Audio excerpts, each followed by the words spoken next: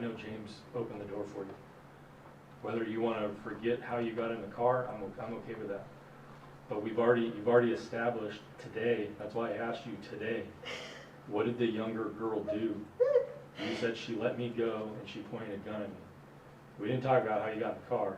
Right now I'm asking you, did a younger female point a gun at you, yes or no? What? I know you know who she is. I'm not we're on the saying wrong- it. I don't want her to get in trouble. She's not I getting in know trouble. you know who she is. You're getting in trouble. I'm That's- not. I didn't do anything. Right. But right now, answer this one question. Did a female point a gun at you, yes or no? I am done speaking to you until I talk to a lawyer. I will not arrest her. I am with my children because of her. I'm disappointed, Sherry. I don't understand. There is no way that Jesse loves me. You did love me. I agree. Sherry, if you want to talk to your attorney, that's fine. We can wrap this up. If you want to keep talking to us, that's a separate story, but you said you wanted to talk to your attorney, so like I said, from the beginning, you're free to go and you can go. I would ask you one more question, just for your own welfare. Do you feel like harming yourself? Welfare. Do you feel like harming yourself? No, I just want to hug my children and go home. Okay. Well, you're free to go and do that.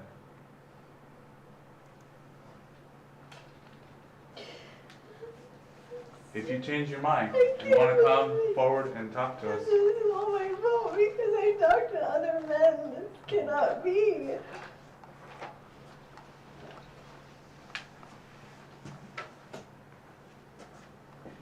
you might have come and serve a document.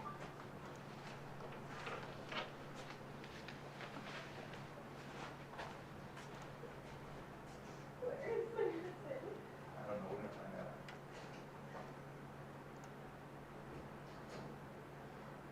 You know what Keith is?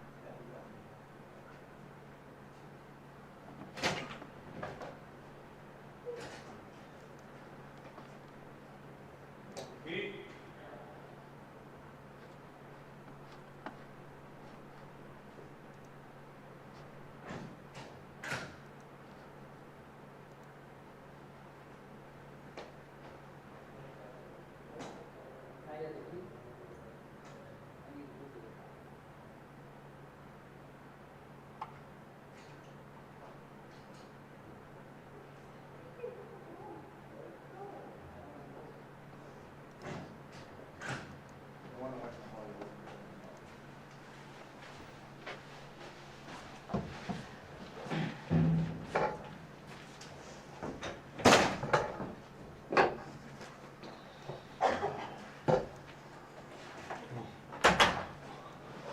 Alright.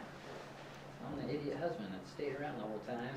Well, there's not, it's still, we can't tell you a lot, honestly. I don't know what, I told Kelly to let you know some of the details, some of the stuff coming out. Can we, I mean, from my side, I feel like, my whole world's gonna flip upside down again. Why is that, why am I always getting held out of things? Like, why can't you just hit me with it? I did, I told you. I know, yeah. Because this happened Monday. We're No, Thursday. you're saying you can't tell me all this stuff. It's still an ongoing investigation, so you're not gonna find out answers. I mean, there's just, that's the way it is. Obviously, can you help me, didn't throw me a bone and then go, I mean, she made it up, is that where we're going, right? Or is she trying to come up with a whole nother? We're not gonna give you any additional details. Obviously, you heard the questions, so you can Yeah. read through some of those and Okay. understand. You've seen some of the photos, Yeah. so you know some of the Well, investigative work obviously you we've saw me, I done. was like, yeah, we found him. And we did. Yeah, But you can also notice your reaction compared to her reaction. yeah, no, 100%. That's what I'm saying from my side, but now you're telling me, okay, you guys can go home now. Well, do you think I want her anywhere around my kids or around me at all at this point? And again, we've talked a lot. I don't know what the next stages of this are. That's why. It's not that's us why I together, thought- right, that one. Whatever those decisions are, I don't know.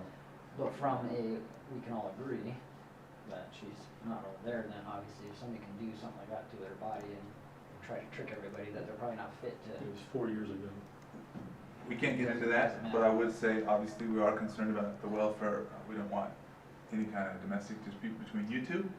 we also don't want, So give me a quick legal, not legal advice, give me it from a sheriff. If I don't want her in my house tonight, what options do I have? You'd have to get restraining orders, you'd have to get legal stuff. I'm gonna tell her she has to go to her sister's or something. I mean, she's not going to my house tonight, and I got a call. The next stage of this, please give me the courtesy to tell me when you're gonna announce it, so I cannot be at my home. and make Probably sure- tonight. Oh, god damn, you're going quick. We have Well, to I thought you said control it's ongoing now. well, We have to, we gotta talk about that, but it's gonna happen quick. I because understand, we he was talked- thinking tomorrow, I was like, okay, We that'll give me blew enough up time to. everybody in LA, so there's a hornet's nest in LA. It only takes one person to go and then say, hey, I know what actually happened, I want 10 grand.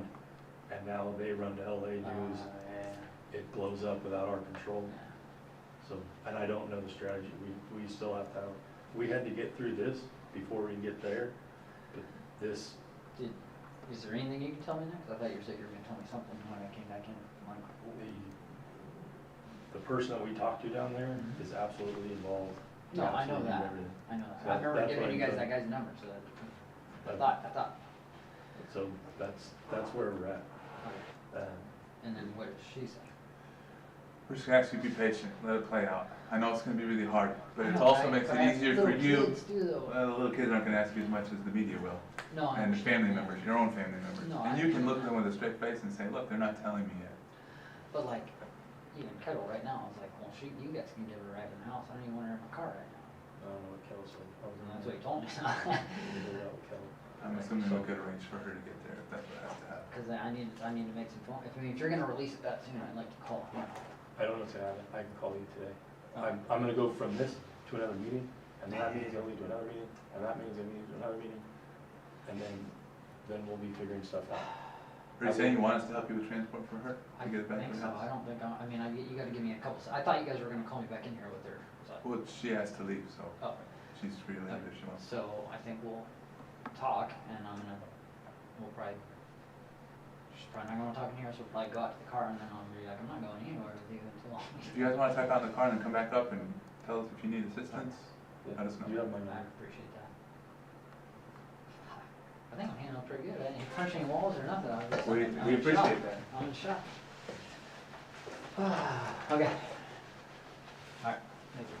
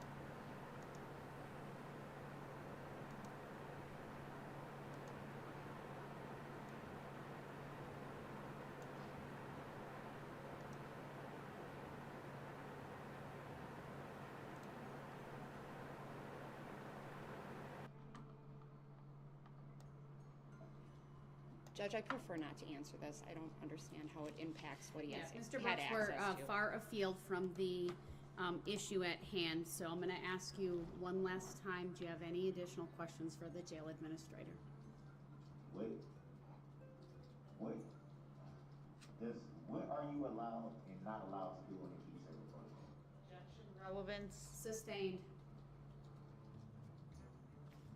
All right, then, I gave him the opportunity to ask questions, that was his last one. I wasn't done. Mr. Brooks, I'll give you one more opportunity then. They need to be relevant, they need to be within the bounds that I've already discussed. That was in the bounds. I just asked this.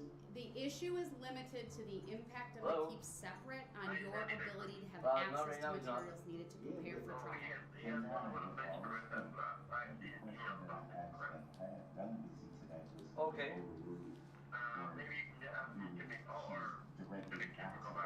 get your number? Mr. Brooks? Mr. Brooks, you indicated you had other questions. I will give you this opportunity if you can ask a question that falls within the scope that I've previously identified. Do you have another question? Thanks. Would I be allowed out of my cell on a keep separate protocol? Vague, Your Honor. The question is, was he allowed out of his cell to access his legal materials? That's not what I asked. Right, the question you asked, the objection is sustained. If you'd like to ask the question suggested by Attorney Opera, that would be permissible by the court. No, I would want to ask my own question. Thank you. And was I able to come out of my cell on the keep separate protocol? Judge, I would prefer not to answer. What was this, please? It's beyond the scope of the inquiry right now. The jail administrator need not answer that question. It's beyond the scope. What does that mean? I do not understand. Mr. Brooks, do you have any other questions? I do not understand what beyond the scope means. That was a direct One last time, question. sir. Do you have any other questions? That was a direct question. All right, I'm gonna mute him because he's now not being responsive to the question that I asked, and that is, does he have any questions to ask the jail administrator within the scope that I've previously outlined? Any follow-up from the state? No. All right, thank you. You may step down.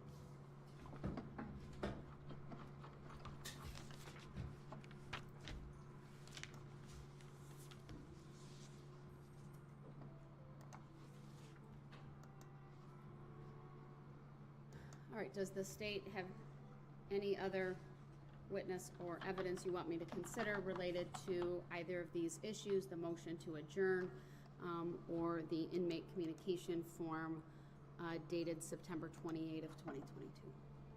Nothing else from the state, Your Honor. Mr. Brooks, do you have anything else related to the inmate communication form dated September 28 of 2022? Since we obviously included that after we took up the other issue. Yeah, I'm still, I don't understand how any questions that I was asking are not allowed to be answered. Mr. Brooks, I'm asking you very clearly, do you have any other information, testimony, or evidence you want to present as it relates to the inmate communication form dated September 28 of 2022? Yeah, I would like to, is there a way that we can verify the standards of the keep separate protocol? Mr. Brooks? To be able to show the Mr. court- Brooks, please listen very carefully. There's a question I'm asking you, is do you have any other I don't evidence, intend to being asked a question document? All right, then if I'll, you can't even answer the all right, question I'm going that to I'm mute asking him you. once again. He is not answering very clear questions. I asked him if he had any information, evidence, testimony, documents he wanted to present. Instead, he asked me if I could verify, and that is not within my role. This is an adversarial system of justice here in the United States and in Wisconsin. I preside over that, but it's up to the parties to present information, evidence, testimony to the court so that the court can address the requests and make decisions. I would refer Mr. Brooks back to the waiver of attorney form that was discussed last week.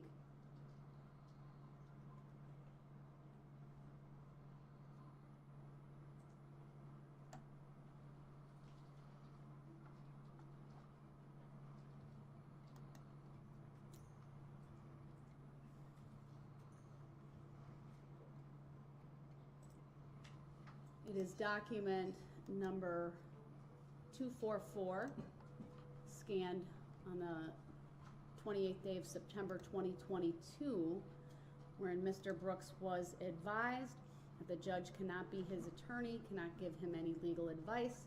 The district attorney cannot be his attorney, cannot give legal advice. The judge, district attorney, and court personnel are not required to explain court procedures or the law, among other things, and that he is required to follow all legal rules and procedures that an attorney would have to follow in court. He was also advised, and this is just one part of that form, that it may be difficult for him to present evidence, may be difficult for him to do a good job as his own attorney. We discussed at length the advantages to having an attorney, the disadvantages to representing oneself. And what he is asking this court to do is to explain the law, and could also be described as a request for legal advice. All right, with that then, I'll certainly take up any arguments from the parties as it relates to both of these issues. I'll start first, though, with the motion to adjourn. Mr. Brooks is holding up the objection.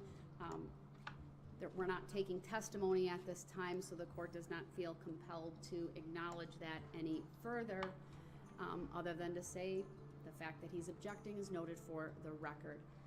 Mr. Brooks, I'm going to unmute you because it is your motion to adjourn these proceedings, and as such, I will give you the first opportunity to talk about the evidence that I've heard here today by way of testimony, and to make your specific request known to the court. I then will give the state an opportunity, and then I'll decide the motion. All right, Mr. Brooks, what is your argument as it relates to the motion to adjourn? Well, I'm not arguing. I stated pretty clear why it should be an adjournment. I don't think I need to argue anything. I don't think I need to provide anything more. If it's clear to me that the wrong person was testifying. She said that she was not present for the said COVID test. So there's, to her knowledge, no way to say for sure why I wasn't provided with the test that I should have been provided with, if that becomes an issue. Honestly, Your Honor, I'm powering my way through this hearing. I feel like total crap, to be honest with you. I don't feel good at all. My reason for raising this issue, like I said, was strictly a health and safety thing. It didn't have anything to do with trial prep. It didn't have anything to do with access to anything. It was strictly because, like I stated before on record, I've never had this issue come up for me. Like I stated before on the record, I've had people that I know, loved ones, close people, pass away from this COVID disease.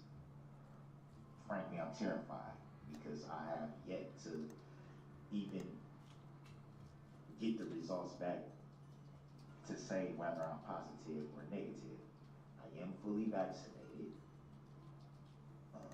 I've never tested positive for COVID.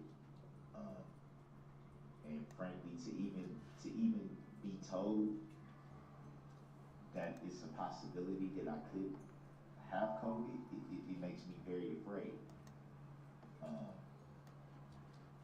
Which is one of the reasons why I was so concerned about the actual protocol, because once they informed me that I would have to be essentially quarantined and isolated, the first thing I was thinking about was how would I be able to use the phone that day, be able to tell my family what's going on? How would I be able to reach out to my kids and things like that to let them know, hey, I got a health issue going on in here that I'm worried about? That was my concern. And my intention was to at least be able to get the results back so that I know, okay, I'm good to go. Let's keep the ball rolling. That was my intention. Like I said, I just came to the knowledge this morning when they called me over to do the test. I had no idea that that was what they were going to do. Like I said, I didn't understand the protocol until it was explained to me. So I was just coming into this knowledge as well. I'm still trying to wrap my head around it. With that, Your Honor, that's pretty much all I have to say. Is the intent of it was strictly that. And, you know, not wanting to, if I am positive, not wanting to infect anyone else or put anyone else in jeopardy. And also doing the things that I may need to do if I'm found to be positive, doing the things that I need to do to be healthy. That was my concern, and that's why I raised the issue, Your Honor.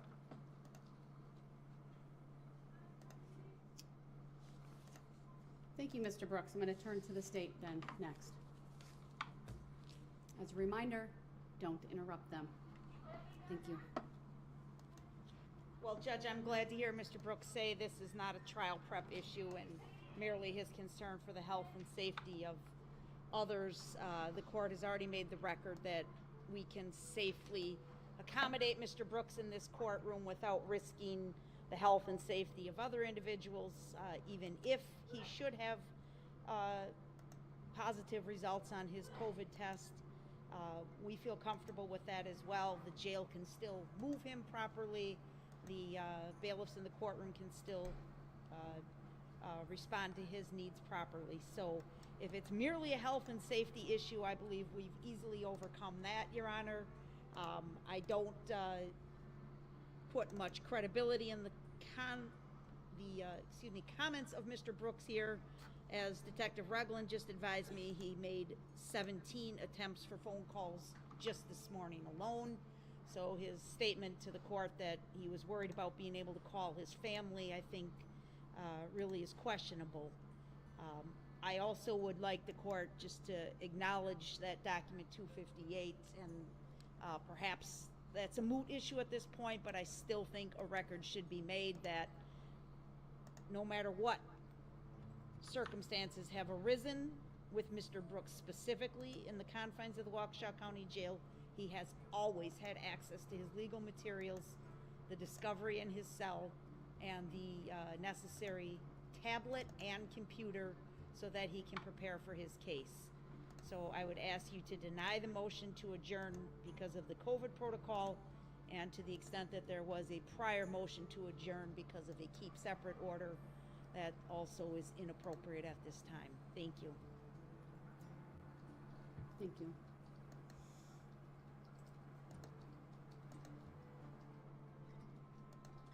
I'm just pulling up a couple of documents so that I can review them electronically as I make a decision here today.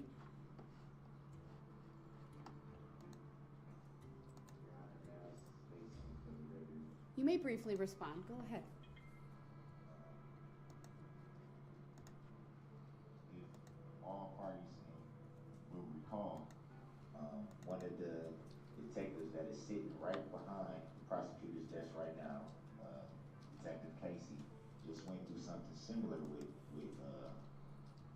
COVID and was not present for a couple of hearings.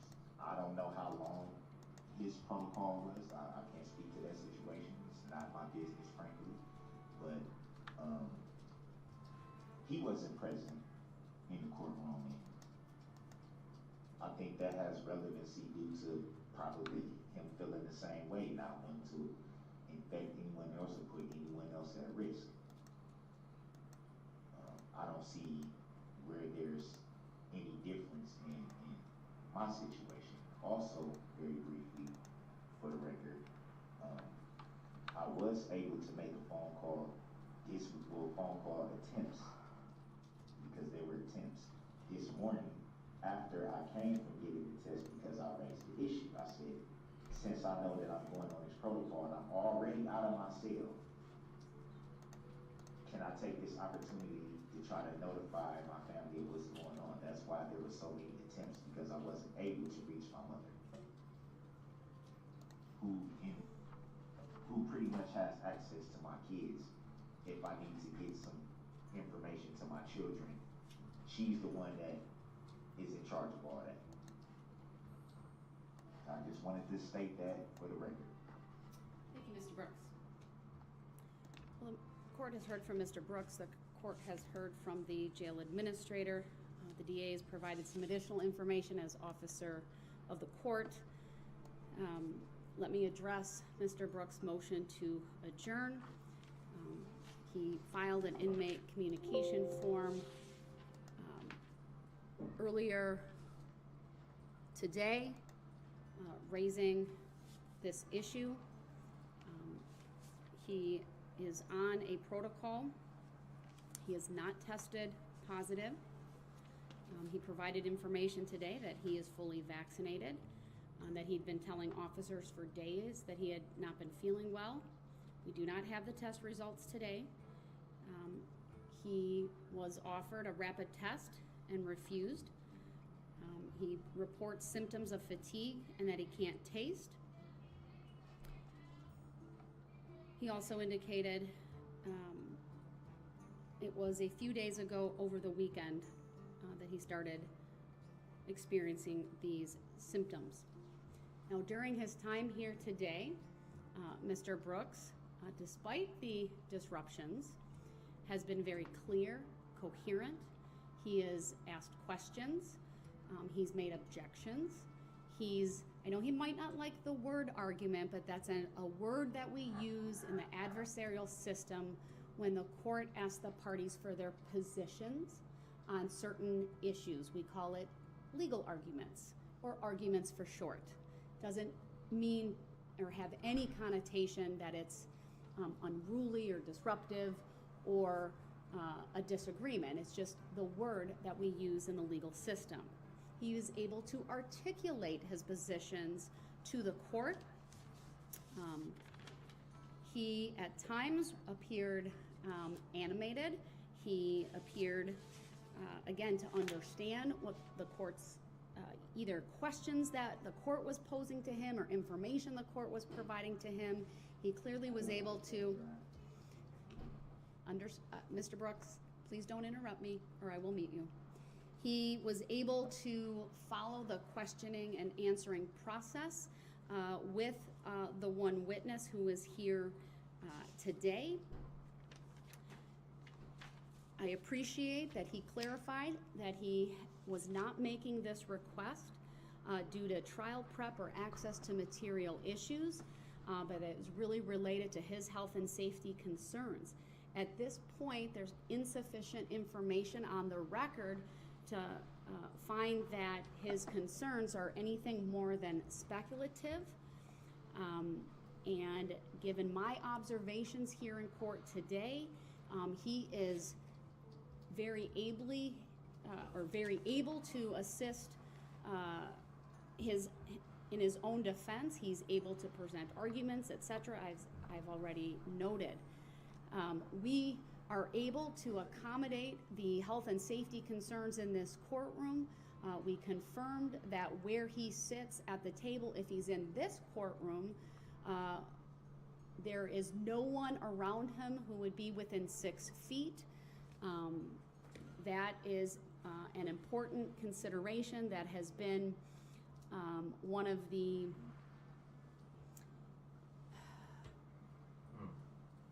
topics of guidance from the CDC. Certainly one of the, or part of the guidance we have received from the county. The most recent county protocol talks about isolation for 5 days. Clearly, if he had the onset of symptoms over the weekend, which is what he reported, and he has not had any escalation in those symptoms, as has been demonstrated by his ability to participate in this hearing. The court will find that there are no present health and safety concerns other than what I've noted with the 6 feet and social distancing. I'm not going to adjourn this trial. I'd also put on the record that he has not been denied access to materials. He has full access even with this protocol. He has had access even to the phone. There's been what's been referenced by both the state and Mr. Brooks about attempted phone calls. I'm not so concerned about whether phone calls go through. It's the fact that he's been given access. Whether he connects with someone is not the issue. I'm also concerned about the fact that he would not answer the court's question directly about whether he would take a rapid test. To me, his credibility is at issue with that. If he were truly concerned about his own health and safety, he would want to know immediately, and he repeatedly would not answer that question and instead wanted to debate about what test was provided to him and why perhaps it was not. All right, you're interrupting me. I'm going to mute you. So that is my record here. Today, I agree with the state's assessment. This is nothing more than a delay tactic given the information that this court, and once again, on the record before me, there is nothing to suggest that he is actively being impacted by COVID-19, and that any health and safety concerns he has for his own safety can again be met. The jail's able to get him here. The jail, of course, is responsible for his medical care. We can keep him 6 feet away from any other person. Obviously, if he's removed to the other courtroom, that provides a greater buffer as well. And for all of those reasons, I'll deny the request to adjourn. As to the issue that was raised in the inmate communication, obviously this was a form that was sent by Mr. Brooks on Wednesday, September 28th of 2022. That was the day on which this court granted his request to represent himself. We know from the record, not only from today, but previously, that on September 28th of 2022, what he would have had in his cell would have been materials previously provided to him by his attorneys. His attorneys, through Attorney Perry, dropped off 3 bankers' boxes worth of materials and a flash drive to the jail later that date. And the jail followed whatever protocols they have with regard to those materials and reviewing them, and that those materials were provided to Mr. Brooks on September 29 of 2022. He's confirmed through the most recent request to adjourn that he wasn't even making that request based on any type of access limitation to materials or things of that nature, although not a specific statement by him. This court would take that to mean he has been able to continue with his preparations. I'd also put on the record that there's no doubt that being in trial can be exhausting. We, of course, had 2 afternoons of hearings last week. Of course, he was provided with a lot of material. From my perspective, he clearly understood the perils of self-representation and the volumes of material that he would need to review perhaps a second time because he had some of them, or for the first time. Those were things that were clearly, he was clearly advised of before I granted that request. And then, of course, we had 2 very, very long days of jury selection yesterday and the day before. Given the way this jury selection progressed, we did not start with court until today at 1:30. Frankly, part of that was done not just to provide access to the media pool and the cameras and other things that needed to be installed, but honestly, to provide a little bit of a break for myself, and I would hope for the other parties as well.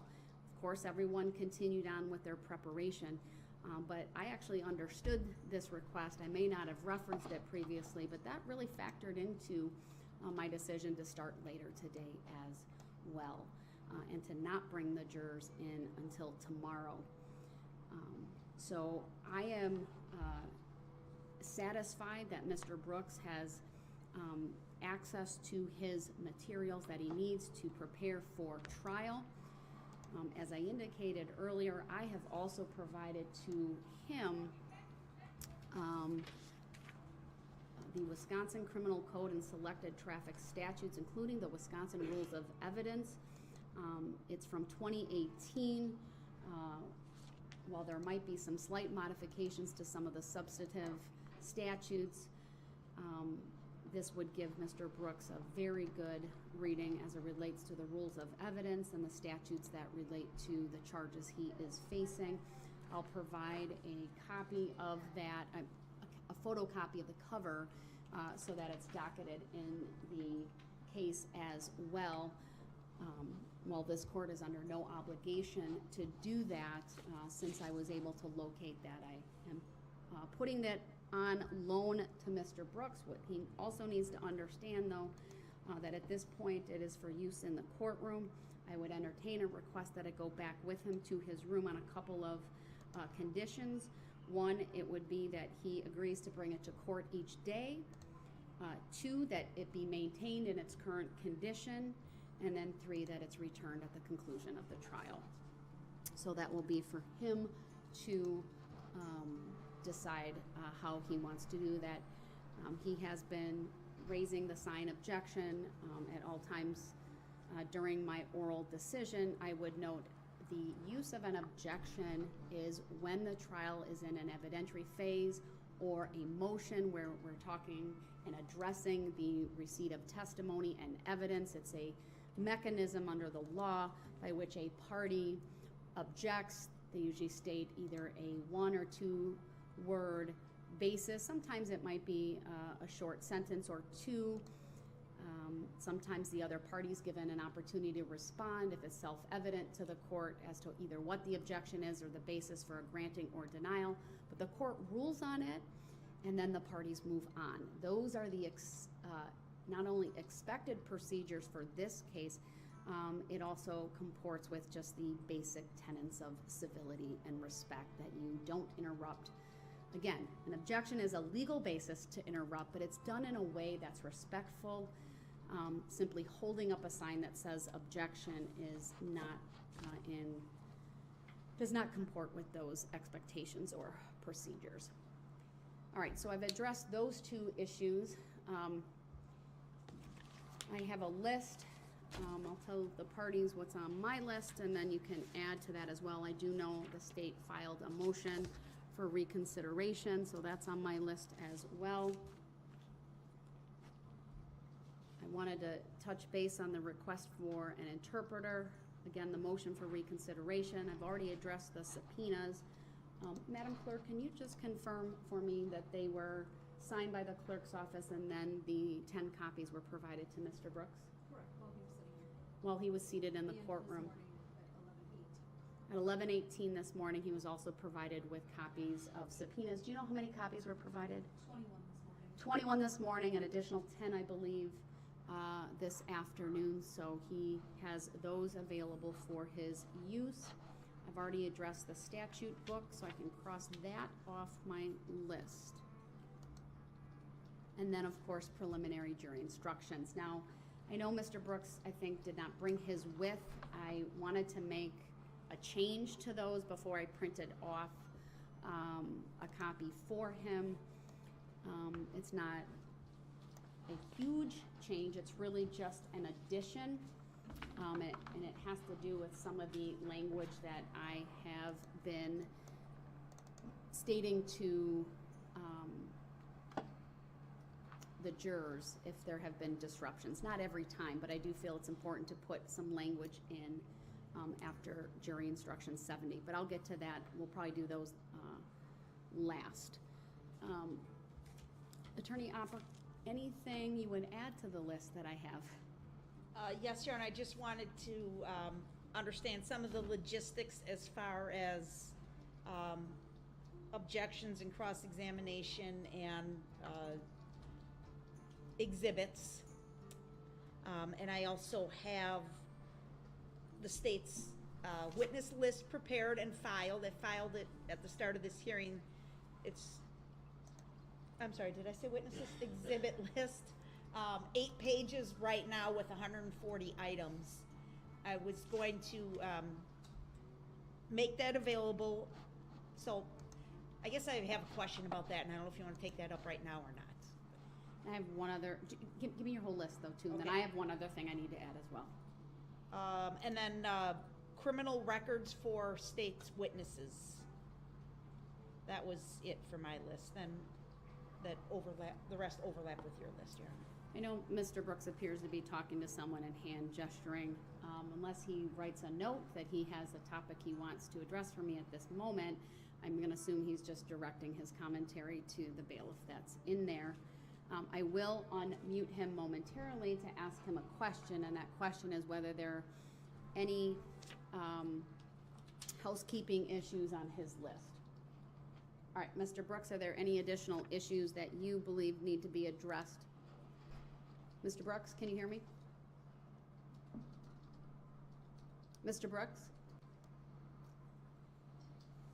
Do you have any additional issues to what I've already set forth and the state's added to the list of what I will call generally housekeeping issues, other than perhaps the motion for reconsideration? That's not housekeeping, but I was having a side conversation with the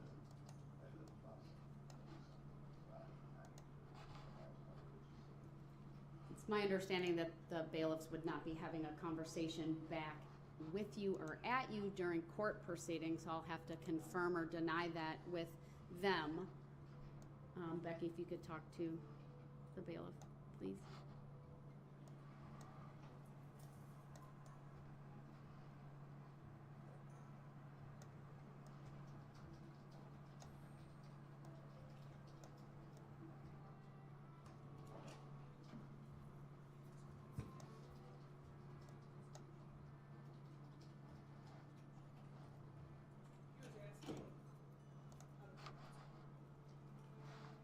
All right, so it's my understanding you were asking the deputy how to pronounce a word.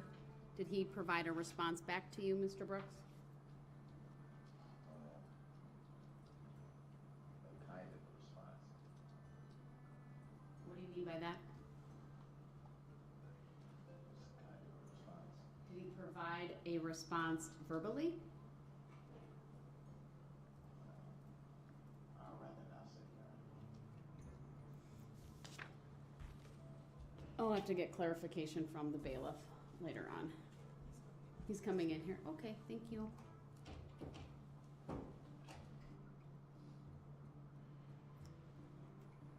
Did you provide a response to Mr. Brooks?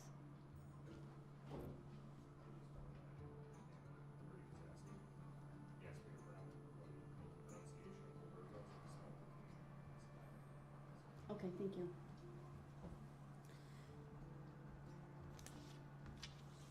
Mr. Brooks, I'll ask you one last time. Do you have any topics that you believe should be on the list of housekeeping items to address today, other than the ones I've provided to you? I did not hear the ones that you are referring to with. All right, listen to me now because I'm going to go through the list. Some of them we've already discussed, so I'm going to give you my whole list and then I'll say whether we need to address them or not. We have to address preliminary jury instructions, the state's request for an interpreter, the state's motion for reconsideration. I'll get to that momentarily. I've already addressed the subpoena request from you. I made a record of that. I already addressed the fact that I provided you with selected statutes. If you didn't hear, I'll state this part again. The book that I provided to you that was on your table when you got into court today, and that I believe is on the table, or at least was taken over when you were removed to that courtroom, is the Wisconsin Criminal Code and Selected Traffic Statutes, including the Rules of Evidence 2018. It's a State Bar of Wisconsin Pinnacle publication. It's probably about 2 inches thick or so. It has a reddish or maroon in color cover and binding. That's been provided as a courtesy to you. It's been provided to you to use in the courtroom. I would entertain a request from you if you want to take it back to your cell as you prepare on the following conditions. 1, you agree to bring it to court each day. 2, you maintain it in its condition presently. And 3, you return it at the conclusion of trial. I'm not asking you to make a request at this time. It will stay in the courtroom unless you at some point make a request. The other issues, hold on, sir, let me get through my list. The other issues are logistics regarding objections and cross-examination, the state's exhibit list, which was filed earlier, criminal records for state's witnesses, and then I have an added topic related to Court TV exhibits and FCC rules, and just some things that may be impacted during the broadcasting of the proceedings because of the FCC rules, which I will claim I'm not an expert on, but I felt compelled to at least tell the parties. I'll start with that so I don't forget, and that is I have been advised that there are FCC rules that may require graphic images or videos to not be broadcast. And I know the state at one point had made a request, and we had talked a little bit about individuals who are victims appearing in a remote location and watching the live stream and seeing those exhibits. And originally, I had planned to utilize Zoom, and there's a share screen option. I'm not going to be utilizing the Zoom because of now the new mechanics for the live stream and the pool feed that Court TV has taken over and is providing to all of the other media that wants access to it. So I just wanted to make you aware of that. Thank you, Judge, and I believe there was a workaround that was accomplished with the cooperation of Court TV and the county IT, so that the victims will be able to view whatever is being shown in the courtroom, notwithstanding what's broadcast to the general public under FCC rules. Excellent. I'm glad to hear that. Yeah, and I would like to know for the record that the Court TV was very accommodating and very helpful in that regard, and we appreciate that. And as a reminder, so you'll see there are some cameras that have been installed in this courtroom, and some microphones. Like I have an additional microphone next to me. There's a camera down in front of the court reporter. There's a camera in the back, and there's a camera over to my left in the clerk station work area. I've also indicated, because now we may have to use the adjoining courtroom, they're in the process of getting some equipment so that there's a camera in there as well. I know that needs to be worked through with the county facilities because of the cabling and all of that. So I just wanted the parties to be aware. I have approved of all of that. That brings me to a related topic, and that's the use of the courtroom microphones are still an audio backup, but we have really good microphones in this courtroom. The state noted it yesterday, or maybe it was the day before. At one point, Mr. Brooks appeared to be muting the microphone in front of him, but because there's microphones elsewhere, we were still able to see the audio. I'd advise the state of the same thing. You have microphones behind you through the court system that just because you mute the one in front of you, you may still be picked up, and that just whispering still comes through on the microphones, whether they're the courts or otherwise. So, Can I ask a question about that? sure. During recesses, is it possible to mute all microphones so we can confer? Absolutely. Okay. Remind me, Sure. right? We need the clerk to do that. But I think if we all cooperate together, we will get that done. Thank you. All right. Any questions about the broadcast, Mr. Brooks?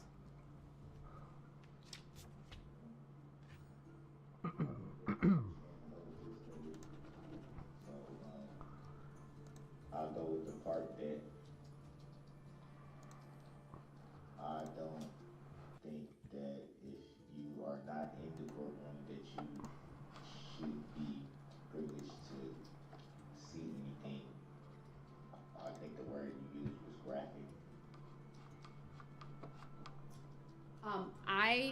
responsible for Court TV's compliance with FCC regulations, but it's my understanding that they will meticulously follow whatever the regulations are.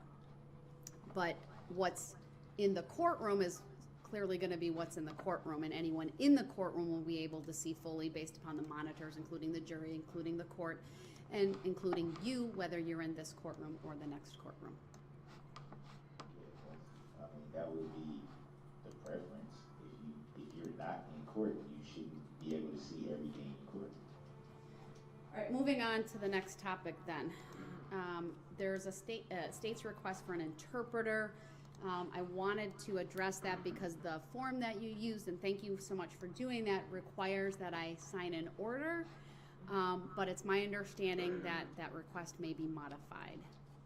Yes, Your Honor, as to the timing, certainly it will be modified, because I think I indicated October 6th or 7th. I no longer anticipate that being necessary. It would likely be one day next week. Give me just a second here. I can maybe give you a better idea. I'm wondering if the court, I hate for the court to pay for an interpreter that we don't use. So I don't know how much notice you need to give to the interpreter, or how far in advance you have to reserve them before you have to pay them no matter what. I don't know if they have rules like that or not. They do. Okay. It depends. Okay. So thankfully, we have one local interpreter who is incredibly reasonable, and I know is kind of on notice, but it really depends on his schedule. And what we may have to do as the courts, because you are correct, it's the court's responsibility to do this, to pay for it. I will not make arrangements just yet unless, just based on the request that was made, because you said it's no longer a date that you would target for that interpreter. I'll decline the proposed order, and then just if you want to resubmit, of course, we have someone in the clerk's office who is parties work with regularity to obtain interpreters, and so the state can simply continue to work directly with that person to facilitate and hopefully keep the cost down. And we'll deal with whatever the fallout financially. Typically, we need 2 business days to cancel them.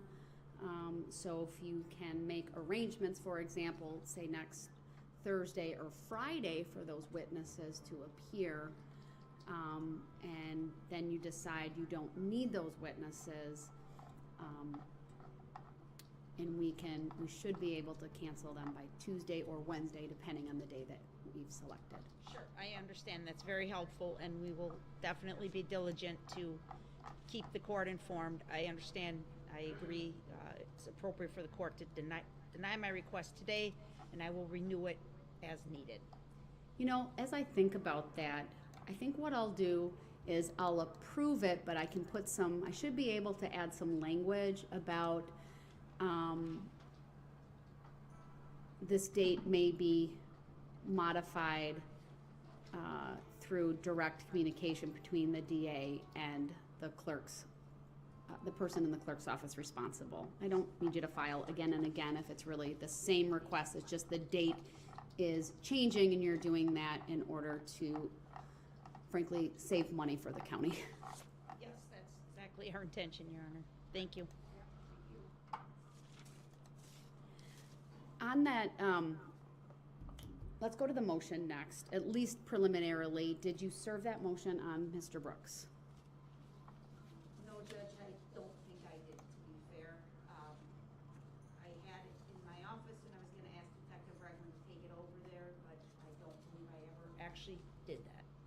All right, I will ask that you have that served upon him right now, and that will obviously impact the timing of when I can address it, but we'll save that near the end. But I'd ask that you Detective Ragland go do that right now, and I will just pause momentarily if, so that that can be done.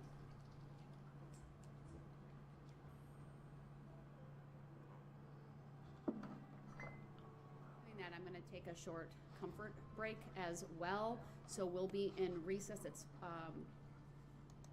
4:06. Let's take about a 10-minute break.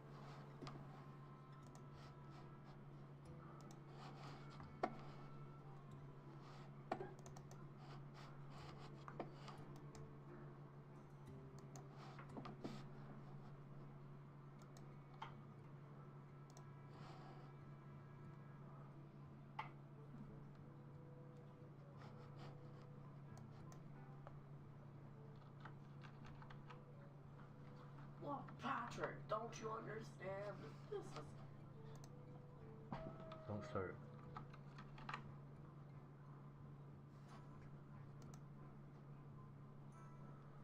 I'm gonna have to put the thing in the door now. Great.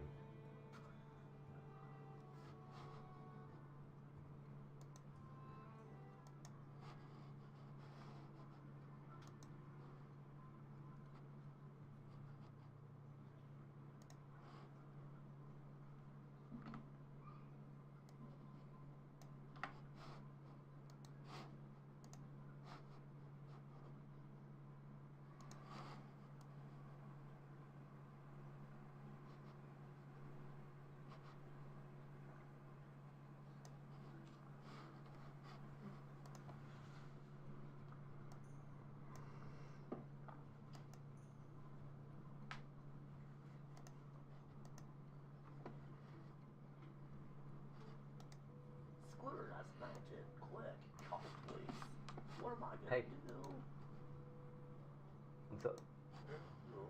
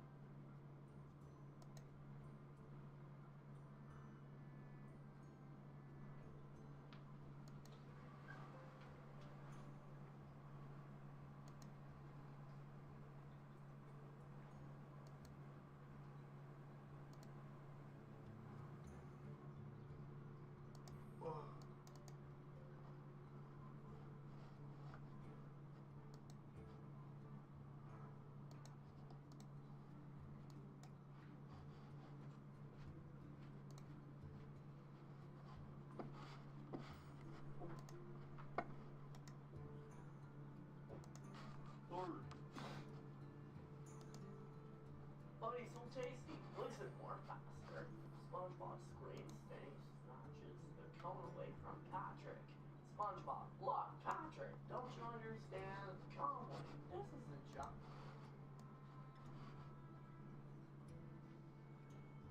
Oh.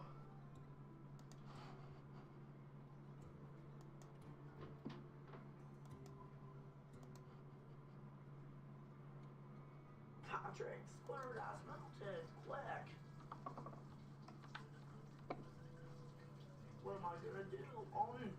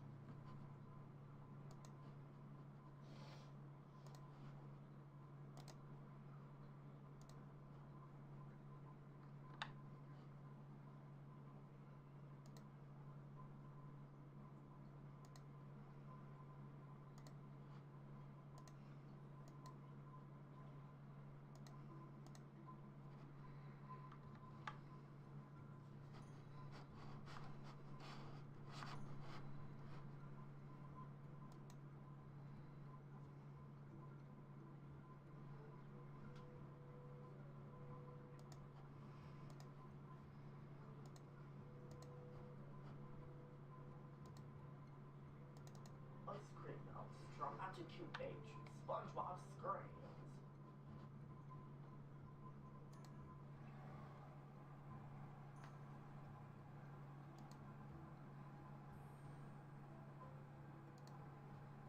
Patrick puts the dollar in a candy machine, dramatic QB, SpongeBob screams.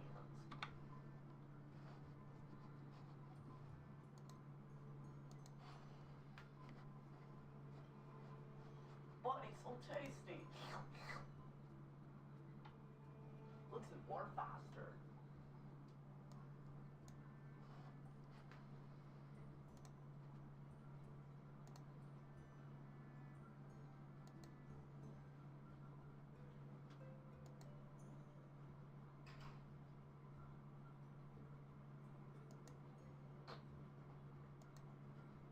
Patrick licks it again.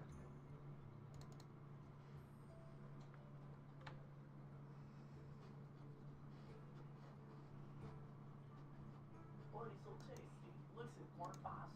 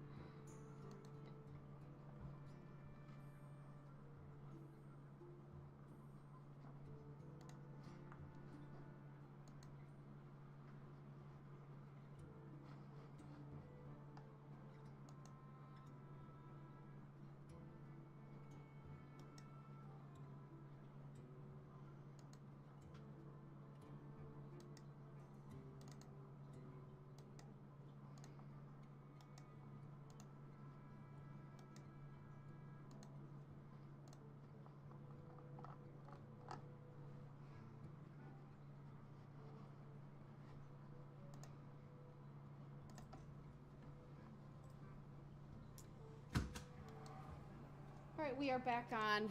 The record appearances are as they were before. Mr. Brooks, I wanted to invite you back into this. Oh, never mind. I do this all the time. I need my court reporter. Kind of a small thing. Welcome, Michelle. No, that was my fault. I should have looked over there. In my defense, in my other courtroom, it's on the other side, and I got to get used to that. All right, we are back on the record. Then appearances are as they were before. Mr. Brooks, I'd like to invite you back into the courtroom if you so choose. You have been respectfully participating from the other courtroom. Of course, if you do come back in, you of course would be expected to abide by the rules of decorum and courtesy. Would you like to come back to this courtroom, sir?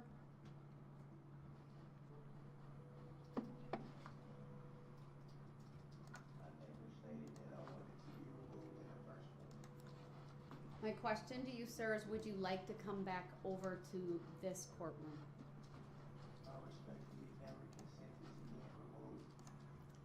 I will ask one last time before I consider his answer to be non-responsive. Would you like to come back over to this courtroom, sir? That is not a non-responsive answer. So the answers provided were not responsive to the question that I asked, and therefore he'll remain in the other courtroom.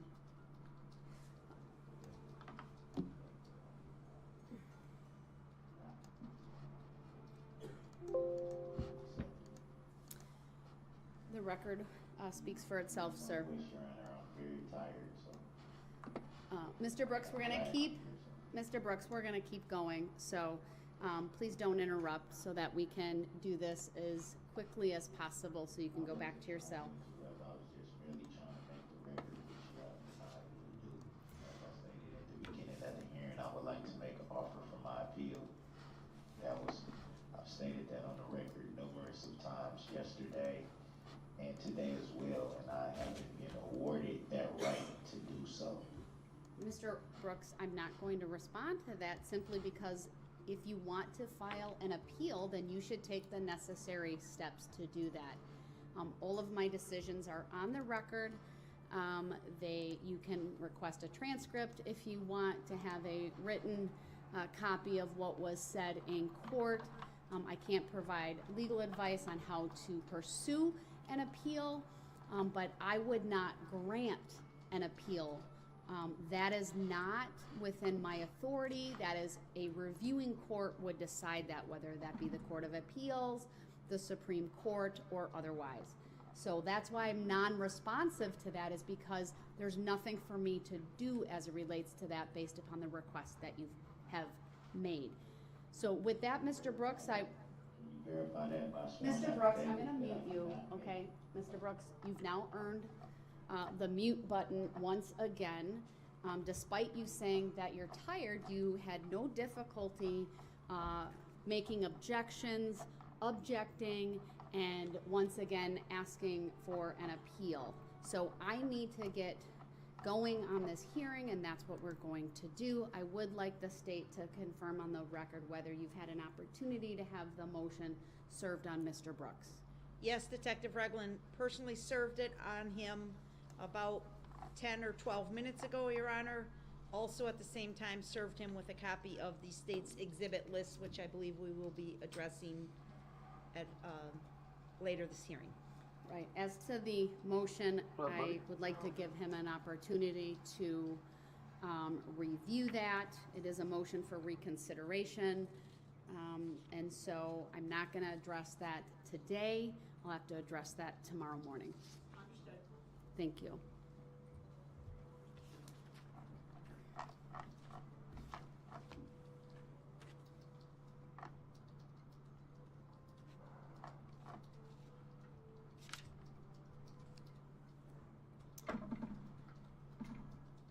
Why don't we start with one of the latter things that you indicated, and that's the criminal records for state's witnesses.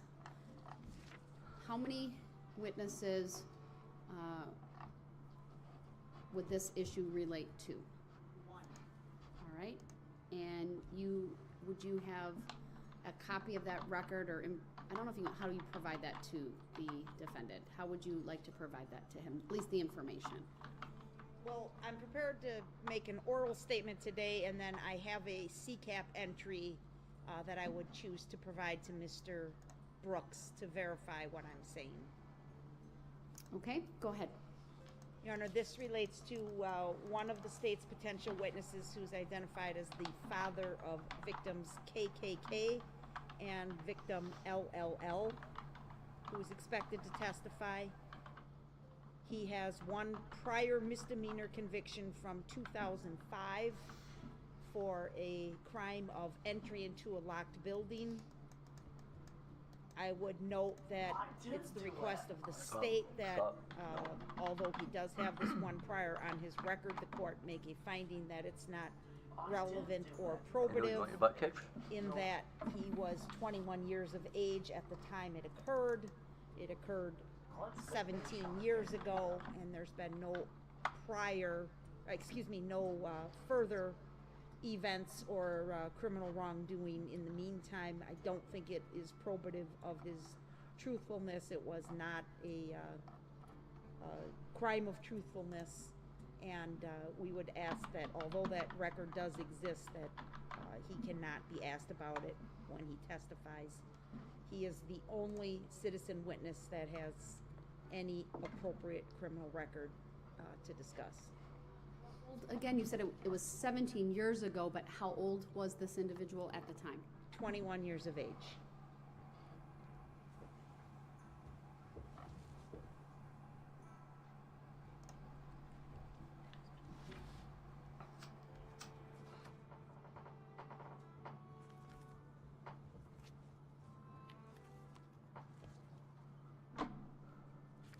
You have the statute handy. 906.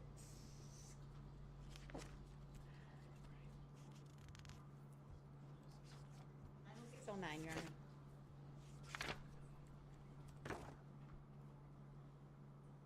So I'm going to take this request under advisement. I'm going to advise Mr. Brooks that the relevant statute is 906.09, impeachment by evidence of conviction of crime or adjudication of delinquency.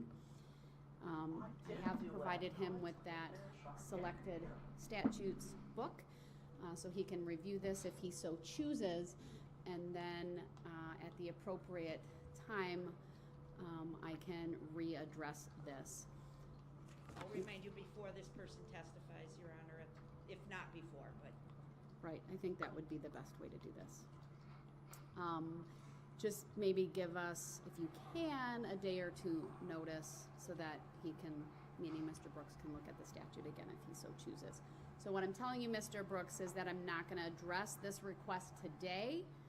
The state's put this information on the record. I'll require them to provide the CCAP information that they have regarding this individual. That individual would be on the witness list.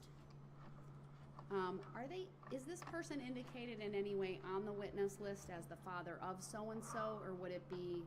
No, but when he gets the CCAP entry, he'll see the name. That's true. Yes. All right, thank you. So that's how you'll get that information, and then I'll address whether that impeachment evidence is relevant and probative at a later point in time, but at least you're put on notice of the request. And again, I'm not going to address the motion for reconsideration because you were just served with a copy of that. I will take that up tomorrow morning. If the defendant should testify, we would want to discuss his prior convictions as well. We don't have to do that right now, but I at least wanted to discuss about the state's witnesses, Your Honor. Sure. If you wanted to provide a little bit of information, again, he's been given the statute. He could review that. Do you have a total number of convictions for Mr. Brooks, and the number that you would ask be the number he answered the question to? Should he testify, have you been convicted of a crime, and if so, how many? Yes, Your Honor, we believe the answer would be 12, with the first 3 coming from the state of Nevada, and then the remaining convictions all in the state of Wisconsin, mostly from Milwaukee County, but also one conviction from Wood County and one conviction from Manitowoc County. And we would certainly provide Mr. Brooks with either a criminal history or CCAT printouts, whichever he would like to support these convictions, except for the Nevada. That would be on his criminal history. We can provide him a CIVR. All right, so, Mr. Brooks, not gonna address this today. The state's putting you on notice that if you elect to testify in this case, they will be seeking a ruling on whether you may be asked, have you been convicted of a crime? And then the follow-up, if that answer is yes, is how many times? And that number is really up to judicial determination under the statute and relevant case law.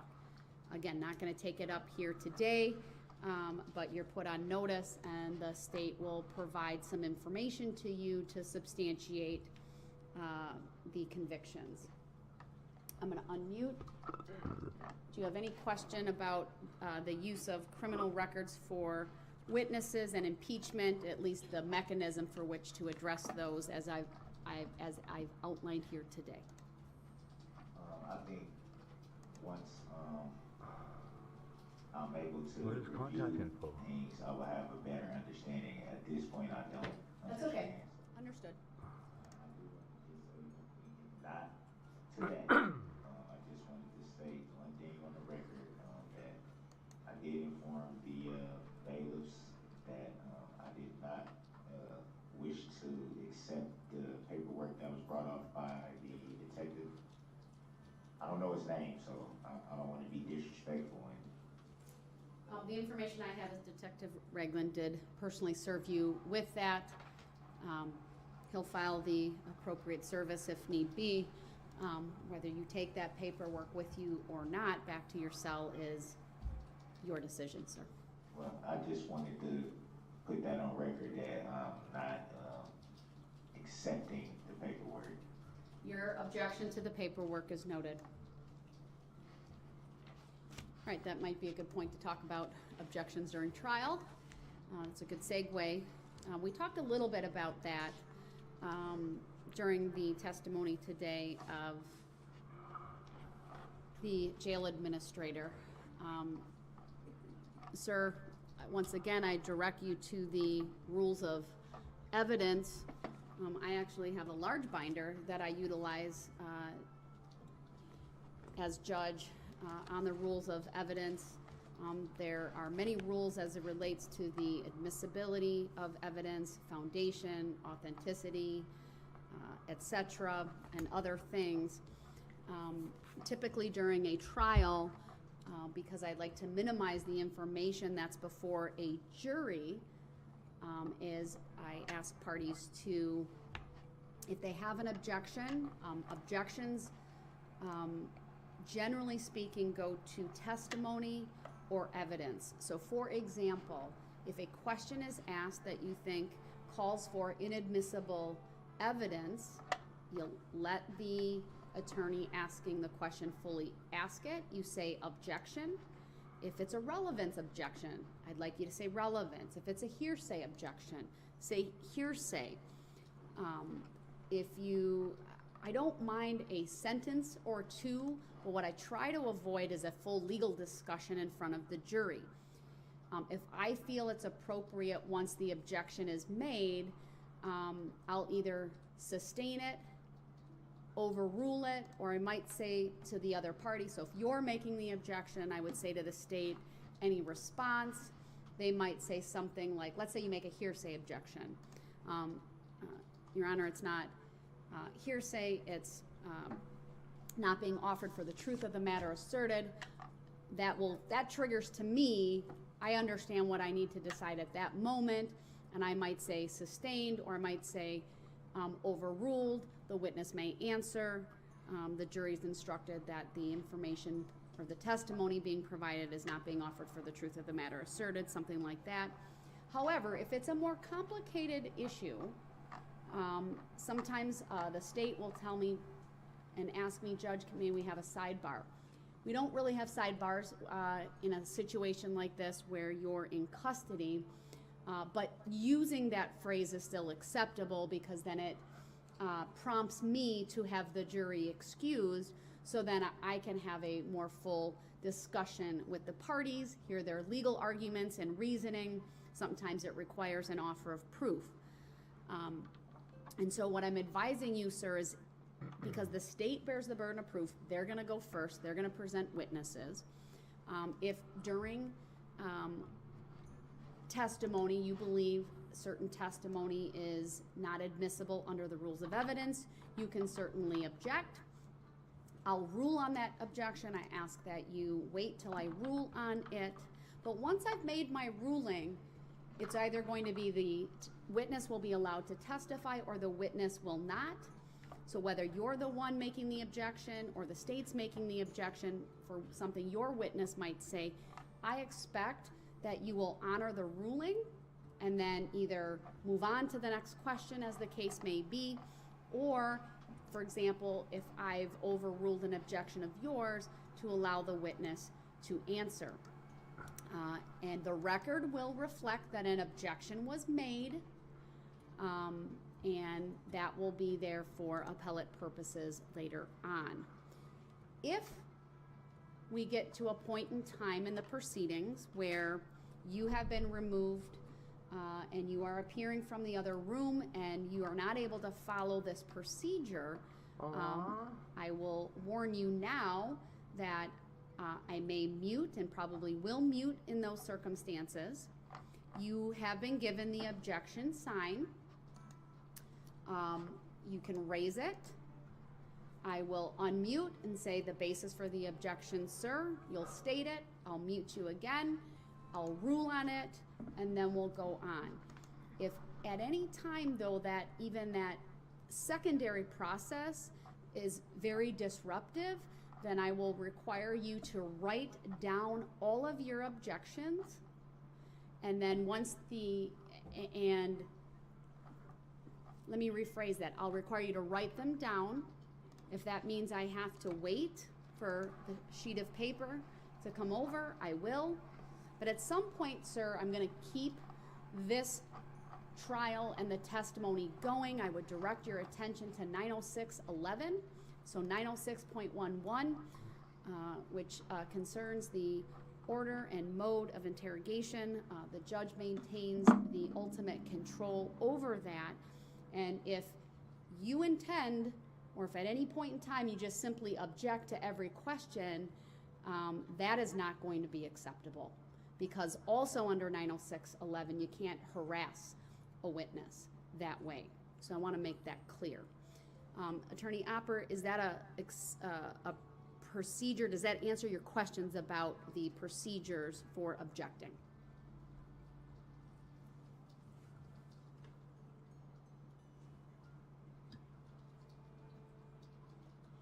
Yes, that answers our question as to objections. I did have another question about, in the event Mr. Brooks has forfeited his right to be present in the courtroom and has been removed, how will cross-examination proceed? Well, I've reviewed the case law, and one of the possibilities is that he forfeit his right to cross-examine.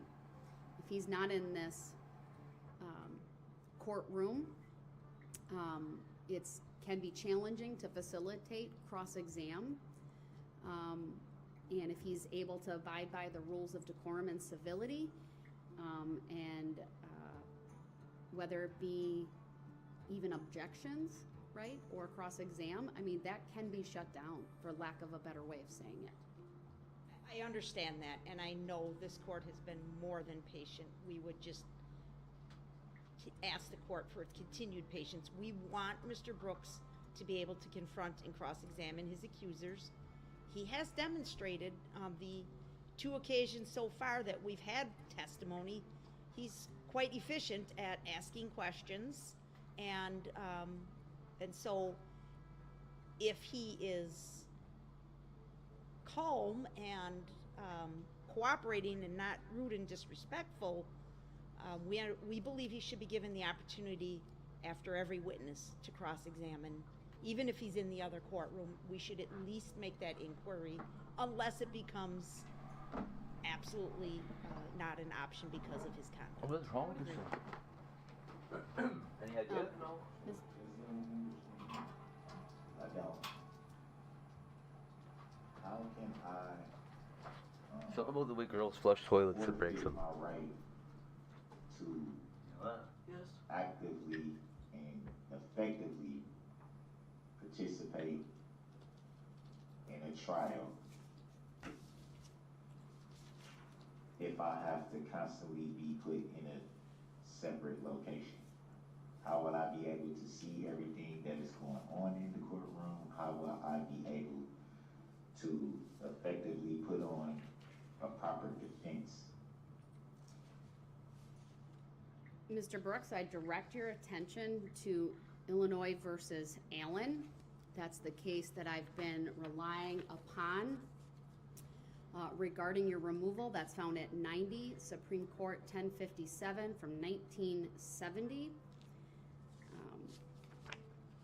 That's on the Supreme Court, the federal court. That is the Supreme Court of the United States of America. Federal.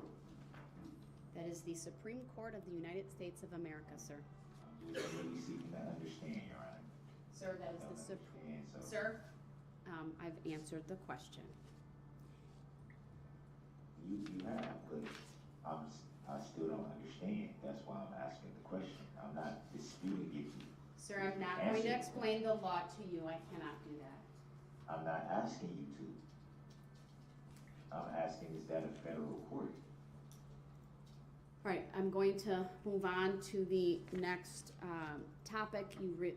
Related to objections would also be to the admission of evidence. Of course, my standard practice when a party offers an exhibit is to say any objection. And so if there is an objection, of course, there needs to be a legal basis. And then once I rule on that objection, then I expect that decision to be respected and honored, and the testimony and presentation of evidence continue forward. So, Your Honor, I still don't understand.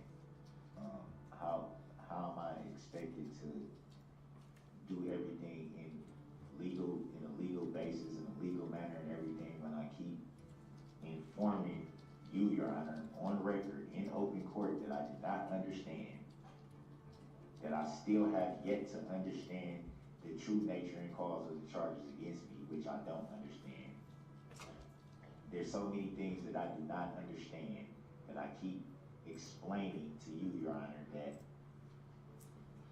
Mr. Brooks, I'm going to refer you back to document number 244, which is the waiver of right to attorney form that you willingly, knowingly, intelligently, from my perspective, understandingly filled out. Let me make my ruling, sir. Do not interrupt, or you will be muted. All right? So from my perspective, sir, we clearly went through not only this form, but really the topics that are referenced in this form, the advantages of having an attorney represent you, the disadvantages of representing yourself. I discussed with you and advised you regarding all of the charges that you face, the penalties that you face, the exposure that you face. I advised you regarding what an attorney would do. I further advised you about the disadvantages of representing yourself. I asked you such questions about whether anyone, forced you or coerced you to waive your right to an attorney. I asked you if anyone had made any promises to you to waive your right to an attorney. I made a finding, sir, that you freely, voluntarily intelligently made a deliberate decision to waive your right to counsel and to represent yourself. I refer you to that document, sir, because once again, I cannot give you legal advice. I cannot explain court procedures or the law. And you represent yourself at your own peril. I honored your request to represent yourself, and it's a bit disingenuous to now say you don't understand what you did. So we're gonna keep going. I need to go through some other topics.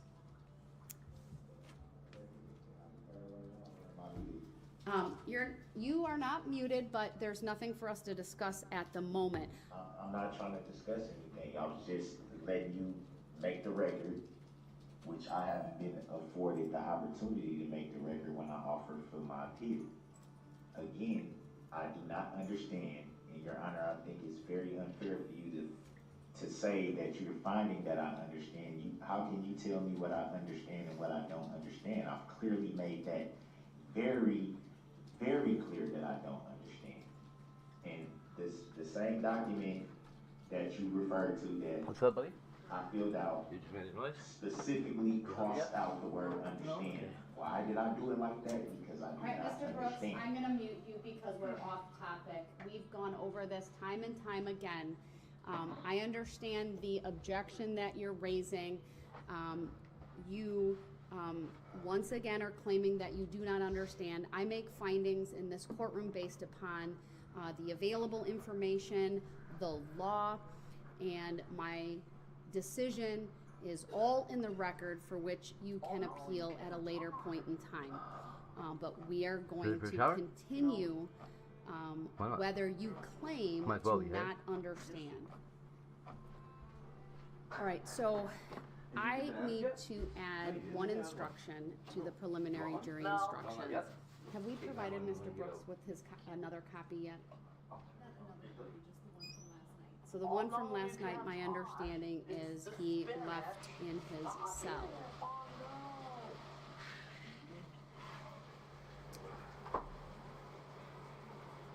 So you can print off what we have thus far for him, Madam Clerk.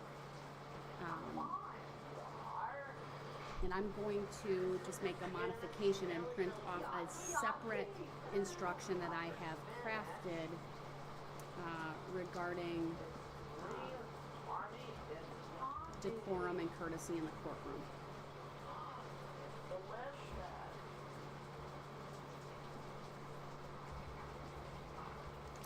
Oh, our bailiff has, that was what the witness left? So put on the record, Madam Clerk, what you believe you provided to Mr. Brooks already. All right, so he was provided with the packet of preliminary jury instructions. So let me I just need to add a line in here. I'll print this here for the state, and I'll print it in the other courtroom. There's a printer over there as soon as I do that. Just this one, yeah. It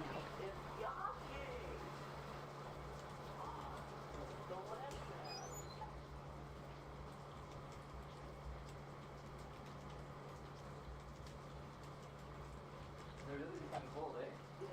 It's not good. I just turned it up a little bit.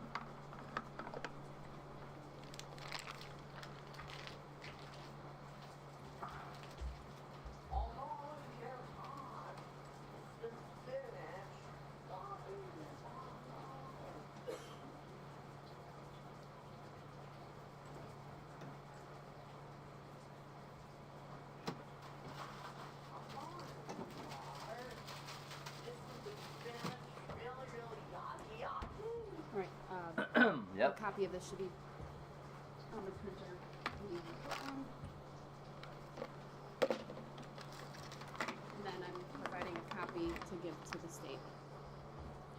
You sure can.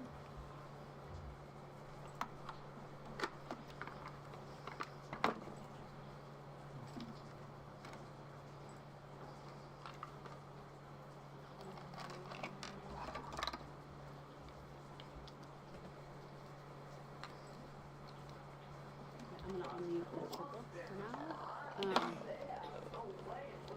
I was not looking at the monitor because I was sending the email to my clerk with that document, but I'd just like to get confirmation that at least it was put in front of him on the table.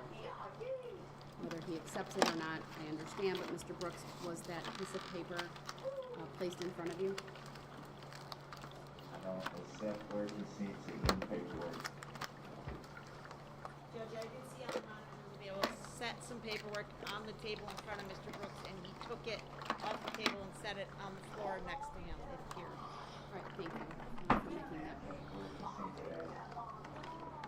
Mr. Brooks. Accept any more paperwork. All right, Mr. Brooks, you make clear you're not going to accept paperwork, but we have an obligation, whether you make that statement or not, to provide you with copies of everything the court is addressing with the parties. So what you do with them is up to you. So your objection is noted. You want this straw? Maybe, You want that straw? weird For your juice later? that certain things I thought you might. are not meant to be recorded, especially when it comes to hearings. Mr. Brooks, I need to move on to the jury instructions. Are you willing to participate in this process right now? No, I'm not. And I don't give consent without me being present in the courtroom, like I said before I was brought over here. Would you like to come back over? So Mr. Brooks, you were put over in that courtroom because of your disruptive behavior. If you can agree to abide by the rules of decorum and courtesy, I'm not gonna then agree to I will anything. bring you back over here at any point in time. I'm Did not you gonna hear agree me to advise anything. you of that, sir? No, I do not. You're advised, sir, that if you want to come back to this courtroom, you may make a request at any point in time. If you come back, the court expects you to follow the rules of decorum and courtesy that you've previously been advised about. So this is how it's gonna be the whole trial, every time I seek to understand Mr. Brooks, something I'm and ask a offering you the question. opportunity to come back to this courtroom I to just- participate no, 'cause here. I don't wanna go over there and then essentially have to come back right over here because when I ask something that I don't understand, it's being looked at as me intentionally trying to disrupt the court. Mr. Brooks, I'm asking you a question. Please answer. I Would asked you- a question as well, Your Honor. Would you like to come back to the main courtroom right now? Yes or no? I asked you a question too, Your Honor. I asked, All right, is I'm this going to definitely mute how it's him. gonna go? I'm going to make a finding that his decision to not answer the court with a yes or no is non-responsive. I repeatedly asked him if he would like to come back to this courtroom. He did not answer yes. Instead, he wants to debate with me about his understanding or lack thereof, and rather than discuss the topics at hand. I find that behavior to be rude, to be disrespectful. I find it to interfere with the orderly administration of justice.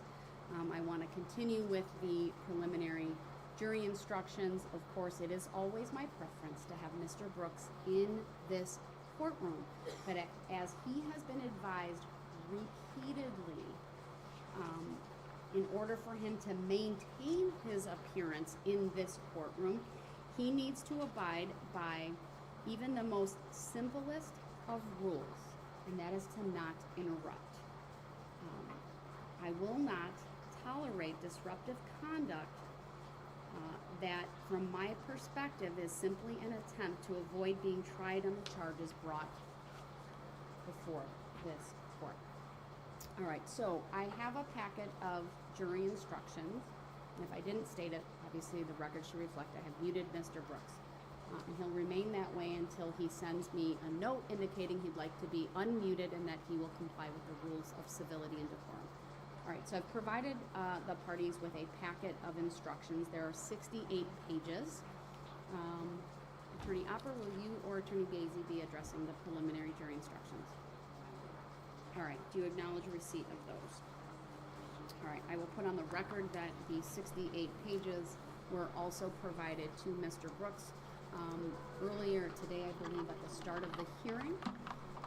And then he was also provided with the single-page proposed instruction regarding decorum and civility that the court has drafted. Has the state seen that as well?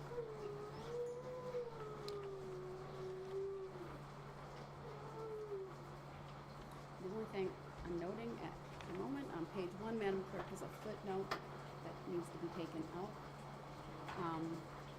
Then, does the state have any corrections, edits, or suggestions at this time? Your Honor, we do not. We did have a typo with regards to the name of one of the victims. I did email your clerk. I believe it has been corrected, but if not, it would be regarding, it was on page 28 of 69, specifically count 65, and the first name of the victim was, there was an S that needed to be removed. Did you say count 65? Correct.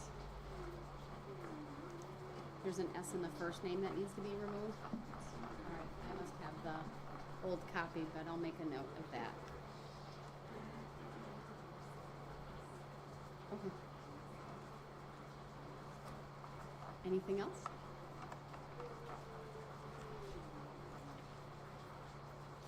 My thought on the instruction that I provided to the parties, there is instruction 70, which I have an old copy, so I'm gonna just, can you email me the most recent copy, Teresa, so I'm on the same page, literally and figuratively with everyone? Sure. Mr. Brooks is raising his objection sign. If he has an objection, he needs to write that out and provide that to the bailiff so that I can then take it up. Hand over the good secret box, damn it, and prepare for the most unpleasant pills while you're alive. No, it would be a far ahead. 70 should be right after 59, police reports. It's all the way up, 70. All right, so as the parties can see on the monitor, 70 is the instruction that is entitled in the drafts that are provided by the standard or pattern jury instructions. Preliminary instruction, defendant proceeding pro se. Now, I would note, none of these headings are read during the advisement to the jurors. It's really so we can keep an orderly list of the instructions. So my practice is to simply read, starting with the substantive. So that is the pattern instruction. It's been modified to make sure it says himself versus herself and the name of, actually it just says defendant, there is no name. And my suggestion and what I intend to do is to, right after where it says in any manner, is to start a new paragraph. So just underneath that, whether it has a heading or not, I don't think is relevant at this point in time, but to read the following. This court is tasked with ensuring the orderly administration of the case. My job includes making sure that Mr. Brooks's rights are protected, making sure that the state and the defendant can present their respective cases in a coherent and orderly fashion, and that victims, witnesses, and the public are appropriately treated in the courtroom. All parties in the courtroom, including the attorneys, the litigants, witnesses, the judge, the jurors, and those in attendance, are expected to conduct themselves appropriately and avoid creating disorder or disruption, as well as conduct themselves in a manner that demonstrates sensitivity to the necessity of preserving decorum and the integrity of the judicial process. I would not read the SCR unless there's a request to do so. That is there just for reference. That's where I pulled that from. There's a second part to the proposal that if at the time the court reads the preliminary jury instructions, Mr. Brooks is not in the courtroom, then to add the second, where it says to be read only, that says at the moment Mr. Brooks is appearing from another courtroom, this must not influence your verdict in any manner. I understand Mr. Brooks is objecting. I'll give him an opportunity to make any statements regarding that. On the record, I'll ask the state first whether there's any objection to inserting this in that location. No objection to it. Inserting that, I would just note that in all of the jury instructions, I don't think we've ever mentioned Mr. Brooks by name. I think it's always been the defendant. I don't know if the court wants to be consistent. That was my only comment. I think it would be good to be consistent.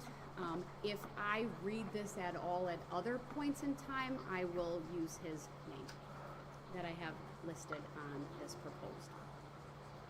All right, Mr. Brooks, I'm going to unmute you so that you can put the basis for your objection on the record. Yeah, first of all, I'd like to state for the record that co-part not per se.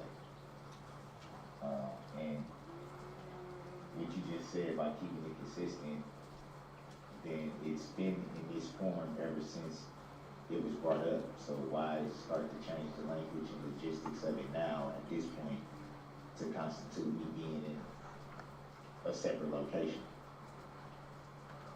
If it's going to be consistent, then it should be consistently as it was constructed. Nothing should be changed.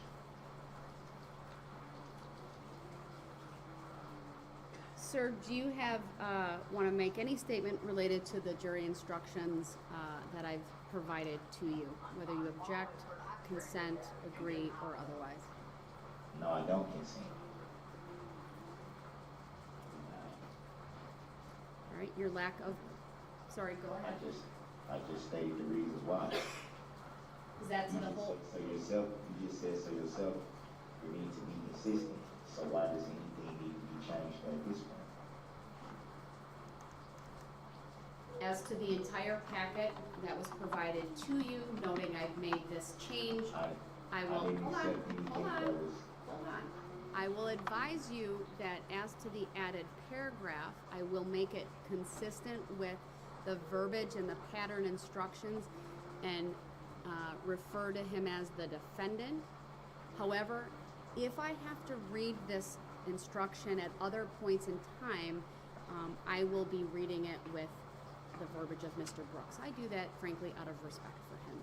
But the pattern jury instructions are constructed in such a way that I'm going to follow that pattern when reading instructions, with the exception that I've just noted, and that is if I am in the position where I feel it important to advise the jury, whether it's just simply that he's in another location or another courtroom, this must not influence your verdict in any way, or if I feel it important to read the entire thing.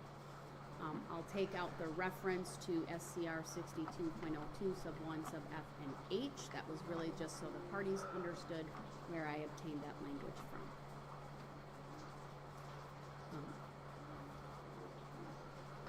Being changed, or is it, I don't understand. I changed where it said Mr. Brooks to the defendant. And that, I think, was in 2. Is that change? Yes, so right there. We're in the process of changing it, sir. My clerk is typing as we go along. I also want to make Small d. State this on the record. You just referenced wanting to protect my rights, correct? You have the language in front of you, sir. Well, you just said on record that you would want to preserve my rights. Mr. Brooks, you have the language of the jury instruction immediately on the screen in front of you. Do you have a question or a position on whether that's included? I was getting to that. You did not let me finish. So it's not a question. Like I said, I was stating for the record. Part of protecting my rights will be the ability for me to inform the jury of the truth, their rights, and their duties under the First and Sixth Amendment. Do you have a jury instruction that you would like me to read that would state that? Have you drafted anything, sir? I wouldn't need to draft anything if it's already in the Constitution. I should be able to be afforded for those rights to be protected under the First and Sixth Amendment. I'm sorry, I mistook what you were saying. I thought you wanted me to add a jury instruction, a written jury instruction, so that I would read something to the jurors. Am I mistaken on that? I'm not gonna consent to any questioning about that. I think it was very clear what I was saying, asking, because I'm referring to you saying that you would like to preserve my rights. And part of my rights being preserved and the jury of the truth, their rights and their duties under the First and Sixth Amendment. So, as I understand what you're saying, sir, I think what you're asking this court is to add an instruction because the jurors get informed. Hold on, let me finish.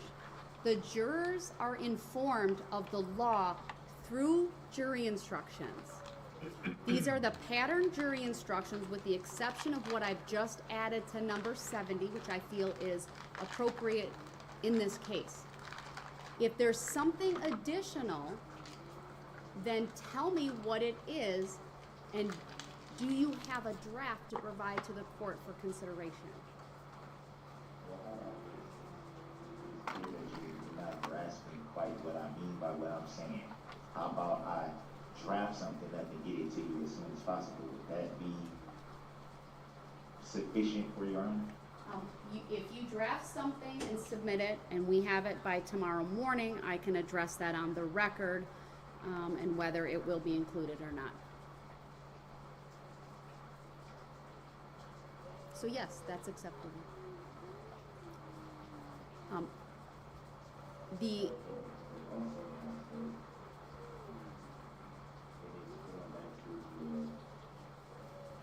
language that says pro se, can that be changed to pro per? That's not read to the jury. It's just part of the labeling. But it is my pattern, but it is the pattern jury instruction. That is a phrase that has meaning in Wisconsin law. It is accurate, and so your request to change it to pro per is denied. That's my ruling, sir. I don't understand this. Mr. Brooks, that's my ruling. I need to finalize these, Mr. Brooks, I need to finalize these instructions. So my question to you is, oops, you can take that up. Suggestion. Okay. On the second. Hold on, just, Mr. Brooks, what I want to tell you is, I'm going to finalize these. The state has a suggestion for verbiage within an instruction that's already in there that I'm going to address. I'm then going to ask you whether you have any other edits or requests as it relates to them, and then ultimately ask you whether you approve of these or not. I just want you to be advised of that. So go ahead, Attorney Basie. The additional language that the court is adding to jury instruction 70, I would just state on that second sentence, my job includes making sure the defendant's rights are protected. So I think that should be the. Yep.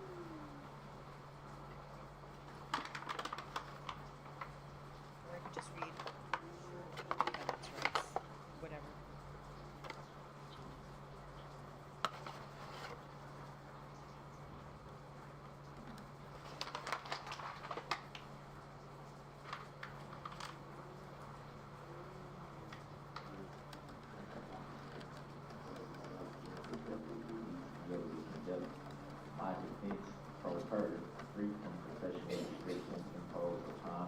attorneys. That's another right that's not being protected. If you're requesting that that language be included, the request is denied. And is that a judicial determination that I won't have?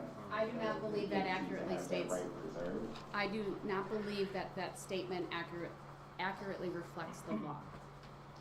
All right, so we'll make the, Show me by Mr. Brooks, I'm moving on. Can you show me by? Mr. Brooks, I'm gonna mute you. I'm not required to show you verification of law. Again, I direct you to the waiver of right to attorney form, a copy of which has previously been provided to you about what this court can and cannot do. That's a very good summary. If you have any other questions about what the court can and cannot do, I also direct your attention to the Supreme Court rules. My understanding is you have access to legal materials, and there are a number of rules that apply. The Code of Judicial Conduct is SCR Chapter 60. All right, we've made that change. With that change, does the state approve of the jury instructions? Yes. All right, Mr. Brooks, I'm gonna ask you that question, actually two. Do you have any, and you're raising the objection, hold on, you're raising the objection, sign, it's noted for the Yeah, record. I'm gonna continue doing it, that's the only way I can. No, I know, and I'm making a record of it, sir. But we're at the point in time, do you have any requests for edits? Let me finish the question, sir. You're all right, I'm gonna have to mute him again so that I can get my question out. Mr. Brooks, my question to you, do you have any other requests as it relates to edits, other instructions, or corrections of the 69-page instructions that you were provided with? And the added instruction that you were able to see on the screen. Go ahead, you are unmuted. I wasn't looking at anything on the screen, and I already made clear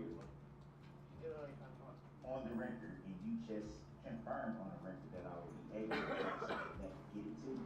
So why can't I address anything in that draft?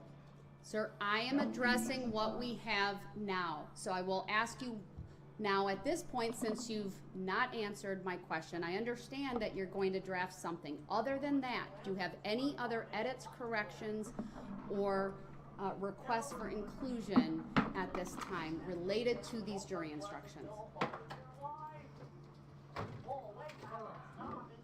Yeah, I answered it, I'll be able to inform the jury of the truth, their rights, and their duties. Sir, I have provided an answer to that. All right, I'm going to object. I'm going to not object. I'm going to mute him again. I have told you you will have the opportunity to draft a proposed jury instruction for inclusion with this packet. At this point, he hasn't answered my question directly, and by his responses, I will make a finding that he's not responding. It's a non-response type of answer, and because I've advised him as to what I intend to do, I am going to approve the jury instruction packet that has been provided to the parties and modified on the record. Your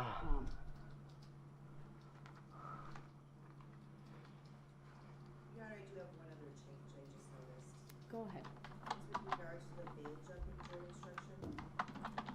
I know we had talked about this verbiage before, about the theory of that charge. The theory of that charge is that the defendant committed a crime. It was our belief that they did not have to be unanimous on the crime that was committed. As I look at the jury instruction, and it's talking about the third element, it says the state must prove by evidence, and I'm on page, 66 of 69. Your paging may be a little different because I think you have the added verbiage.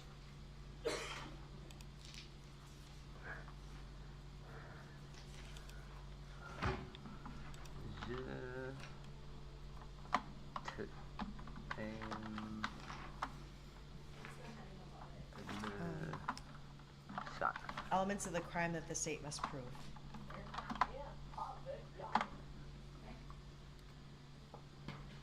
Thank you.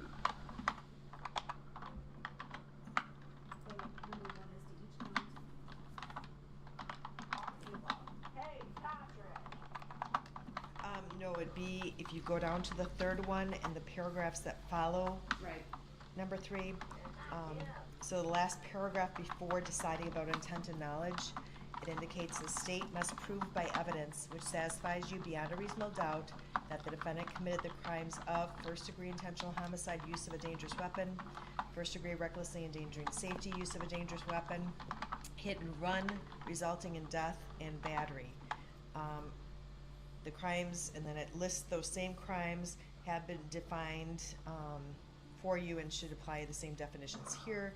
I would just indicate, I believe it should read hit and run resulting in death or battery. I believe that they do not need to be unanimous on the crime that they select, but they do have to be unanimous that he committed a crime.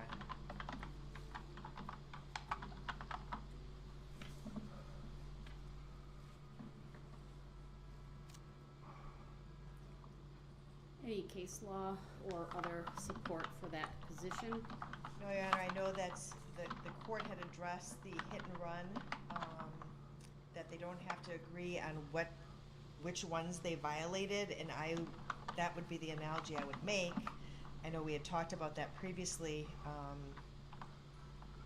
I mean, what we could have done is to Mr. Brooks's benefits, that we did it this way, because it's only 2 counts of bail jumping versus doing 1 count of bail jumping for each crime that he is alleged to have committed.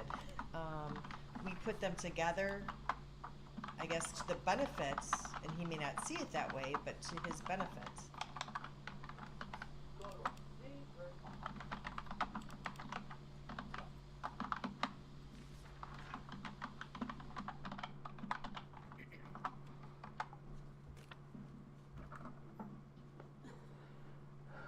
Mr. Brooks, the state is specifically asking that I change the word "and" to "or" under the third element of bail jumping based upon their theory of this case and the bail jumpings and their belief that the jurors do not need to be unanimous as it relates to which crime was committed.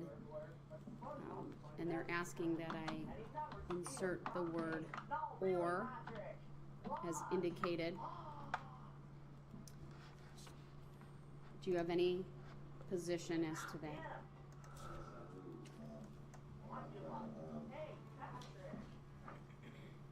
Base my position off of what you just said, that there is no case law that support why it should be changed.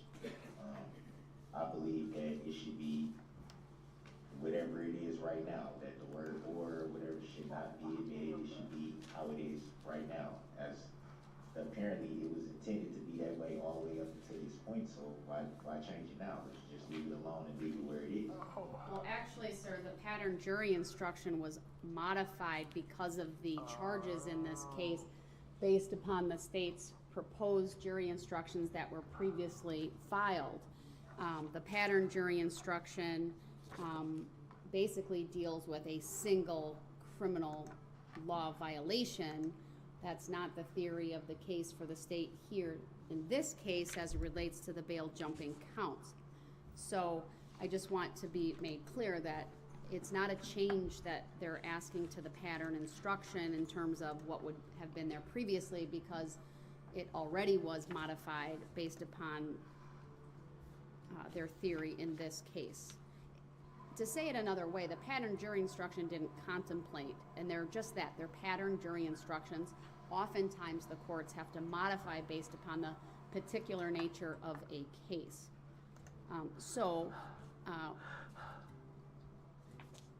My question to the state, and then will be to Mr. Brooks, is if I adopt the request from the state, do I need to put in a similar statement like what is in the hit and run about you don't need to be unanimous as to which crime he committed? You didn't leave it all. all when you were washing But your you need to be hair. unanimous that he committed a I crime. will still see. I think that would be helpful to them. I think the paragraph before the one I just recited says the defendant is charged with violating a condition of bond that required that he not commit any crime. So I think that that verbiage would be consistent with that first sentence. Any position on that, Mr. Brooks? Or the, sorry, go ahead, any position on that? Ready to attack him. I don't agree with why should it matter about a unanimous or not being unanimous if that was always the case from the beginning, then it should have been changed at the beginning, not at this point where everything is so close to being decided. I don't understand why it needs to be changed in any way, why it needs to be altered in any way. I think if it was going to be that they had to be unanimous, then let it be unanimous. Let it be unanimous for everything.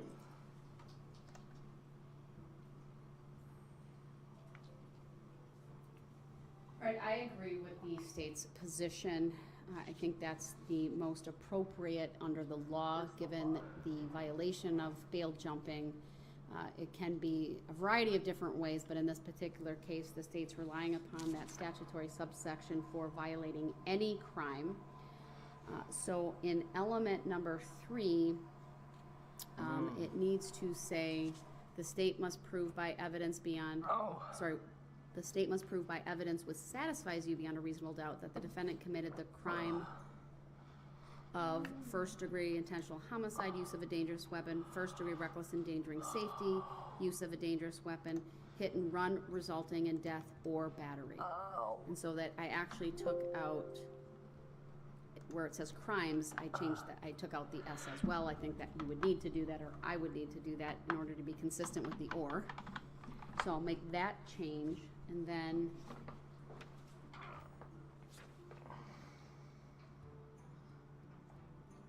All the Spanish gone. Okay, can you stop yelling? That at the Please? minimum, it would say alleged crime. Maybe even not I have not been convicted of anything.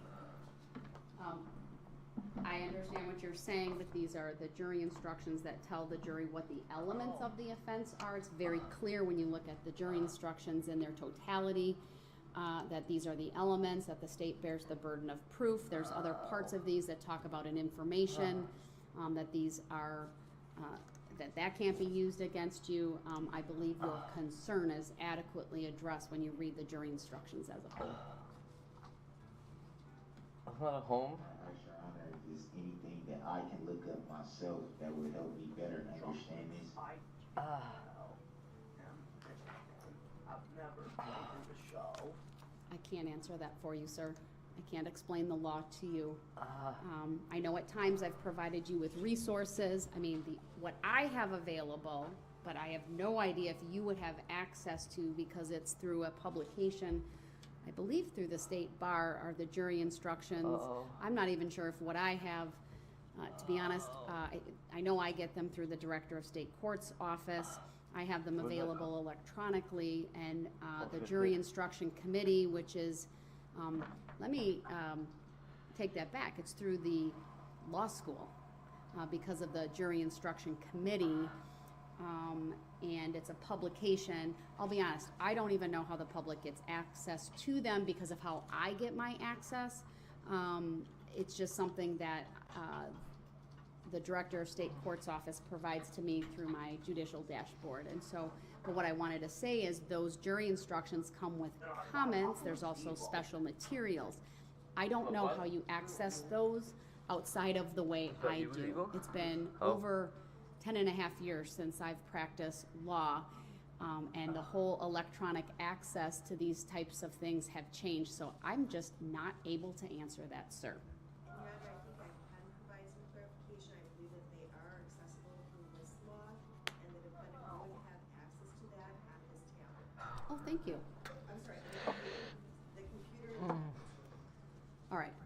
You'll wanna probably check the computer out to see if that's true, but the state has information to suggest that you would have access through WIS law to the jury instructions. The packet that I'm giving you has all of the numbers on them, so that should help you in your research of them.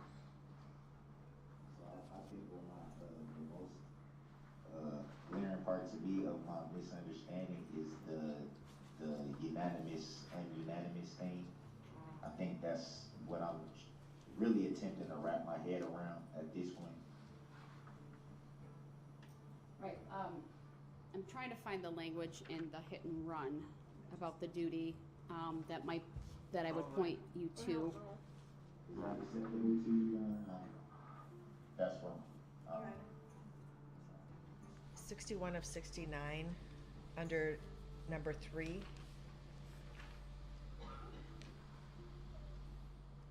Oh, right, I found it. So I'm just gonna point you to, under the jury instruction for duty upon striking a person, which is instruction 2670, under element 3, there's a portion of that that says, the state is required to satisfy you beyond a reasonable doubt that the defendant violated at least one of the two duties, but you are not required to agree as to which duty was violated. The proposed language that I would have is that the state is required to satisfy you beyond a reasonable doubt that the defendant committed a crime, but you are not required to agree as to which crime was committed. And I would put that's, we're talking about the bail jumping jury instruction. I'm a bottle kid. It's also element 3.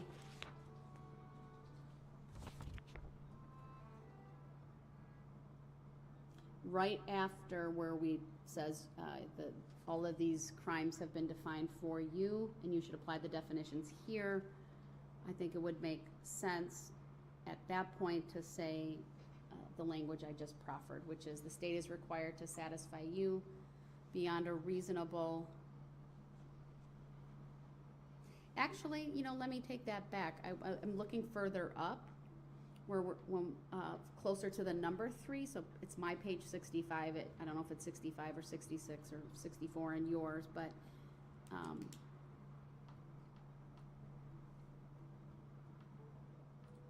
where it starts with the defendant is charged with violating a condition of bond that required that he not commit any crime.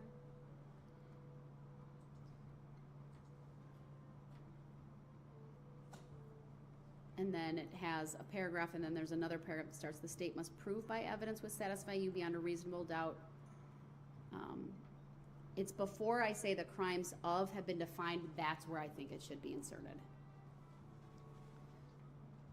And so, Madam Clerk, where we made the change where it says or battery, then we'll include the following language. The state, after, it'll be its own sentence.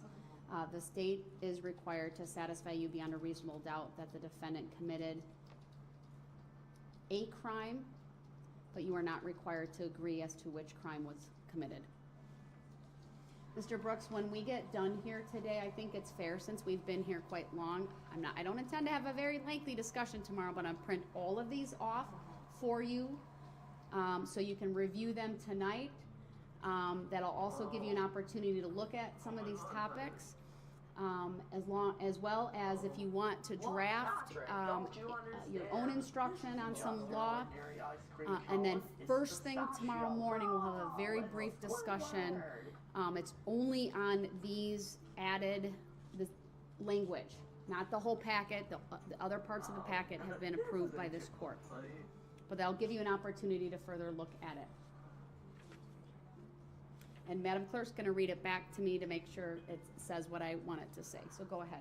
So after hit and run resulting in death or battery, the state is required to satisfy beyond a reasonable doubt that the defendant committed a crime. Hold on, you're going to need to slow down a little bit. And I think there's already a word missing. Let me just get to that.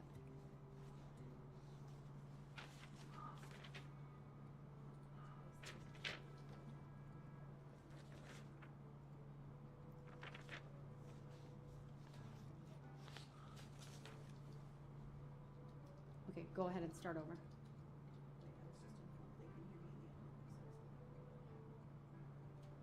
After resulting in death or battery, the state is required to satisfy you beyond a reasonable doubt that the defendant committed a crime, but you do not need to agree on which one.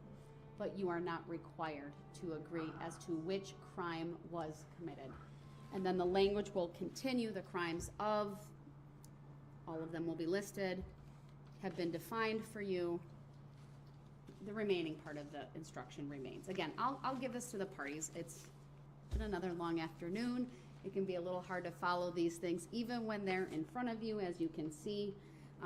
There are 68 pages of instructions. I think it's reasonable to have these all printed off and give Mr. Brooks and the state one more opportunity to review them for final consideration first thing in the morning. For the record, the jury instructions that you have are the ones that we're gonna use. I can't make a few of my own. You can still, if you want to draft something, you have to submit it so that we can consider it, but it has to be in writing. And keep in mind, sir, jury instructions are read by the court, and they're statements of the law that I give to the jury so that they better understand their functions as a juror and the law that applies to this case. But you have until tomorrow morning to bring that to court in written form. If it's accepted by the court, my clerk will type it up and will insert it in the appropriate spot. If it's not accepted, then it won't be included.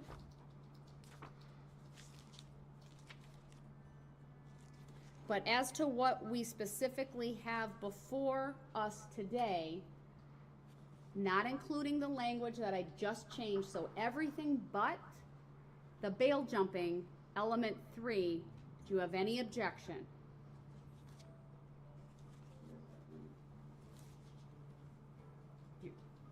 Okay?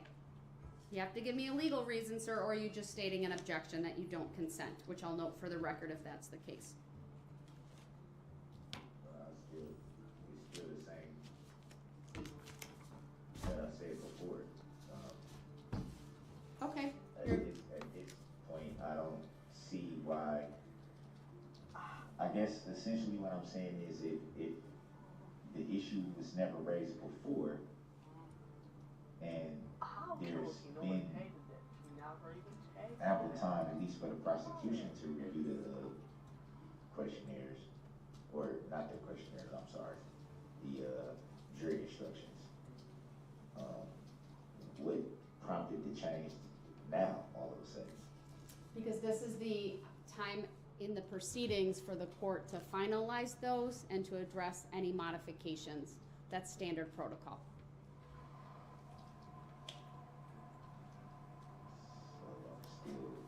All right, your objection is noted, sir. I am approving everything that's in there.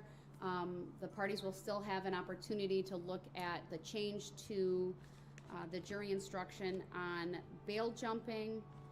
Mr. Brooks will still have an opportunity to submit any additional proposed instructions tomorrow morning, but at least we have this packet that's been approved, again, with the one exception on the bail jumping charge under element 3. It has to be in writing, just so I understand, everything's in writing. It does have to be in writing, sir. That is a requirement. So would that be in a form of a motion or just a simple writing? I don't understand. Sir, you can simply submit a proposed jury instruction, okay? But it does need to be in writing because that's how I will need to review it. Yeah, I follow that part. I'm just, like I said, I'm just trying to understand what that do. It needs to be written up as a motion or just a simple writing. It can be a simple writing. You don't have to put a motion. I'm allowing you to submit a proposed jury instruction or instructions, I guess, if that's your choice. I don't know what you have in mind, but you can submit those tomorrow. Yeah, I didn't have any. I just wanted simple clarification. That was all. I appreciate you seeking that. So. All right. As to my list, other than the motion for reconsideration, did I overlook anything?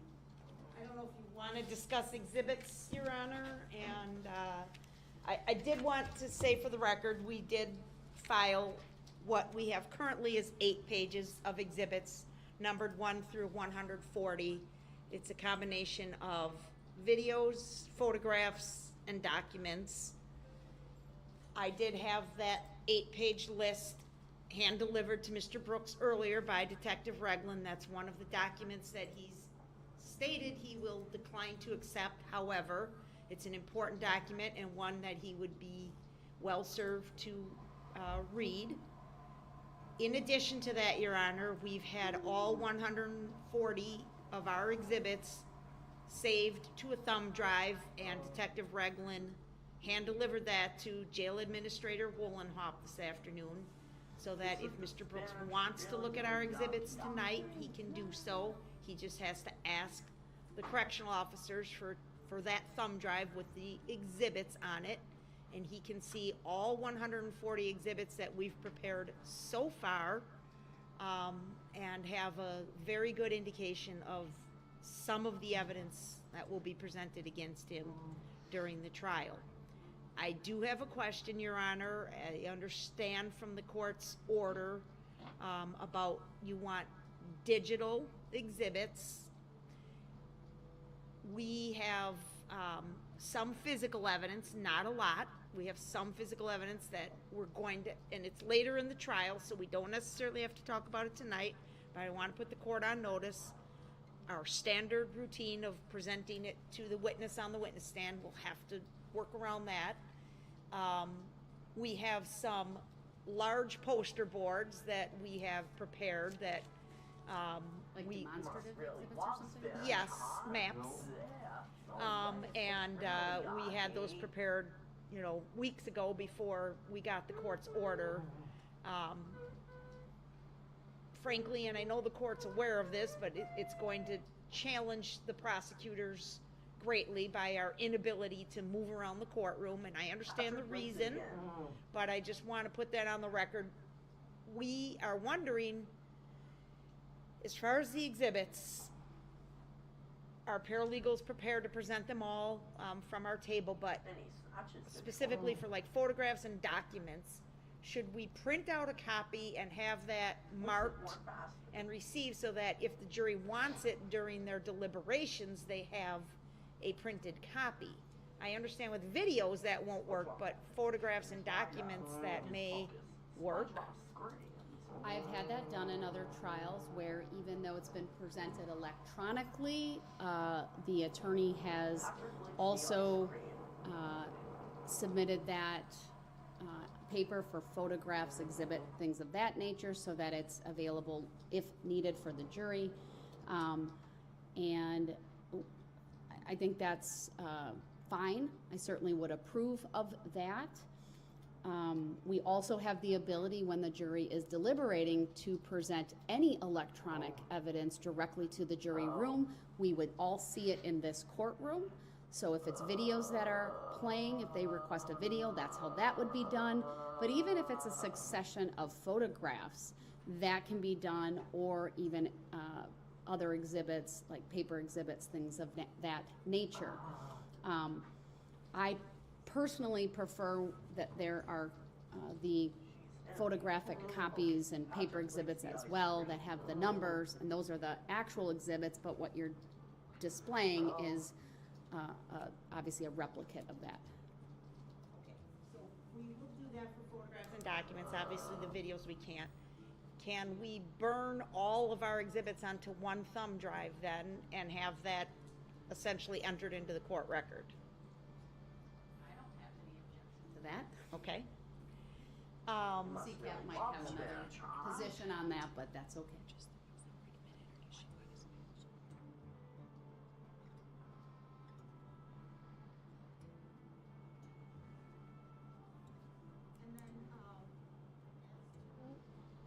Opening statements. I understand the court's order. You want us at our tables.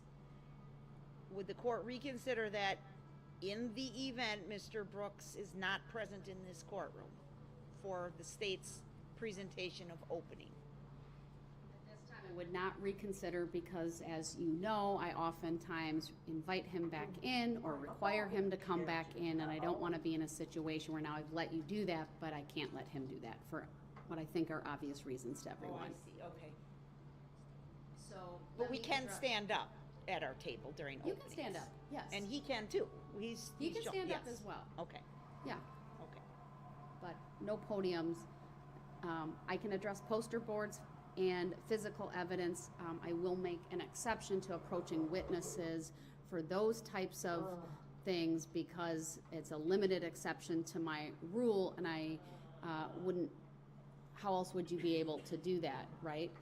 I mean, the poster boards, you might have those electronically in some other format that you could use. You might want to use the annotation. Just for the record, Mr. Brooks is handing up the objection sign. We're just talking generally about procedure. There's no exhibit or to specifically object to. I'm not sure if you're objecting to procedure, but I'll get to that in a moment. Certainly physical evidence, you need to make certain, there needs to be certain foundational testimony. They're going to need to see those pieces of physical evidence. I understand that. Anything else? No, that's it, thank you. Mr. Brooks? You raised an objection, or? Well, yeah, because I didn't wanna have to try to write something and then have to send it over there. I really was raising it, so you would know I wanted to say something, but still not interrupt. Just so I will understand, what the prosecution is saying by, burning, the exhibits onto the flash drive and then admitting them into the record. Is that then essentially when things will be admitted into evidence? 'Cause I had that issue yesterday when I asked that question, because I have exhibits too, and I have some things that I would like to offer into evidence as well. So I'm not talking about like admitting things with specificity at this moment. I'm talking about some procedures. I'm trying to frankly be mindful that you're in custody, sir, and that even though when you appear before the jury, you're dressed in civilian clothing, like the suit that you wore the other day, but I am taking steps to ensure they don't see the restraints that are on your ankles. And because you have that physical limitation, I now am adding or have added a limitation to the state on, for the most part, physical movement within this courtroom. That's why there's no podium. They're not going to make opening statements or closing arguments from a podium. It's really to, in my words, level the playing field, if you will, and to ensure that as the parties appear before the jury, it's on as level of a playing field as I can provide. So if you have documents, we have a thing called a document camera, and so it will be in use. It may require the assistance of the bailiff, because my understanding is, and we can talk internally to find out if I need to have court staff, whatever. My understanding is it has to be on the state's table. I'm not sure where it went. It's usually been there. And so it's possible, we'll find it. It's possible.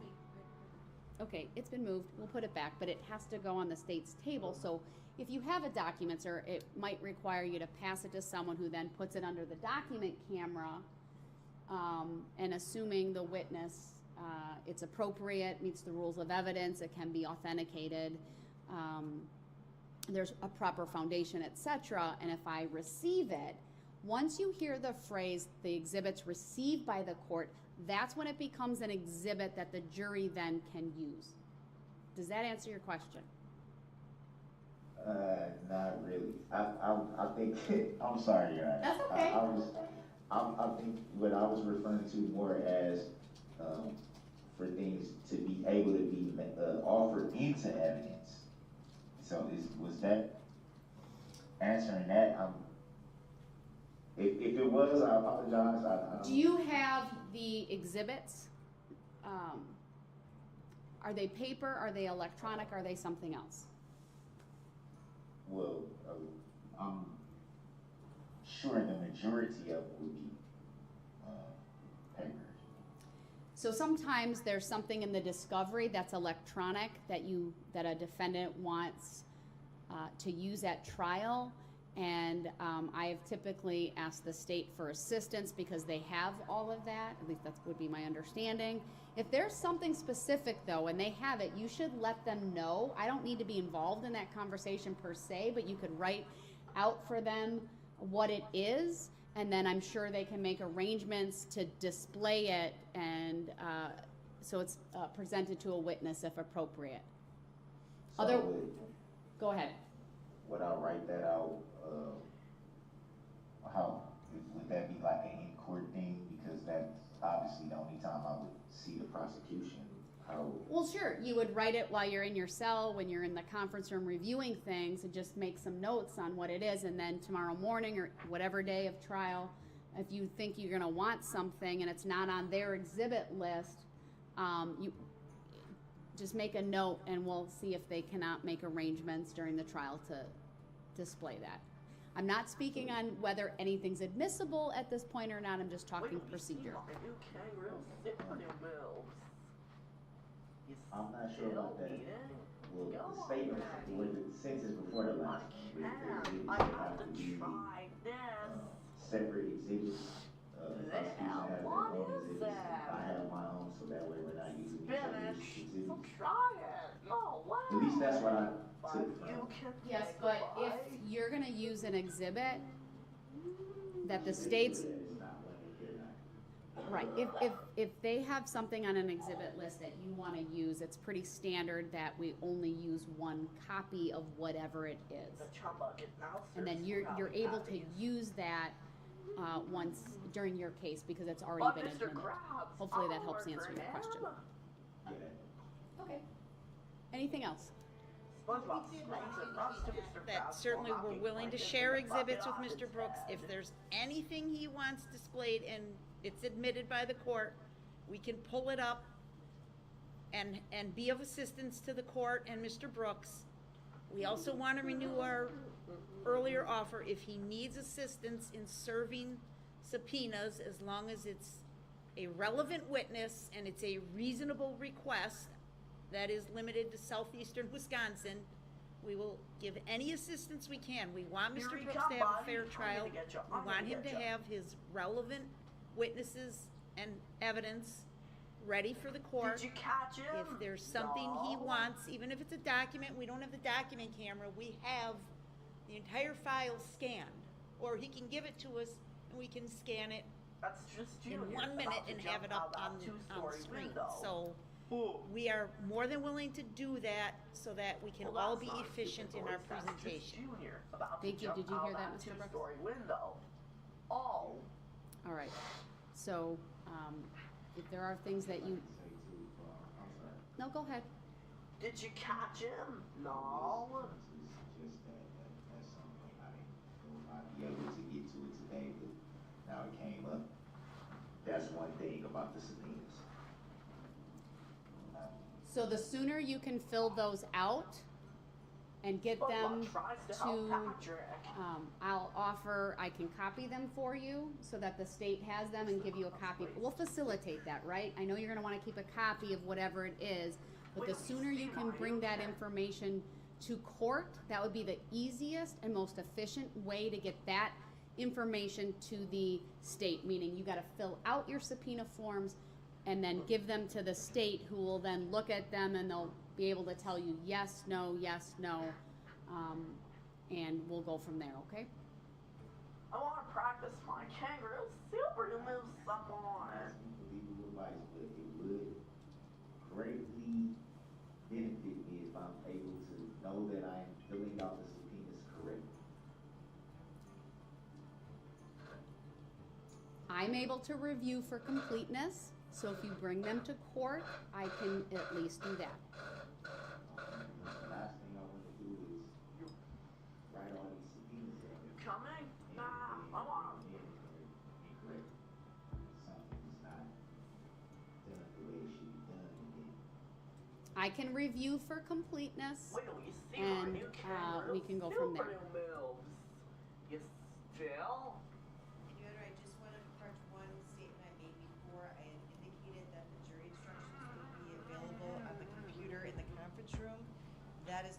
correct, they would be available in Lexis, which I believe is on his tablets. Do you have Lexis on the tablet? I'm sure I can find it. I wanted to say it's not my tablet here. To use everybody's phone. I have my own tablet. Understood. Lexis is a legal research, legal material platform.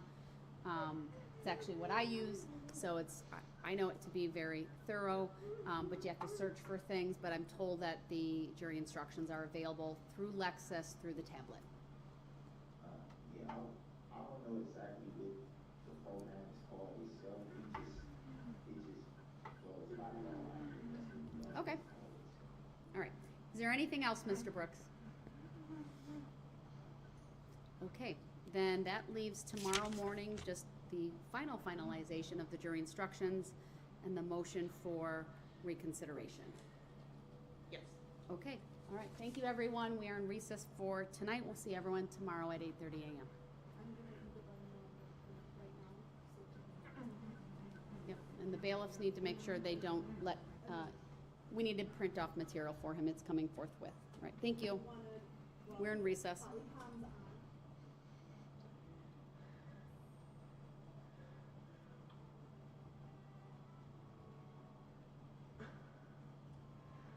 So try it. No way. 5.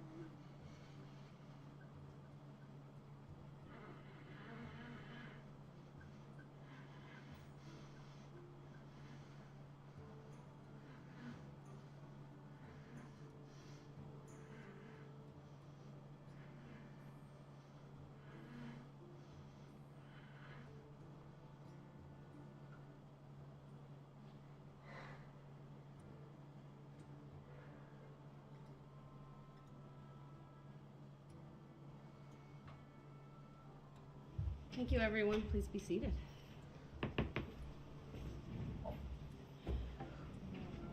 Good morning. Goal! Yay! I got it. Goal! Oh, it's chilly in here. Goal! It's probably they adjusted it. We'll need to call them and tell them to bump it up a little.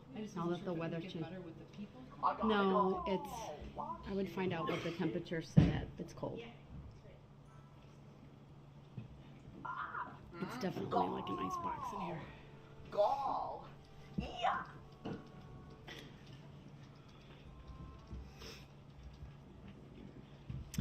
All right, good morning, everyone.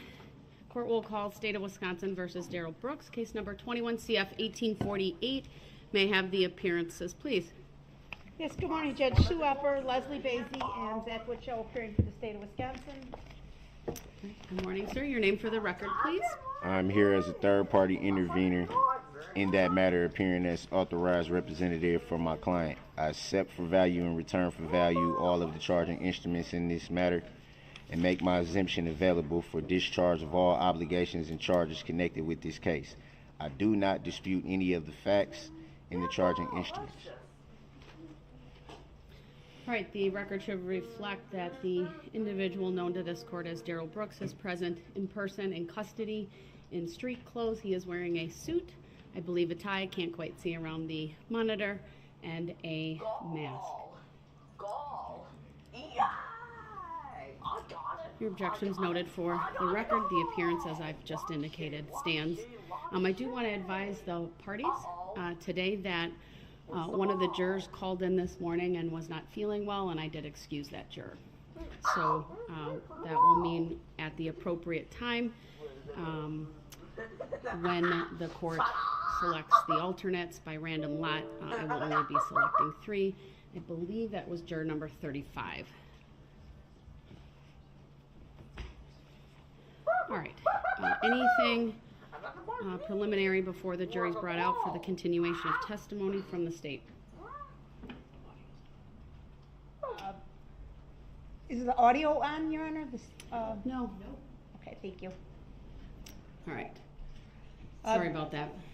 The only thing, housekeeping to clean up, Your Honor, is Exhibit 15, which was the victim map that we had first introduced through Detective Casey, and you admitted it subject to proof of all of the events that are depicted on the map. We believe we have now reached that point where it can be admitted in full. I do have a poster-sized copy of that exhibit that's also marked as Exhibit 15. So we have Exhibit 1 is the map of the downtown area. Exhibit 15 is the what we have termed the victim map, or the parade victim map. That's a hard copy of that as well, and then I have a third one that I'll be introducing later today or tomorrow. But we just wanted to clear up on 15 that all of the information on that map has now been testified to, Your Honor. I did admit it subject to the full foundation. Any position on that, sir? To it being admitted. Yes, fully received. I had received it subject to foundation, and the state's set forth its position. Do you have any position on that? Yeah, I object to it. I don't see the relevancy.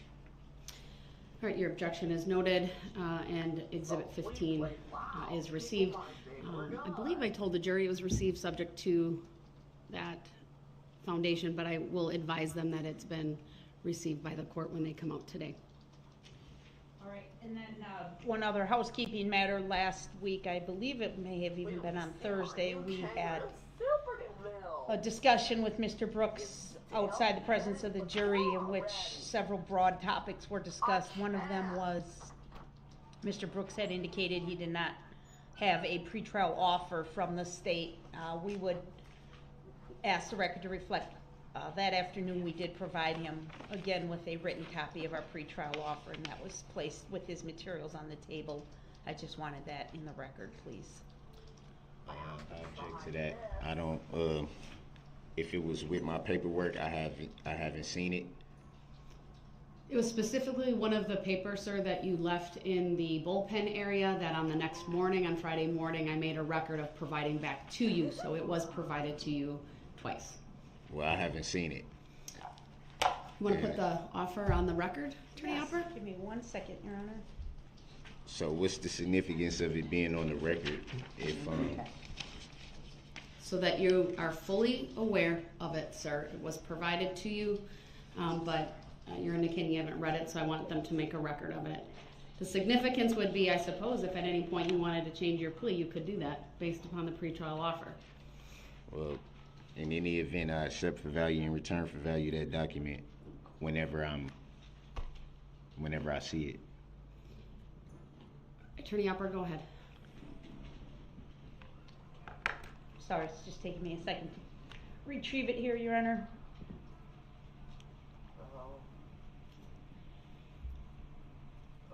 Your Honor, this would be a perfect time to address the subject matter jurisdiction that has yet to be proven on the record and must be Mr. proven Brooks, by the prosecution. we are not going to address it. I issued a written decision last week. If you disagree with that, then you can take that up to a higher court. But I issued a written decision. I'm not addressing that any further. It has yet to be proven on record. Mr. Brooks, my written decision is the decision of this court. Has it Attorney been Hopper, proven? go ahead. Has it been proven on record that you have subject matter jurisdiction? Because it has yet to be proven. Mr. Brooks, your position is simply not correct as a matter of law. I explained that. Then prove it and lawfully I issued by the law. decision. You might be confusing subject matter jurisdiction with venue, which is why I commented on that last week. Absolutely And there not. has been evidence received regarding venue. So I'm going to turn back to Attorney It has Ocker. nothing She's to going to do make a with venue, record Your of the Honor. pretrial offer. I'd ask that you not interrupt. Thank you. Your Honor, the offer that was dated July 5 of 2022 reads as follows. Plead to counts 1 through 67 in the information. The penalty enhancers on all counts will be struck. Counts 68 to 83 will be dismissed and read in. The state will recommend 6 consecutive life sentences on counts 1 through 6. The state will recommend unspecified prison on all other counts. The defense is free to argue. This pretrial offer was conveyed to his prior counsel on or about the July 5th date, and there in fact had been a earlier offer as well that had been relayed prior to the preliminary hearing or the filing of the information back in January of 2022 that had also been conveyed to his defense counsel at the time. All right, thank you. So why haven't I been informed of that? All right, Mr. Brooks, that is not a topic we are going to take up any further. I just wanted the record to reflect that that offer was conveyed to you. It wasn't conveyed to me, Your Honor. This is the first time I'm hearing of it. So if it was conveyed to my former It's counsel, not something I'm going to. It's not something I'm going to further address, sir, unless you indicate to me that you would like to take advantage of the pretrial offer by changing your pleas to either guilty or no contest to counts 1 through 67 and submit the appropriate paperwork. I'm guessing that's not what you want to do. So unless that paperwork were to be filed, then I'm going to continue with this trial as if you are exercising your right to a trial in this matter. and in all respect, Your Honor, I don't think it's fair that you should assume what I want to do or not, or what I don't want to do. I just need to make a record that that paperwork was provided, sir. We'll continue with the testimony today. I'm not going to take up subject matter jurisdiction. I've issued a written decision. Is there any other preliminary topic from either party? Is Mr. Brooks? that decision verified proof that subject matter jurisdiction exists? Because it has yet to be proven on the record. All right, your objection is noted. Please bring the jury out.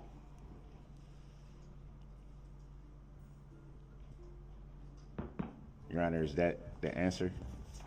Mr. Brooks, I issued a written decision. That's your answer. And what's that? And what does the written decision entail? So that was provided to you last week. I'm not going to I accept for value in return for value the document that I have not seen. What does it entail, Your Honor? Sir, you were provided with a written copy. I'm not going to read it into the record at this point. It is part of the record. It's a final order If for it's purposes part of the record, appeal. why can't it be read into the record right now?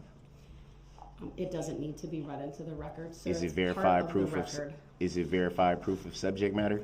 Mr. Brooks, I'm not answering that because it's not something that needs to be verified. It have a it mistaken has to be belief. Right. verified Is by the the jury prosecution. Or is that a tacit agreement that you don't have to answer that question or verify proof of subject matter Sir, jurisdiction? I have no such agreement with you, tacit or otherwise. So that's not how this operates. Again, just So because would you it be believe proven? the law requires, that doesn't make it true. All right, the jury's Show me coming out. lawfully All law. rise for the jury, please. Show me by lawfully law that you have subject matter jurisdiction, because it hasn't been proven on the record. It has yet to be proven for the record. Let the record reflect that. The record will not reflect that, and the jury will disregard the comments currently being made. The record just should made by reflect that. Mr. Brooks. You have to put it on the record. Otherwise, that'd be tampering with the record.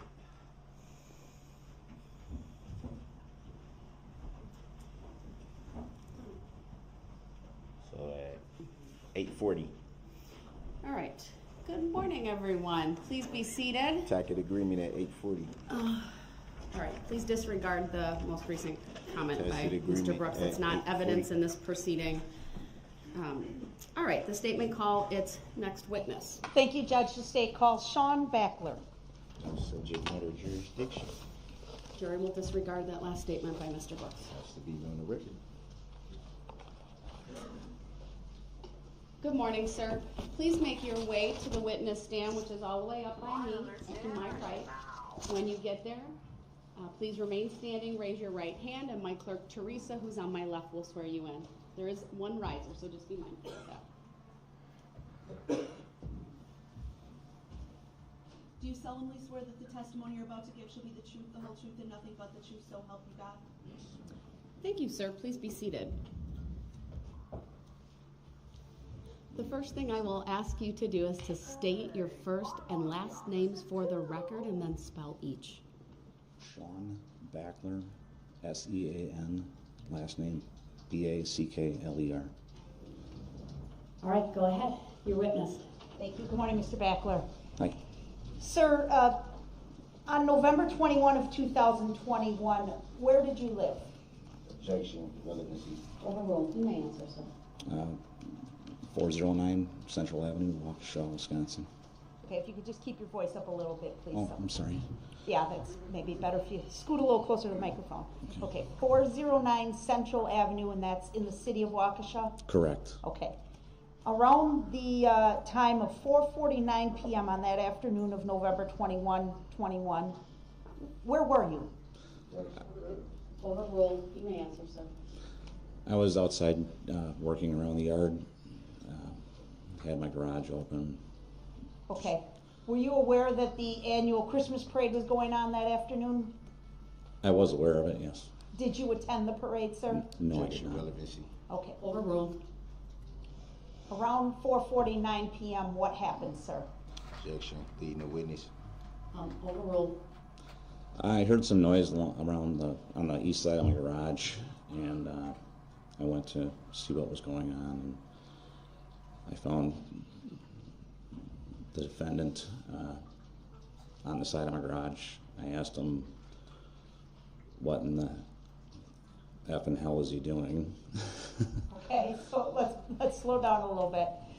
You heard a noise and you went to explore it, correct? Correct. And you saw a person there? Yes, I did. And you questioned that person for being there, is that right? Objection, leading the witness. Foundational, Your Honor. It's just overruled. You can answer. I'm not sure if you did or not. I asked him what he was doing there. Okay. And maybe you were cursing at him? Is that what you're suggesting? Objection, leading the witness. Overruled. I think I dropped an F-bomb on him. Why?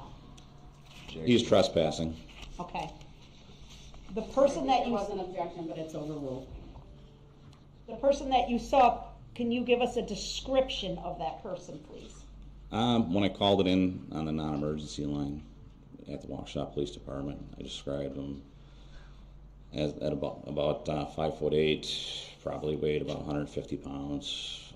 He was either black, mixed, or Latino male, wearing a red shirt, jeans, long hair, beard, and I think he was missing his shoes. Okay. You said red top? Red shirt. Objection, leading the witness. Red shirt. What kind of shirt? Overruled, and his answer may stand. He was wearing a red. If there is an objection, please just wait until I rule on it first by saying either overruled or sustained, and I'll let you know if you can answer the question. Okay, I'm sorry. That's okay. Go ahead. I believe it was a red T-shirt. Okay.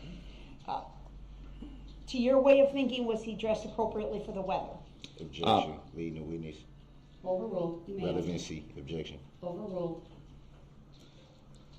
Immediately, it just seemed off because he was wearing a T-shirt. If I remember correctly, he was not wearing shoes. It was very cold out. He was sweating. His eyes were huge, and he was just acting. When he came out from the garage, he was asking if I could call him an Uber. Okay. So you spoke with him a little bit? Objection, leading. Sustained as to the form of the question. Please rephrase. Very shortly. I have to ask him She a needs to question. rephrase her question. Oh, I'm sorry. That's okay. Did you speak with him? A little bit. Okay. What do you remember him saying? He kept asking if I could call him an Uber, and then he said I need to get home. Did you agree to call an Uber for him? No, I said he needed to leave my yard. Okay. And did he comply with that? Yeah, he did. He just kept asking if I could call him an Uber, or if he could use my phone. I said, you just need to leave. And The person that you're describing for us, sir, do you see him present in the courtroom here? he's sitting over there with the mask on and the suit. Okay, I'm going to ask the defendant be instructed to remove the mask. Mr. Brooks, please remove your mask. And if he would look at the witness, please, Your Honor, with his head down, it's not to assist him. Mr. Brooks, please look up and look at the witness. Look at the witness, please. Is that the man that you're describing that was in your backyard that you spoke to? Objection, Yes. leading. Overruled. I want to show you a photograph. It's going to come up on that screen there next to you, okay?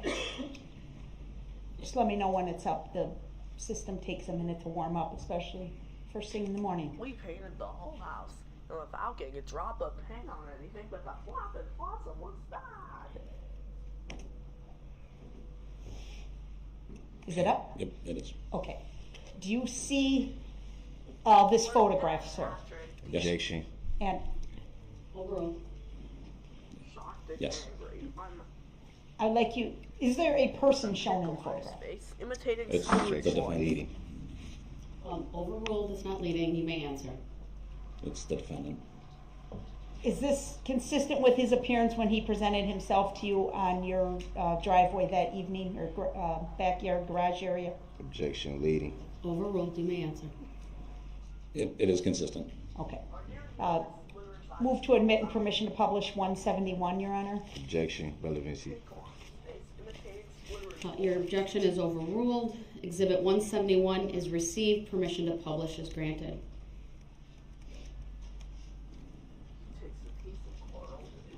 The jurors will also let us know when the image is projected in the jury box.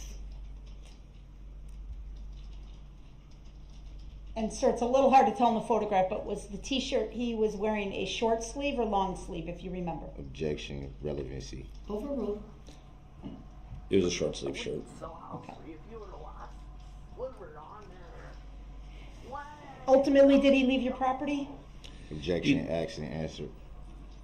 Overruled, you may answer. When he was leaving, he was kind of taking his time, and then I told him he needs to leave again, and started walking towards him as he was leaving, and he lifted his shirt up and said he was unarmed. Okay. Had you asked him about any weapons? I had Objection, relevancy. Overruled. I had not asked. When he left your property, did you see which direction he headed? He was going northwest. Okay. Thank you, sir. I don't have any other questions. All right, sir. Mr. Brooks, do you have any questions for this witness?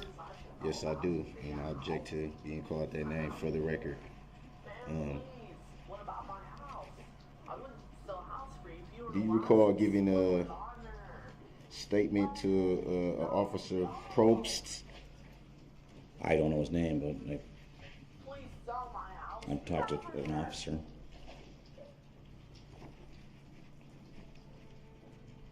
And you did talk to an officer that night?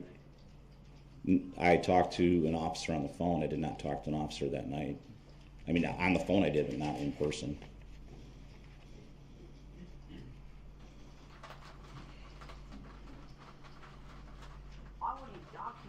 So it was a conversation on the non-emergency line. Would that be fair to say?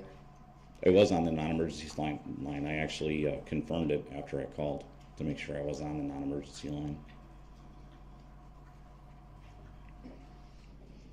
Do you recall the description that you gave at that time? I do. Well, my best of my knowledge was that you were either black, Latino, Who's you? or mixed. Who's you? Well, then you have to let him answer the question first before you interrupt him with another one. Go ahead with the description you provided that night. I said that the individual was either black, mixed, or Latino. So it'd be fair to say you didn't know at the time. I was giving a general description. So it'd be fair to say that you weren't sure. I was positive that it was you. Who was you? You. I'm looking at you.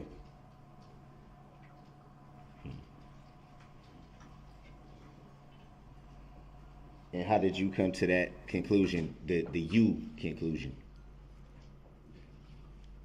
I'm looking at you. How did you come to that conclusion? Did you? What conclusion? Can you restate the question? You're saying that you gave a description on the non-emergency phone line, correct? It was on a non-emergency line. So it would be fair to say at that time you had no name or knowledge of who the person was in your backyard. Would that be fair to say? I had no idea who you were. And so how can you say how can you say you then if you had no idea? I'm looking at you. You were the guy. And how did you come to that conclusion? You and I were standing in the same yard looking at each other. So is it possible you saw something on the news? No, I had no idea who you were. Interesting. Do you recall giving a description of approximately 5'9" and 160 pounds? Yeah, something like that.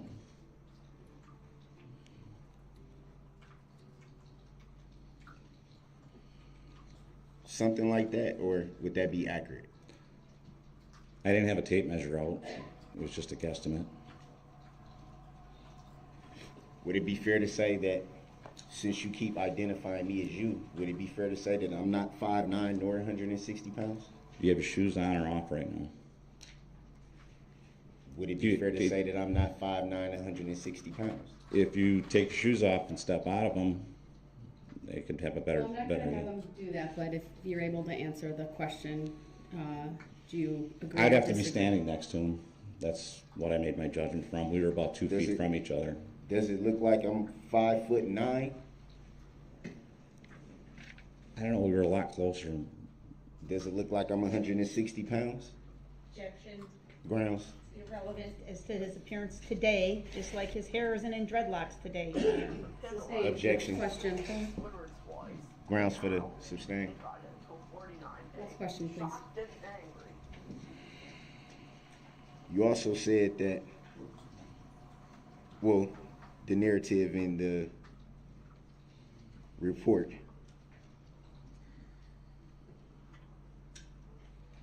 said that the individual was later identified. Would that be fair to say? Yeah, that'd be fair to say. And so would it also be fair to say that because the individual was identified later, that's how you came to the conclusion of who it may have been in your yard? Objection, I think that's Grounds. a statement, Your Honor. He's, again, reading a police report. That's a question. Not authored by this witness. It's beyond the scope of the witness's knowledge. It's actually the report that he gave. I've heard enough. If the objection is sustained, you may rephrase your question.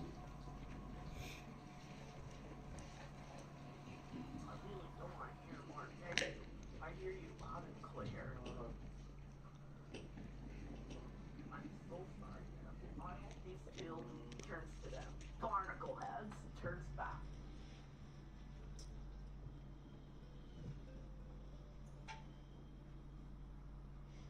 Did you follow the investigation after you had given the report on the non-emergency line?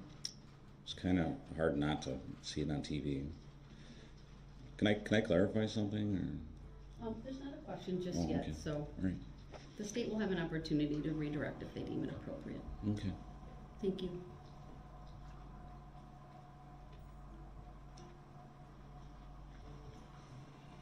So you made reference to it was kind of hard not to see it on the news. Would that be fair to say?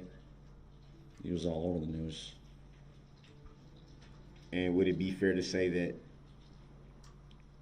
from those news reports you gained additional information that you didn't have that night? Actually, what I did is went into work the next morning and pulled up the police report on the internet, and there you were in a mugshot. And I'm like, that's the guy. So you got a further description from a mugshot? No, I didn't get a further description. At the time, I didn't care who you were when you were in my yard. I didn't know who you were, what you had done, where you had been, any of that stuff. All I'm saying is you were trespassing in my yard at that time. That's all I can say. Other than that, that's all I can confirm. I don't know what you did. I don't know where you were. I don't know any of the other stuff. All I know is you were the guy in my yard. The guy that you said was 5'9", 160 pounds. You've asked and answered. Sustained. Next question, you don't have to answer that. And what prompted you to read or pull up the police report? Grounds. He said it. He brought it out there. Overall, he may answer. I was curious of actually who you were. And if you were the person that actually had done the atrocities that were on television. And what prompted the curiosity? A stranger was in my yard, unannounced, trespassing, asked him to leave, and they ended up catching somebody for doing something very bad, and I was wondering if that was the individual that had cut through my yard.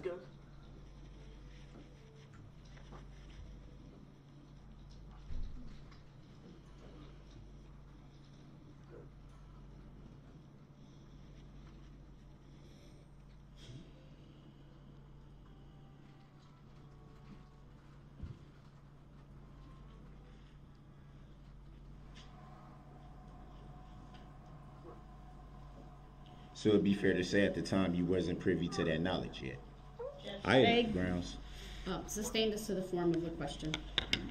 At the time you pulled up the police report, as you say, you had no knowledge of the identity of the individual. I didn't know that you were going to be the person that had done that. You keep referring to the you.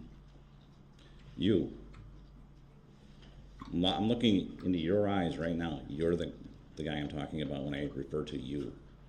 And the record should reflect that the witness used his right hand and index finger to point directly at the defendant. Next question, please.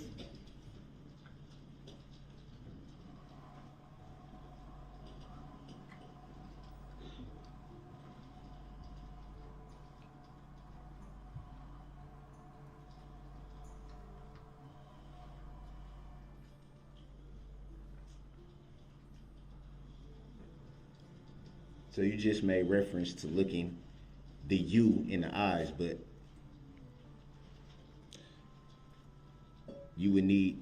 What would you prefer I call you? You would need... Because you're not going by Darrell Brooks. You would need me to step out of my shoes to tell my height and weight, right?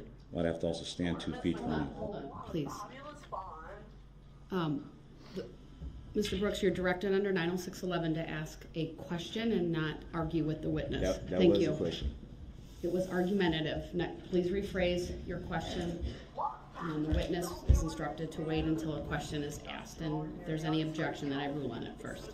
Go ahead, next question. Sound like you the one arguing. Sure, I will disregard that last comment. Mr. Brooks, you're not testifying right now. You'll have an opportunity if you choose to do that later. Please ask a question. Yeah, I'm gonna get to it.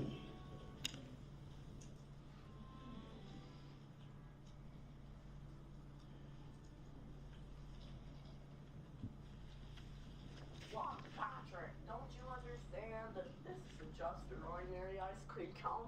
It's pistachio. No, it's Squidward.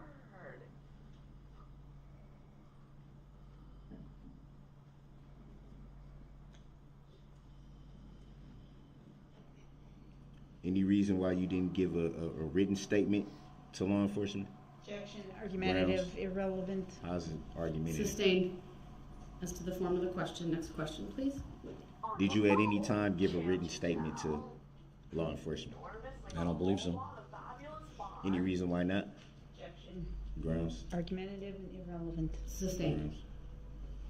Grounds for the sustain. Mr. Brooks, please ask your next question. Grounds for the sustain.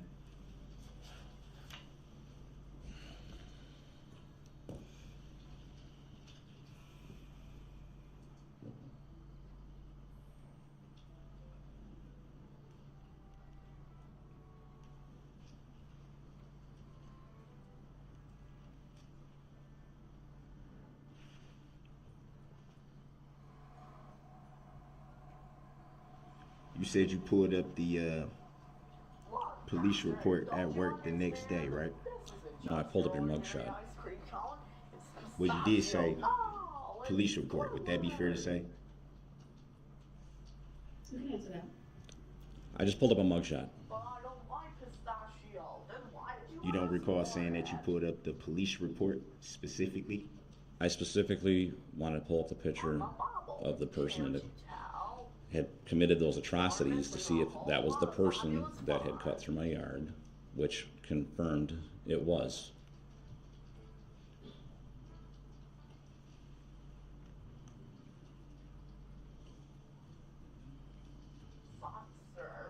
And did you pull up the complaint?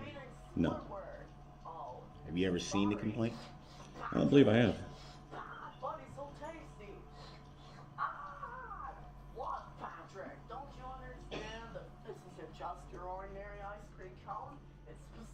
Have you yourself filed a complaint? Nope.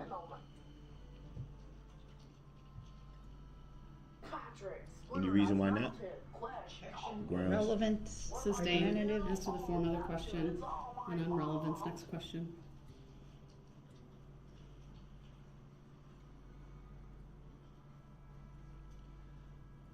Do you recall who subpoenaed you to testify here today? It's on the subpoena. You don't recall? I'd have to have the subpoena with me. Read the name. Do you recall if it was the district attorney's office? It was.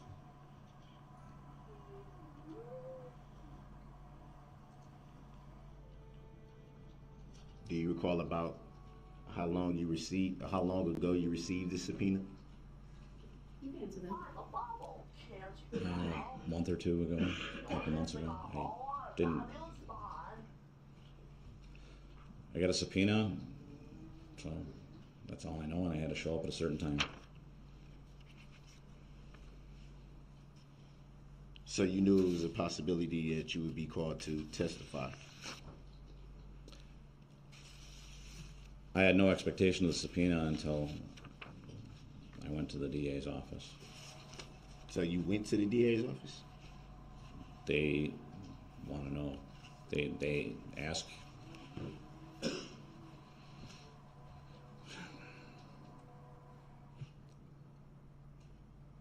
They want to see if you're worth having as a witness, or if you actually had any information that was pertinent to the case.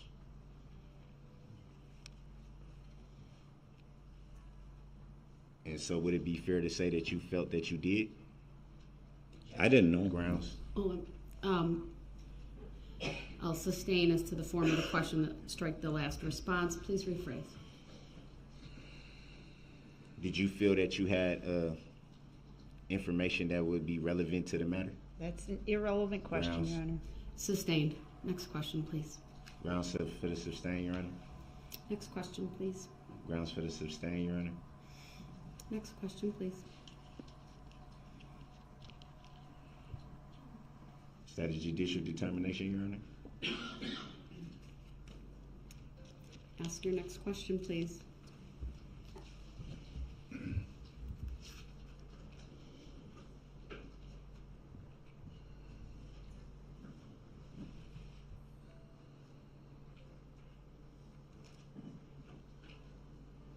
When you went to the district attorney's office, do you recall whom you spoke with? There was 3 or 4 people there. I don't recall their names. I recall their faces. You said you do recall the names, not the faces? No, I recall their faces, not their names. Oh. Do you see any of those district attorneys in court here today? I see one district attorney and one officer was in the room.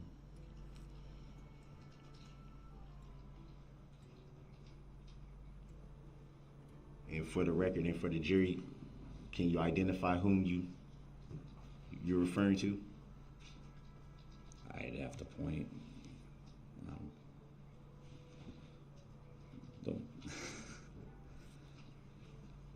I'll Her, stipulate, yep. Your Honor, I met with And Mr. Backler. this officer here, sitting behind them.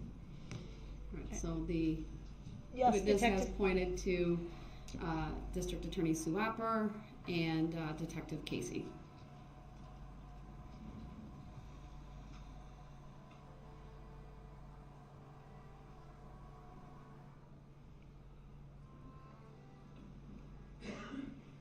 And that was around the time you first received the subpoena?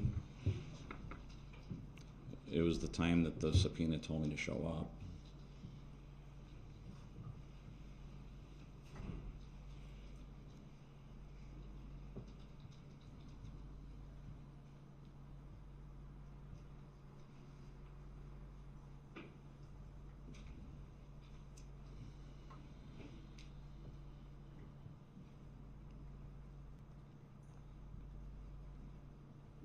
Are there any other splitters I should know about? Meow.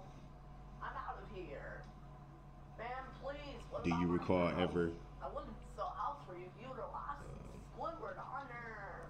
do you recall ever being told about the plaintiff in this matter? Objection Grounds. vague.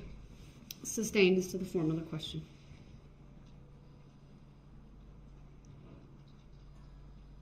Do you know who the plaintiff is in this matter? Objection Grounds. vague, beyond the scope Grounds. of the witness's knowledge, legally inaccurate. Sustained as to the Grounds. form of the question.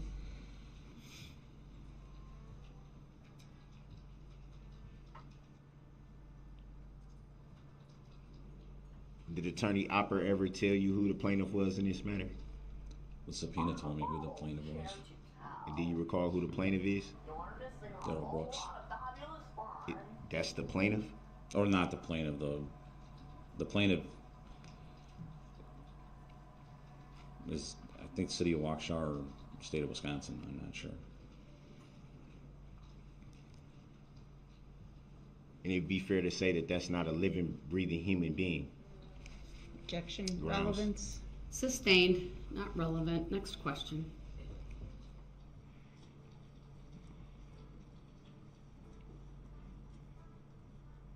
Are you aware that only a living, breathing human being can make a claim?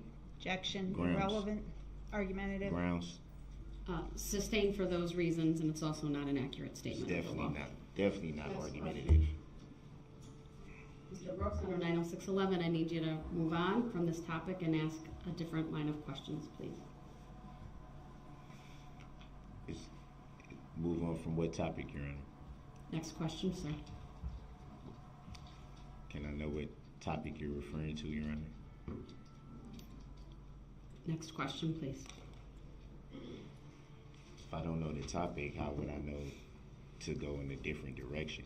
Mr. Brooks, under 90611, I need you to ask a question. Do you know if there's even a plaintiff in this matter? Objection irrelevant. Sustained. Under 90611, sir, please move on from this topic or I will declare your cross-examination closed. Under what law and fact, Your Honor? Under 90611, please ask a question. You're orange tangerine. And where can I find 90611? This is your last opportunity to ask a question, sir. Your Honor, the jury deserves to know this information. All right, then, the state, any redirect? No redirect. Thank you, Judge. All right, thank you, sir. You may step down. This is not good, Patrick. This is not good. Mr. Krabs is gonna be home soon. State may call its next witness. First stopper.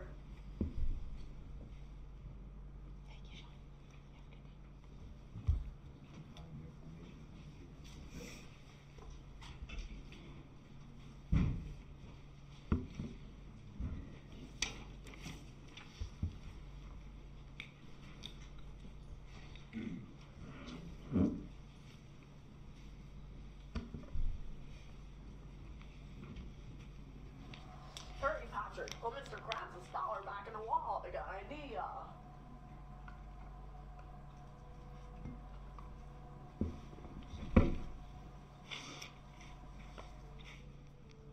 You may call. I don't think this bubble can get any much bigger. All right, sir, if you would please make your way to the witness stand, which is on my right, up one riser. When you get there, please remain standing. Raise your right hand. My clerk, Teresa, who's on my left, will swear you in. Do you solemnly swear that the testimony you're about to give shall be the truth, the whole truth, and nothing but the truth, so help you God? Yes. Thank you, sir. Please have a seat. This is not good, Patrick. This is not First thing good. I will ask you to do is to state your first and last names for the record and then spell each. Dominic Caproon, DOMANICCAPROON. All right, thank you. Go ahead, your witness. Thank you.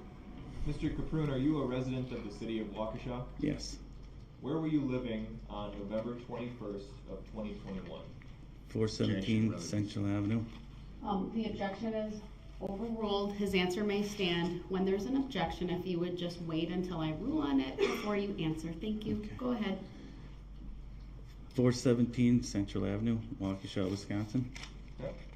Were you home on the afternoon of November 21st, that Sunday afternoon? Yes. Objection leading. Overruled. His answer may stand. What was the answer? Yes. I believe is what he said. Yes. Can you tell us what happened shortly before 5 o'clock p.m. that day? Well, we were at home, and my youngest son just got home from a friend's house, and we were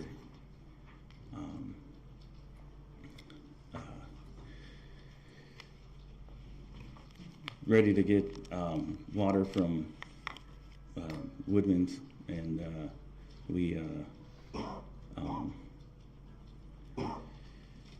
Were you outside or inside? we were inside the house, sorry.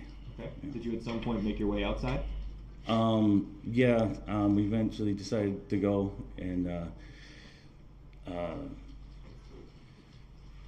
we were bringing the jugs out to the truck, and sorry. It's okay. Tell us about the setup. Where was your truck parked? My truck was parked by the back door, and the tailgate was facing the entry of the driveway. So the truck was in the driveway? Yes. Okay. And what happened is you were also standing in the driveway? When I was putting the jugs in the back of the truck, my oldest son, looked up, and he kind of pointed behind me, and I turned, and Mr. Brooks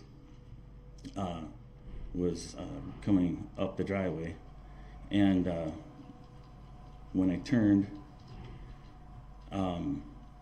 he kind of stopped, and I noticed that he wasn't wearing a jacket or shoes. Just Could you tell us what he was wearing? he was wearing. Overruled. He may answer. Okay.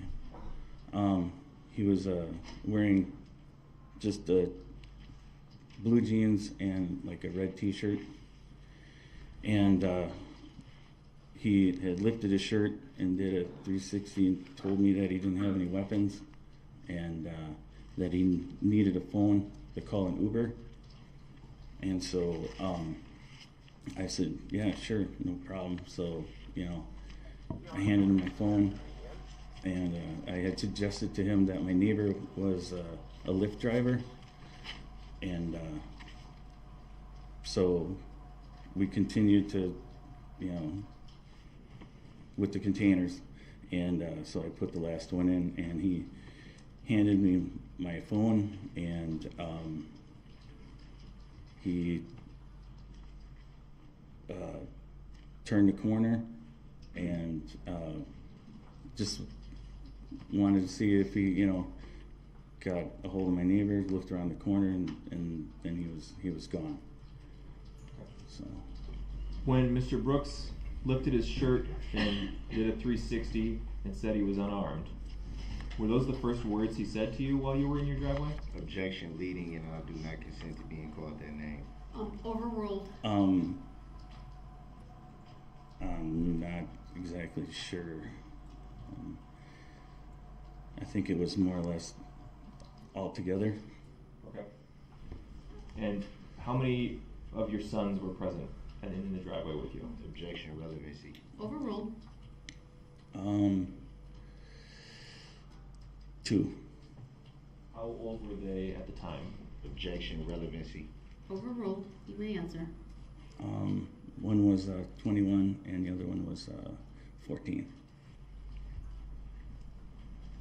Do you recall providing a physical description of Mr. Brooks, the person you've referred to as Mr. Brooks today, back on November 21st when you met with the police? Objection. I do not consent to being called that name. Mr. Brooks, that's not a valid objection at this time. Go ahead, you may I answer. don't consent to being called that name. Go ahead and answer. Yes, I'm sorry, could you repeat the question? Back on November 21st, when you met with the police, did you provide a physical description of the man who came up your driveway?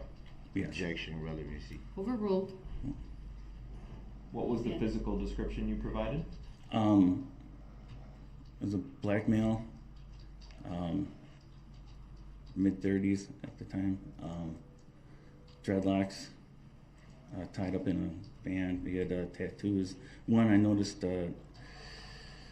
above his right eye, and some he had on his arms, but it was kind of dark yet, so didn't. So the darkness prevented you from being able to see any detail of the arm tattoos? Yes. Objection leading. Overruled. Your Honor, could you please instruct Mr. Brooks to remove his mask momentarily? Mr. Brooks, please remove your mask and look at the witness.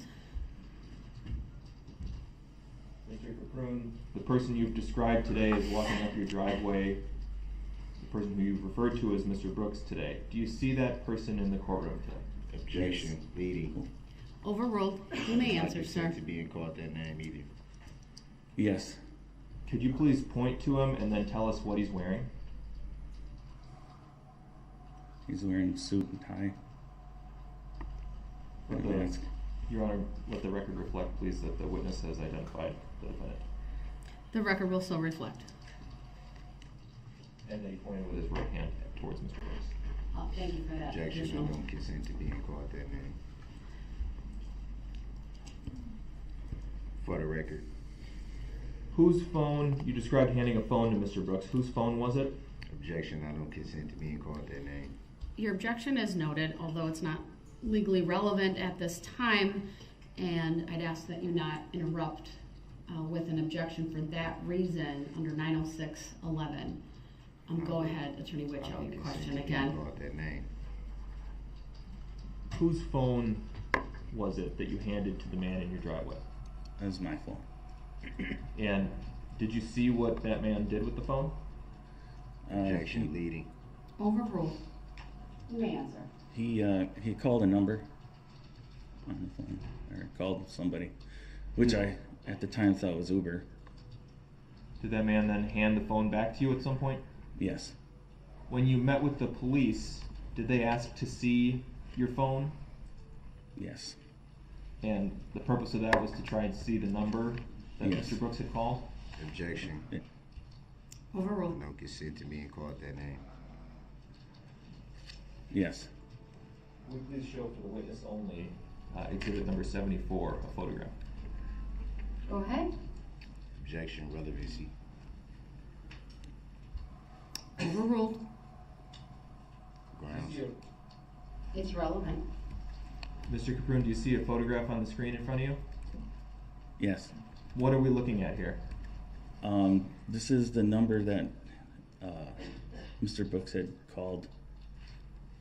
Can you read that number out loud for us? Objection relevancy. Overruled. 414-610-2153. And this is a call history screenshot, is that right? Or we can see all the recent calls to and from that number? Yes. Is this an accurate depiction of how your phone screen looked that afternoon as you showed it to the police? Objection, leading.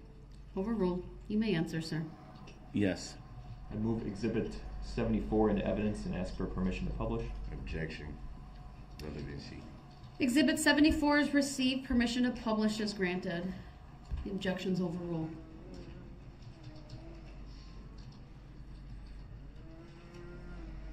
Can you zoom in on the bottom half of this photograph?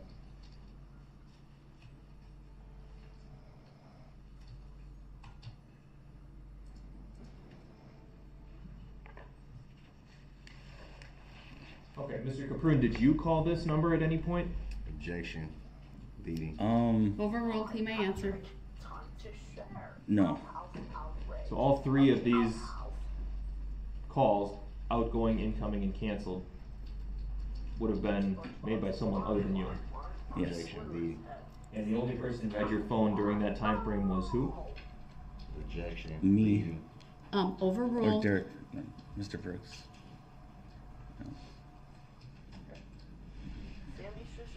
After Mr. Brooks handed you your phone back, what happened next?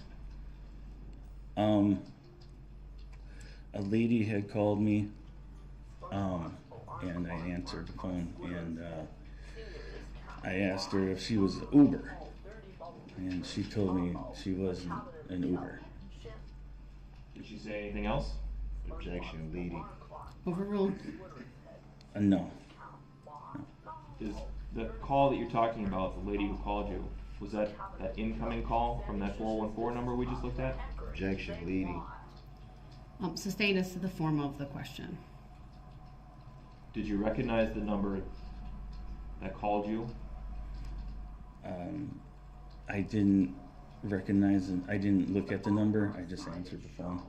And it was recorded in your phone's call history? Yes.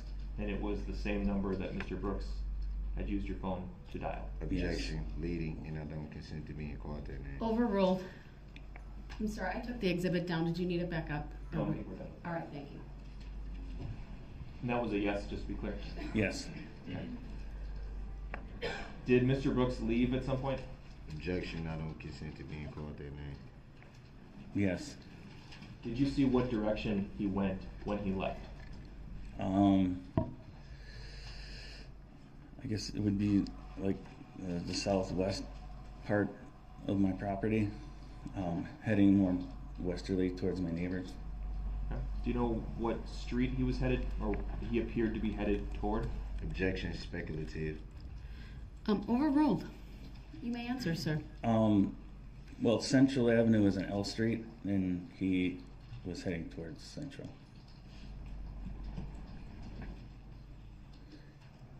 Thank you, Your Honor. That's all. All right, very well. Any questions, Mr. Brooks, for this witness?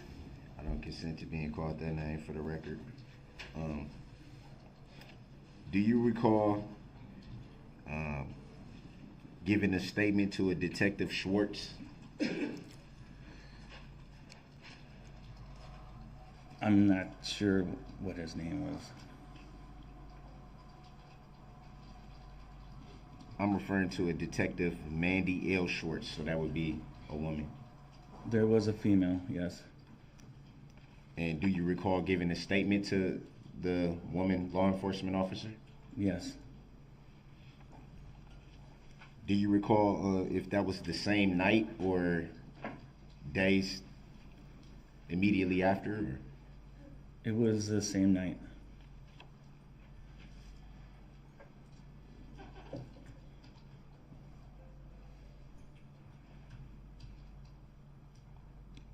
And do you recall in that statement if you were asked about a description of the person in your driveway? Yes. Do you recall what you said? Yes. I mean, you stated for the record and for the jury? Yes. Go ahead. Black male, 30s, dreadlocks, red shirt, jeans, No shoes, no jacket. If it pleases the court, I have the statement here, and I would like to show the witness. Is it his written statement? It's I'm guessing, whatever statement he gave to Detective Shorts. Is it a written statement? I don't know if it's a written statement. Would this Maybe be it the- may, maybe Would it this may. be the police report? Yeah. If it's not his written statement, then I'm gonna deny that request to show it to the witness. You may ask a question.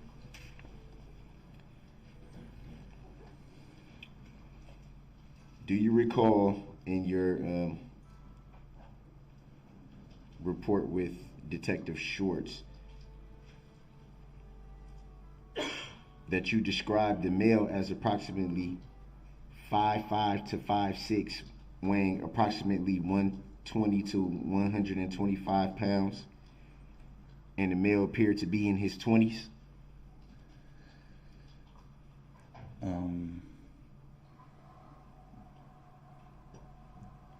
Yeah, I don't recall. Any reason why this report would say that, and then you would, when you were asked the description, you gave a different description? Any reason why the two would conflict? Objection. Grounds. Argumentative. Grounds. And misstates the evidence. Sustained. Reason for the sustain? Grounds for the sustain? Sustained as to the form of the question. And it misstates the testimony in part. Well, I'm reading from the report that was given to the detective. And you can't testify as to what that report says. You can only question the witness on it, sir. That was a question. Do you recall? He said he did not recall. Next question.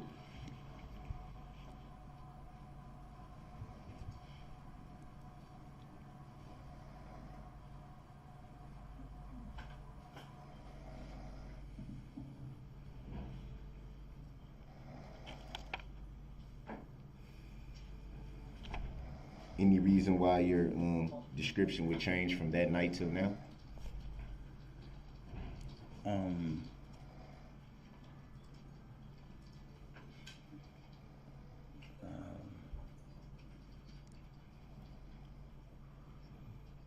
not sure.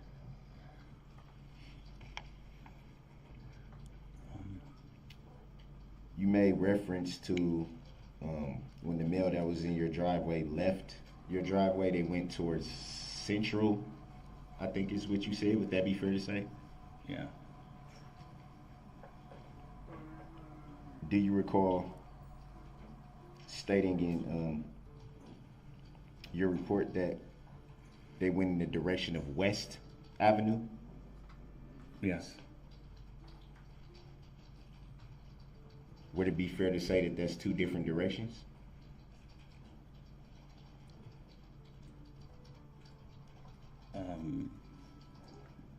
Yes. Any reason why that would change from then till now?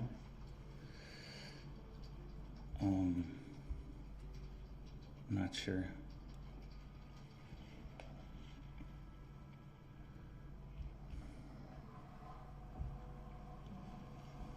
Oh, you're so tasty.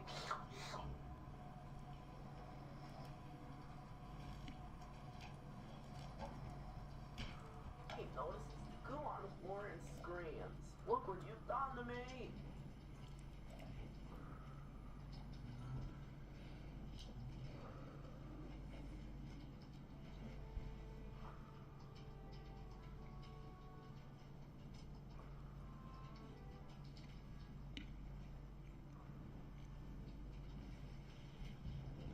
And you made reference to it being kind of dark, so it was a little hard to tell about certain aspects of that interaction. Would that be fair to say? Yes.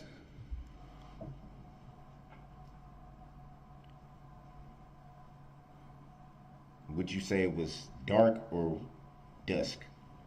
Dusk.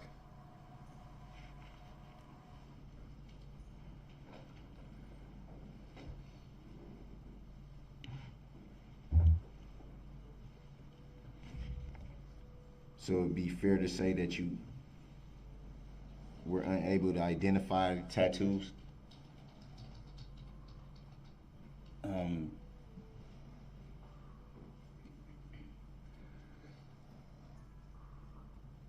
I would be able to, yes. You would be able to identify tattoos, or you wouldn't? Not, I saw tattoos. But you couldn't make out because of the lighting, you couldn't make them out. Would that be fair to say? I could make out tattoos. Do you recall stating that you were not able to identify the tattoos?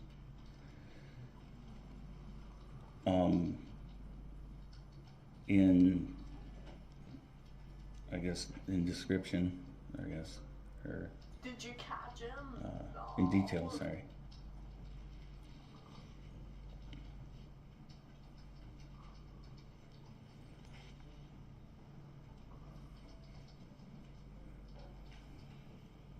Here we come, buddy. I'm gonna get you. I'm gonna get you. And not being able to make out in detail would be referring to the tattoos on the arms? Yes. SpongeBob Patrick try rescue Junior. SpongeBob tries to help Patrick. Rockabye now.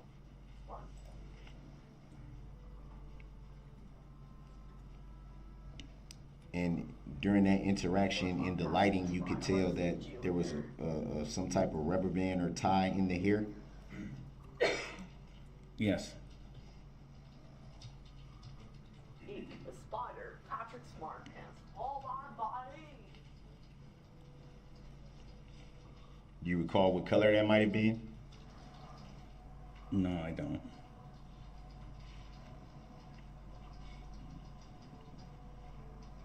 Hold on, buddy. There you go.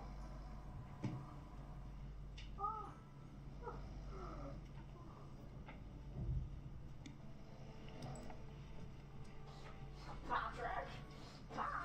You made reference to a number calling you back and you not looking at the number but just answering. Do you recall stating that? Yes. Did you ever at any time ask who that was that called? I just asked if it was the Uber driver.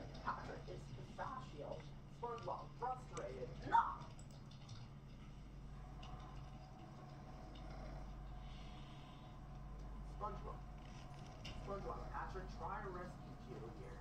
Patrick SquarePants. SpongeBob tries to help Patrick. Stanley has SquarePants. SpongeBob serves.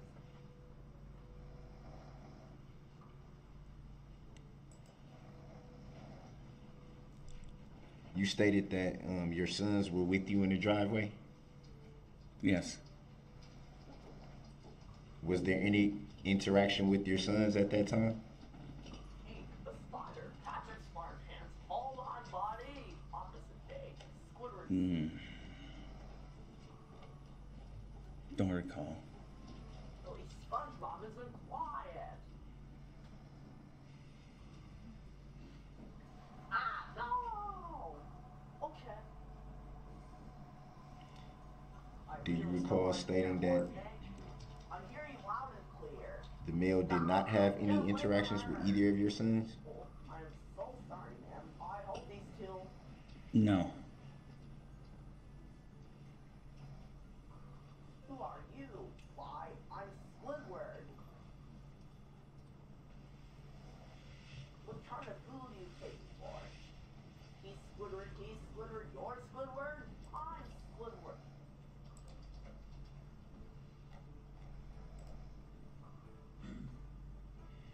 Do you recall stating that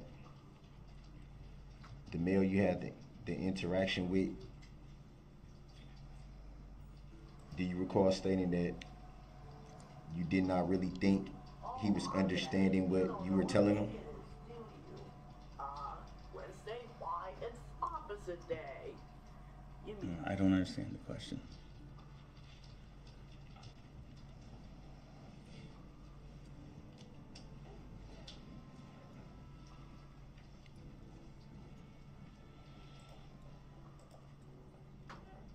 That would be in reference to you stating that your neighbor was an Uber driver, did you? Or a Lyft driver, was, I think, the word you said. Would that be fair to say? Yes. And you stated that you don't recall if the individual went to your neighbor's house at that time. Would that be fair to say?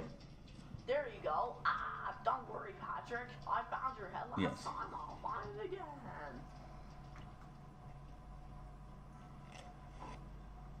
You're an orange tangerine.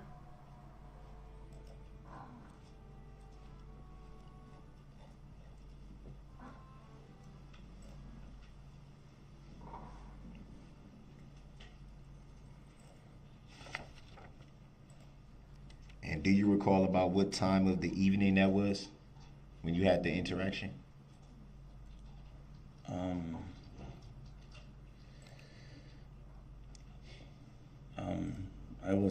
I'm not quite sure what time it was at that time.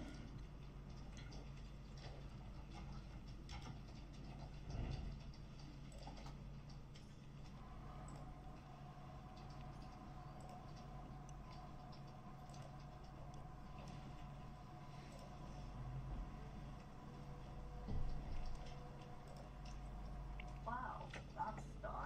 At least SpongeBob isn't quiet.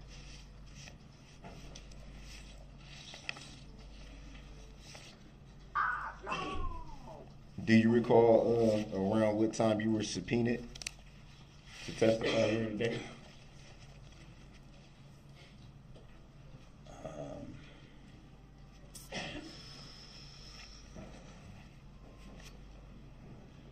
No, I think a letter came in the mail in July.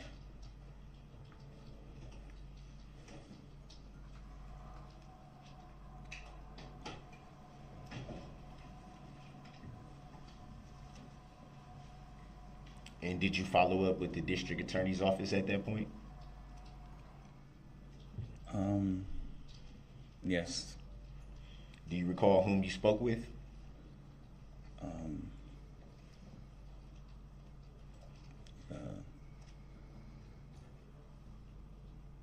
Not quite sure the names, but You made let the record reflect, you made a hand gesture with your left hand. Would that be referring to the table? yes, The prosecution table? yes, So you recall speaking to one of those attorneys? yes. Do you recall whom? The gentleman here. I'll stipulate that Mr. Caproon's pointing at me. Yeah. Wasn't that Have to bad? reference I the liked source. it. That's because you ate rotten apples. Are we talking?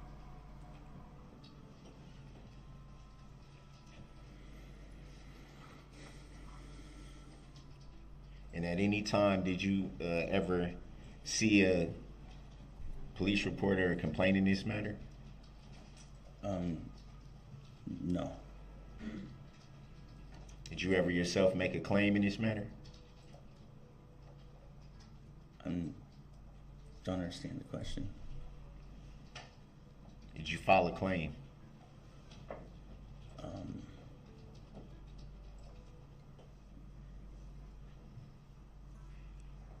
I don't understand the question.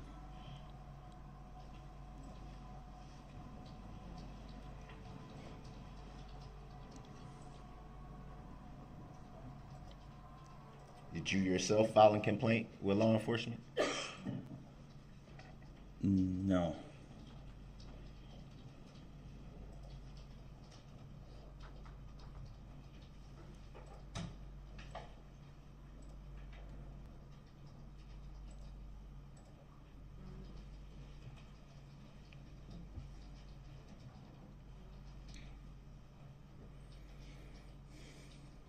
Ever spoke with the plaintiff in this matter?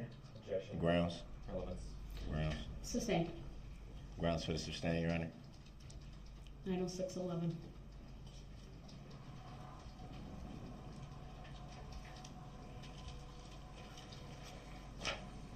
Hurry, Patrick. Pull Mr. Krabs' Are you aware of any plaintiff in this matter? Grounds. Sustained. Relevance 90611 as well. Great. Yeah, you don't have to look around. You ever seen the plaintiff in this matter? Objection. Grounds. Sustained. Next question.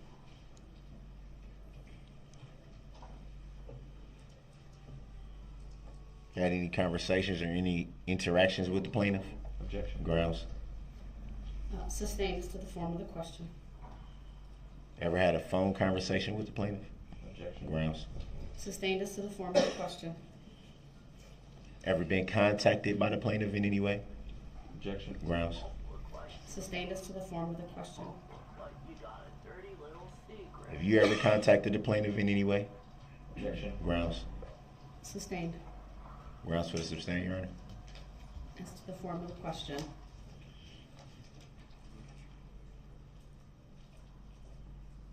I really don't want to hear more. Thank you. I hear you loud and clear. Stop! Get away from her. Oh, I'm so sorry, man. I hope these two barnacle heads have it.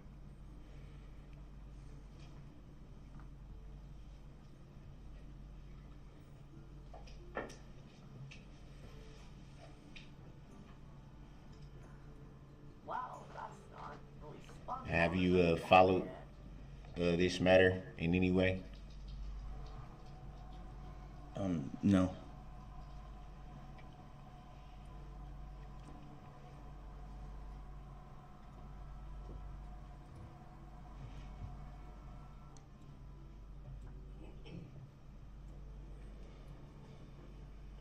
So it'd be fair to say you didn't seek to testify in this matter. That'd be fair to say?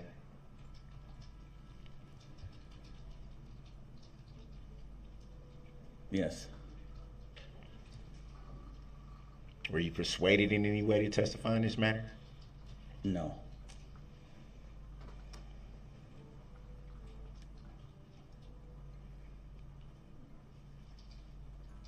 Did you prepare in any way to testify in this matter?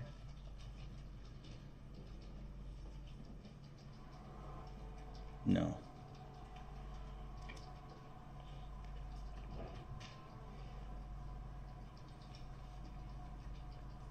Only the ending is briefly heard.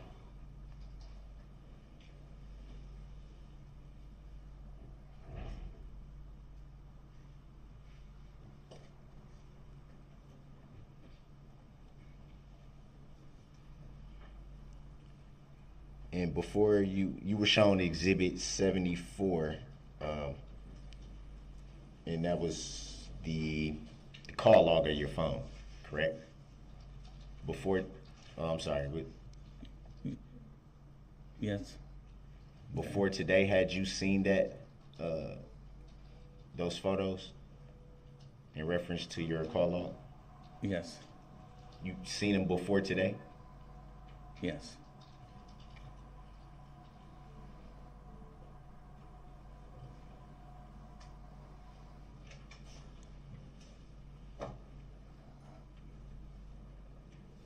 Did you anticipate seeing them today? Yes. How so?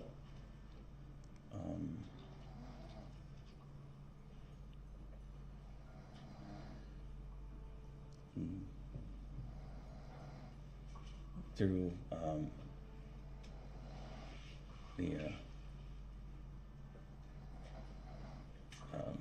sorry. Okay. Through the district attorney. So you were informed that you would see those same photos by the district attorney? Yes. How can we know you hated it if you never even tasted it?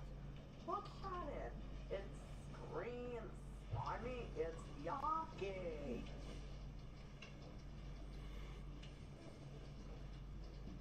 Were you at any time told what to say by the district attorneys? No.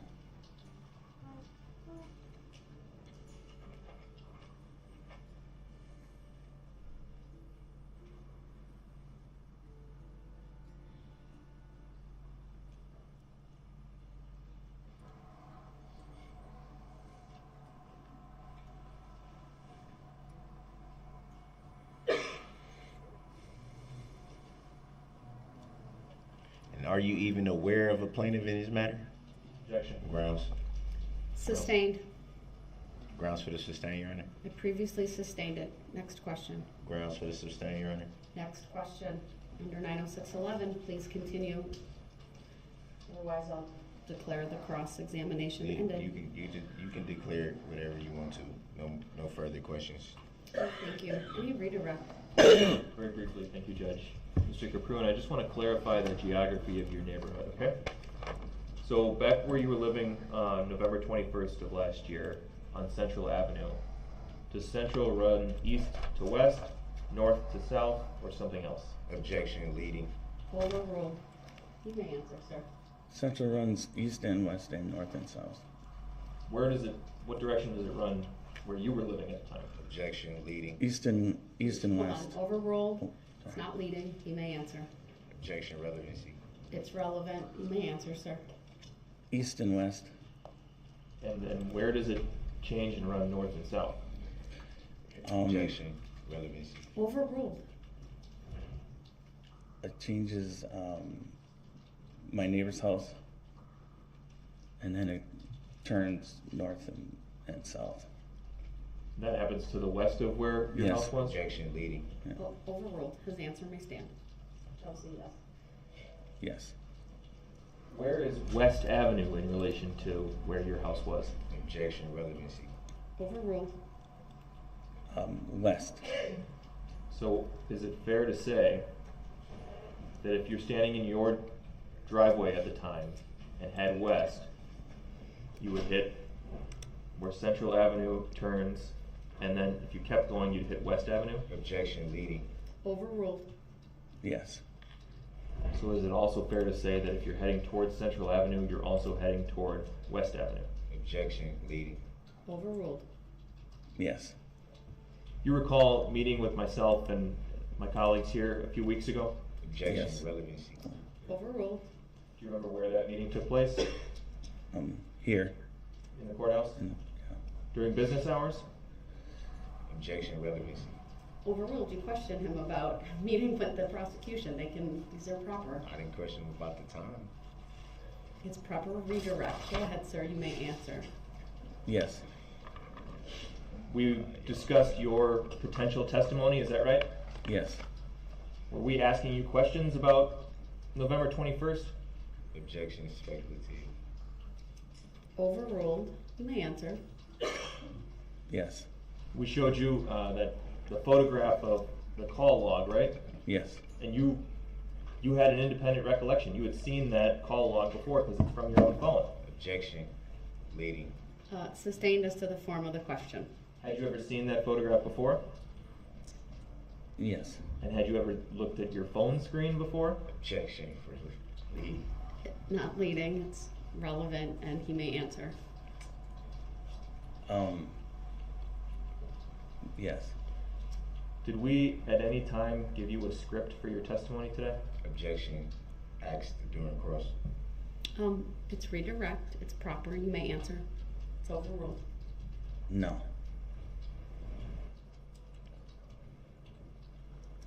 Thank you, Your Honor. That's all we have. All right. Thank you, sir. You may step down. Statement called to next witness. Thank you. The state calls Aaron Cordes.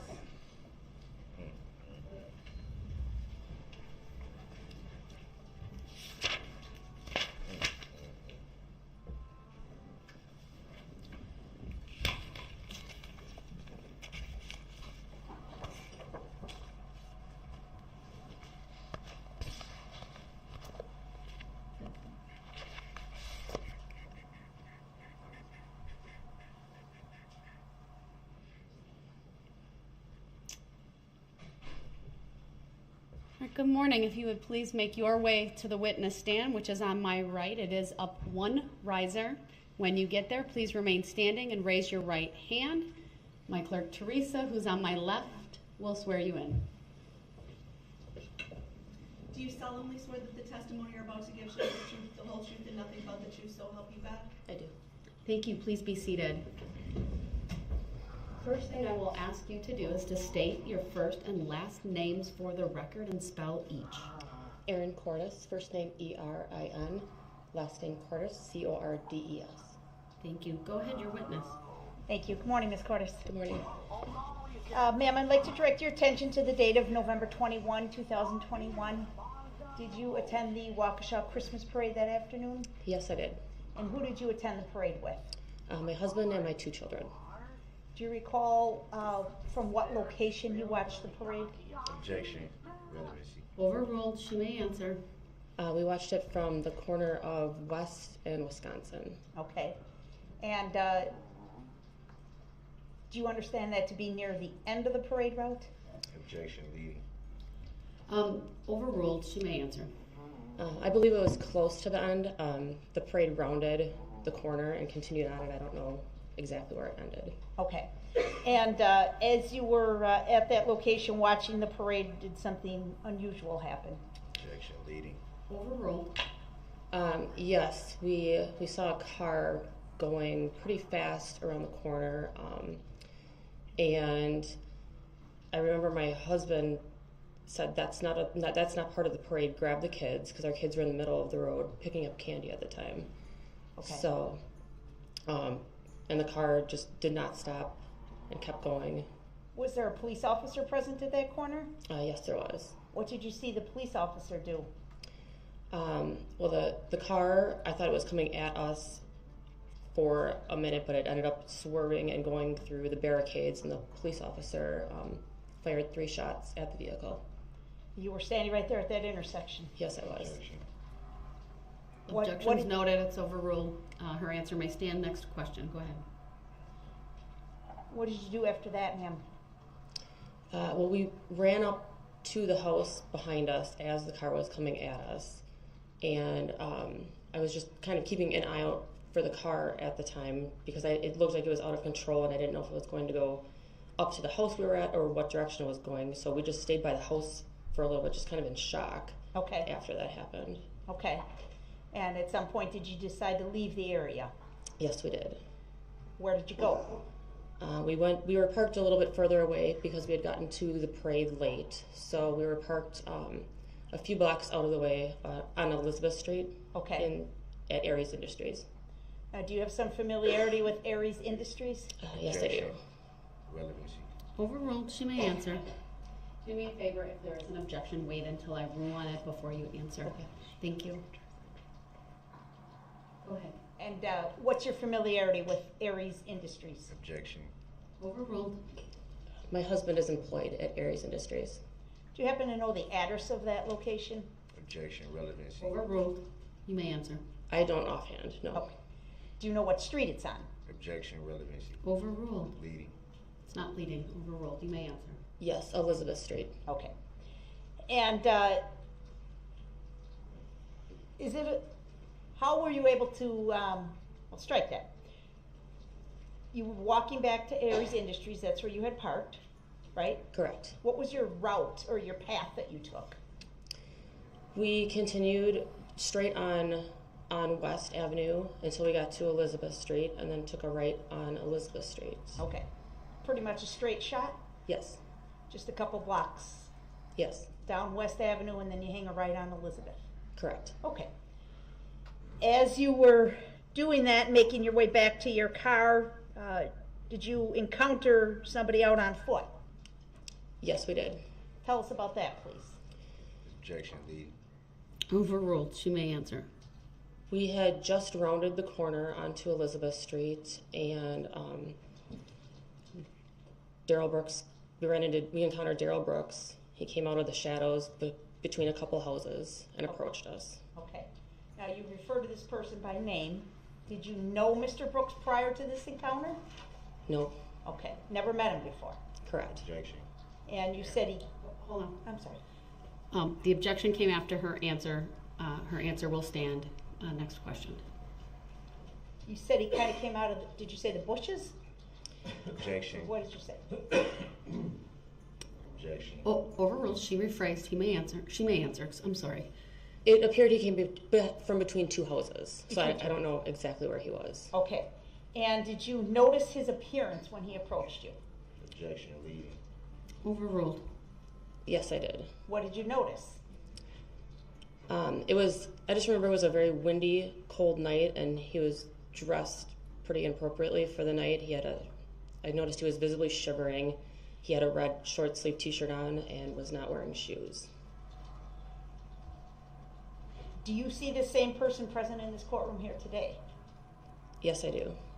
Your Honor, I'm going to ask that Mr. Brooks be instructed to remove his mask and look at the witness so she can properly identify him, please. Mr. Brooks, please unmask and look at the witness. Sir, would you please unmask and look at the witness? Thank you. I was writing something down. All right, thank you. Just want to make sure you heard me. Yeah. Thank you. Is that the gentleman you encountered on the street that you're describing for us, ma'am? Yes, it is. Did Mr. Brooks speak to you in any way? Objection. I do not consent to being called that name. You may answer. Yes, he did. What did he say? Objection, leading. Overruled.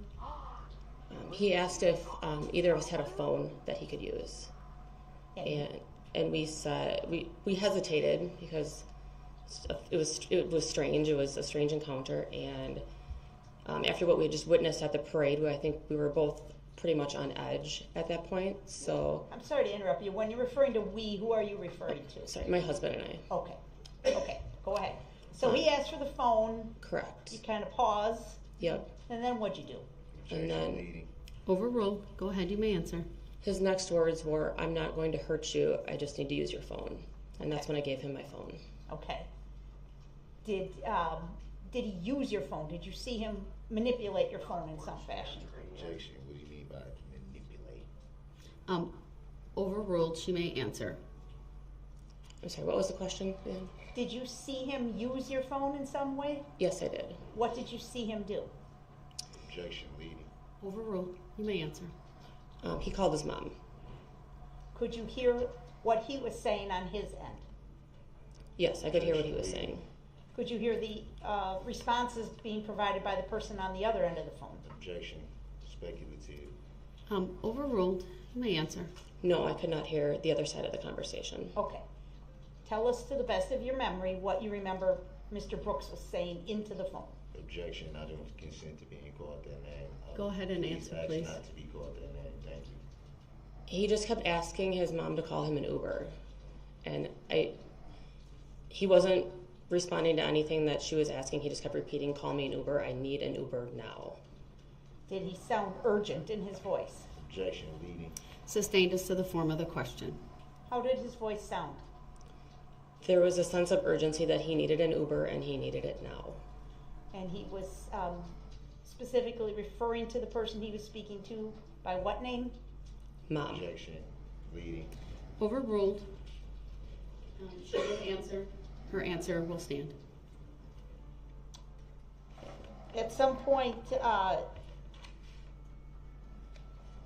did Mr. Brooks turn his attention to you and ask a question to you as he was still on the phone? Objection, I don't consent to being called that name. Go ahead and answer. He asked for the address where we were located at the time. What did you tell him? I did not know the address, so I asked my husband what the address was, and he provided the answer. Okay. And again, you're very close to your husband's workplace. We were actually in the parking lot at that time. Okay. I'm going to... Well, let me ask you this. At some point, did he terminate his phone call?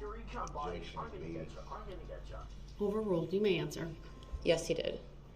And what happened then? Did you catch him? No. He said that he was freezing and he asked if I knew of any place that he could go warm up. So my husband directed him towards the lobby of Aries. Okay. Did he return your phone? Did he return your phone to you? Yes, he did. Okay. And did you see if he left your presence, where did he go? Objection, leave. Overruled. He went up to the lobby. You saw that? Did you catch him? Okay. No. Where did you go? We were pretty on edge at that point, so we put our kids in the car as quickly as possible and drove down the road. I'm going to show you some exhibits on the screen in front of you, okay? first is 171, I'm sorry. Yarn orange tangerine. Do you see a photograph on the screen in front of you, ma'am? Yes, I do. Okay. Do you recognize anybody or any place in that photograph? Objection, leading. Overruled.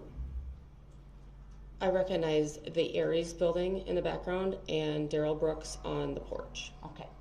171's previously been admitted, Your Honor. I'm going to request permission to publish again. Permission granted.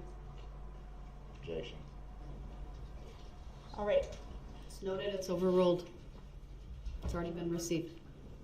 Ms. Cordes, that's a touch screen in front of you. Could you just please point out Aries Industries and specifically, if you can, the area where you saw Mr.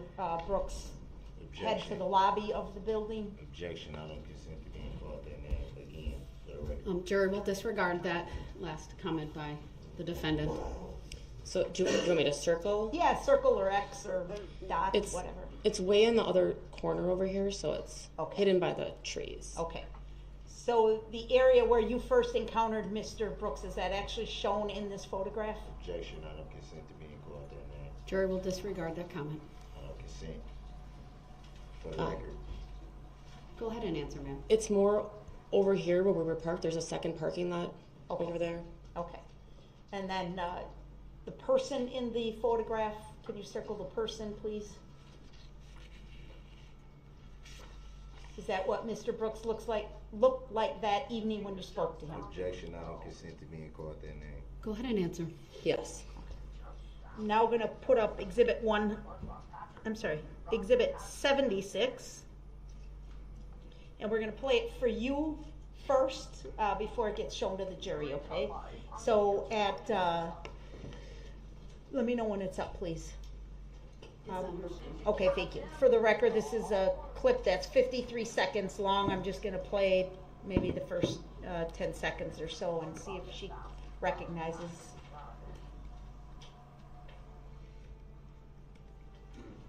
Did you catch him? No. All right, we've played about the first 10 seconds of that clip. Do you recognize the what is shown in this video, ma'am? Yes, I do. What do you recognize it to be? It's the lobby of Aries Industries. Okay. And is this the door that you directed Mr. Brooks to? Objection, I don't consent to being called that name. You may answer, ma'am. Yes. Okay. Do you believe this video is a true and accurate depiction of the events of November 21 of 21? Yes, I do. Move to admit 76 and permission to publish, Your Honor. I believe there was an objection. It's noted. It's overruled. Exhibit 76 is received and permission to publish is granted.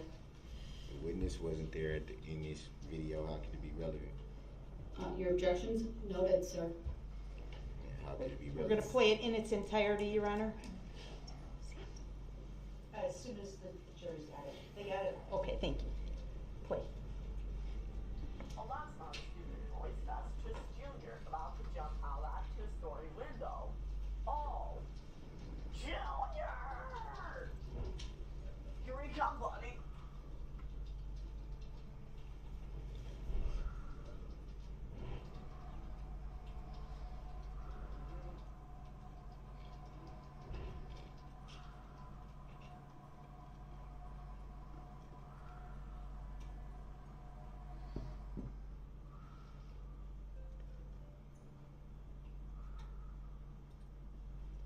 Okay, we can pause it at the 39 second or 40 second mark. I said we'll play the whole thing, but did you see a person approach the doors to the building during the video? Did you catch Yes, I did. I saw Daryl Brooks approach the door. And is that consistent with what you saw that night as you watched Mr. Brooks? Yes. Objection, I don't consent to being called that name. And now that you look at the door, do you see the address for the building on the door? Yes, I do. And what is the address, please? 550. Does that sound right? Yes. Okay. Thank you, ma'am. I don't have any other questions. All right. Mr. Brooks may have questions for you. Any cross, sir? I don't consent to being called that name for the record. Your cross, please. Can I get to it?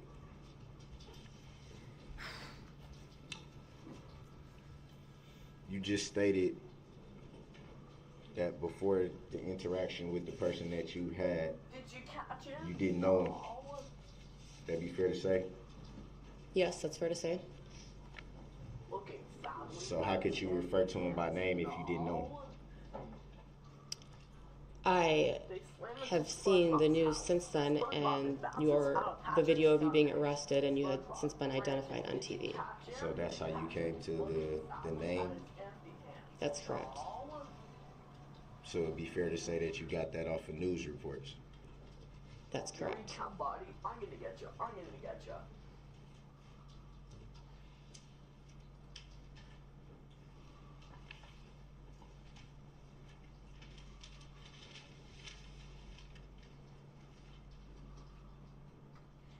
You said the individual you spoke with seemed out of place and disoriented, like he didn't know where he was. Would that be fair to say?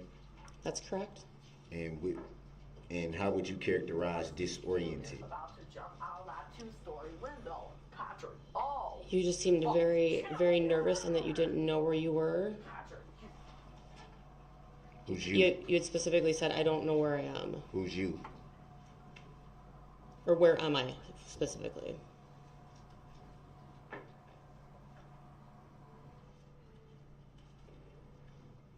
So disoriented would, from your perspective, be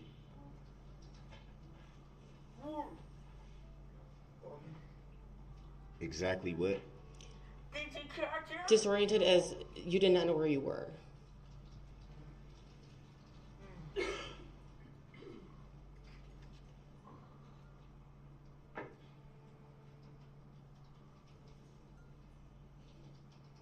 Here we come, buddy. I'm gonna get you. I'm gonna get you. Did you catch him?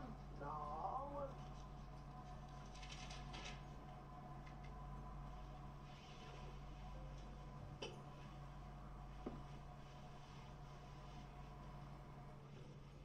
And you made reference to your phone being used, right? That's just Junior. That's correct. About to jump out of that two-story And you window. also made reference to not being able to hear the person on the other line. That's Junior correct. jumps down the window. SpongeBob, Patrick, quickly. But you also run to made catch reference to Junior. not Patrick, here we come, buddy. I'm gonna get you. I'm gonna get person who you. used your phone not being able or not answering what was being asked to them. Did you catch him? That'd be fair to say? Looking sadly at That's a his compound question, vague and unclear. Sustained is to the form of the question. If you couldn't hear what was being said on the other end of the line, how can you say that there was questions being asked? Well, there was clearly a conversation going on, and you just kept repeating, "Just call me an Uber," that you were very frustrated, and whoever was asking questions of you didn't just to call you an Uber. It's just my interpretation of it. I could not hear the other end of the phone conversation. So it'd be fair to say you don't know what was being discussed. Besides call me an Uber, yes, that's correct.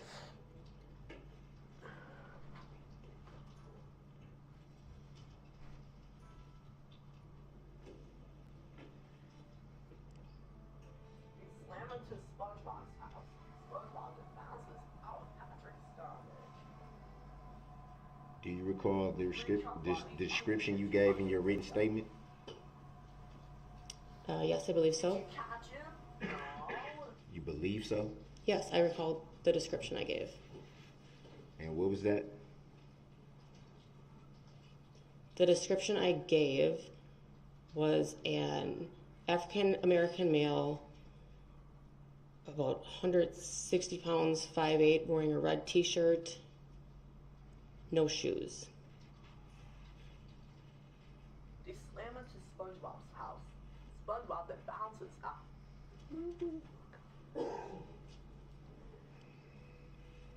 Well, that's not a stupid noise. That's just Junior about to jump out of that two-story window. Oh. come, buddy? I'm gonna get you. I'm gonna get you.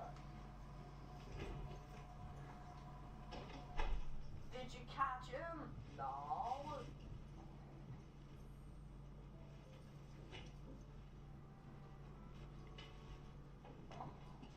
And you referred to this individual coming from between houses, you said? That's correct.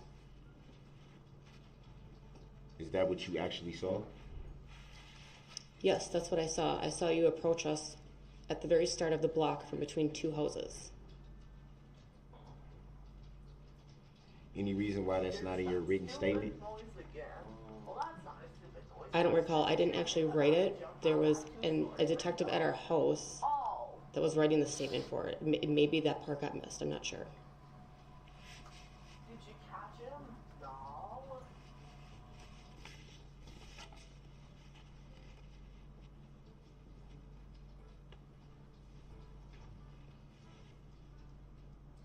Patrick, Was it this statement? call police. I don't have it in front of me to see it. Permission to show the witness the written statement? Well, I don't know that it's necessary, Your Honor. She hasn't expressed any inability to recall.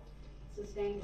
She did. She just said she don't know why something was not in her written statement. That's what she said is she doesn't know why the detective didn't write it in there. The detective is the one who wrote it, Your Honor. So sustained, sustained is to the form of, Mr. Brooks, let me answer. Sustained is to the form of the question. So the officer was writing what you told him, or did you actually write it yourself? I did not actually write it myself. The detective was writing it as we were speaking, my husband and I. Did you catch him? No. Do you recall that officer's name? No, I do not. It's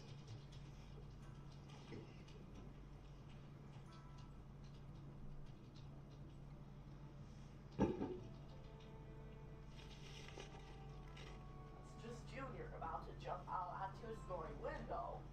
Oh. You made reference, when you were at the parade, you made reference to Here we come, buddy. I'm gonna get you. I'm gonna get you. seeing a car swerve, or you said the car was swerving toward you. It looked like a car that was out of control. I didn't know which direction it was headed. That's just Junior about to jump out a two-story window. Oh. And you said you saw it Junior! Here we come, buddy. drove toward the barricade. Correct. I saw it drive through the barricade. When you say through the barricade, describe that. The car sped up and drove straight through the barricade and continued on West Avenue.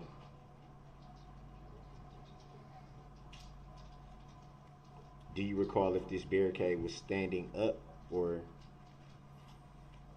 I do not recall that. I was in the middle of the road to prevent traffic from coming through, so I don't know if it was, I would assume it was standing up. And was it at that same moment that you saw officer fire shots? That's correct. Do you recall how many shots? 3 shots.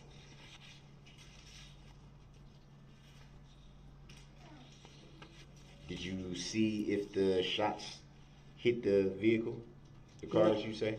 No, I did not. I was running up towards the house at the time with my son in my arms, and I was just trying to keep an eye on the vehicle, so I did not see where the shots actually went. Did you see a vehicle hit anyone? No, I did not.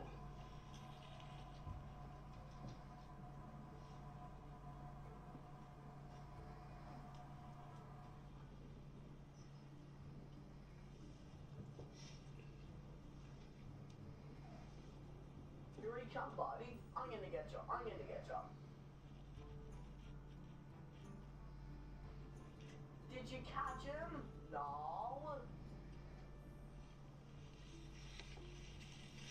Could you see into the vehicle when you saw it? No, I could not.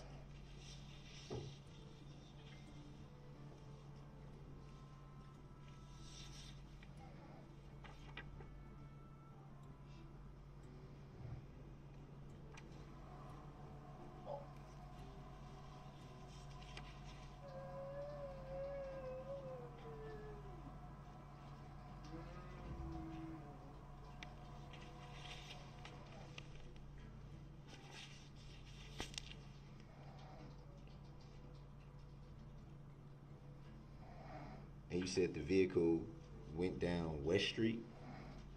West Avenue, correct. Did you see where it went from there? Or did it just go straight down West Avenue? It continued on West Avenue. I was at one point, the house was blocking the road, so I couldn't see where the vehicle continued on. I'm gonna get you. I'm gonna get you.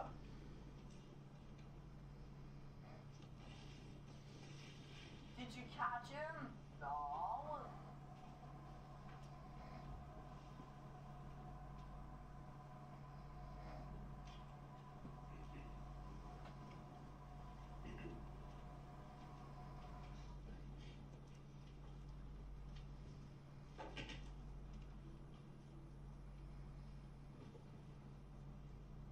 They slam into SpongeBob's house. SpongeBob then bounces out of Patrick's stomach. SpongeBob, frantic, did you catch him?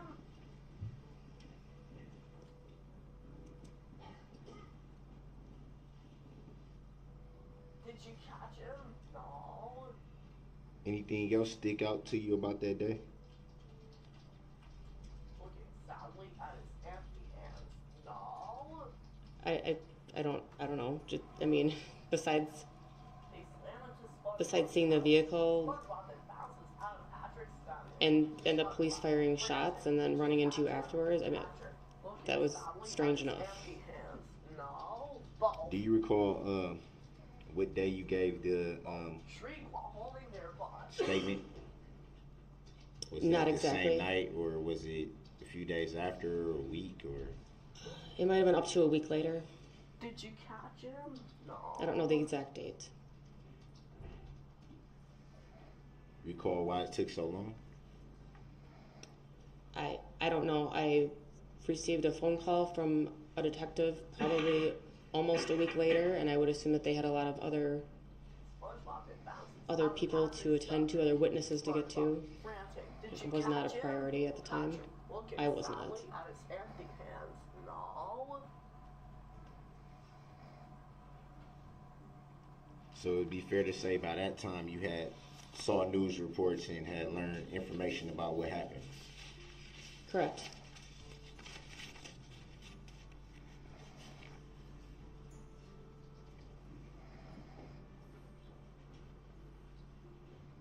Before today, had you seen any of the video footage or photos that you saw today? Had you seen any of those before today? Are you talking about the video of you being arrested, or I guess I don't understand the question. The video footage that you saw today. Had you seen that before today? I did see the Aries Industries clip before, yes. What about the other exhibit that was shown? I recognize that from a Ring video I had seen from the arrest. Did you catch him? No.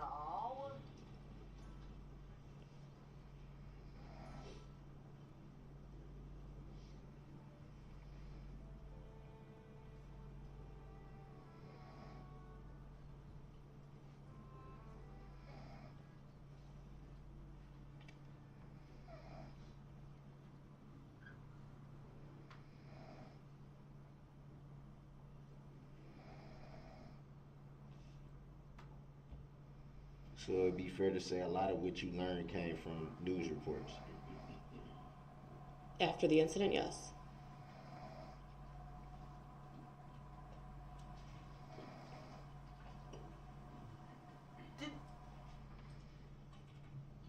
SpongeBob then bounces out of Patrick's stomach. SpongeBob, frantic. Did you catch him? Patrick, looking sad.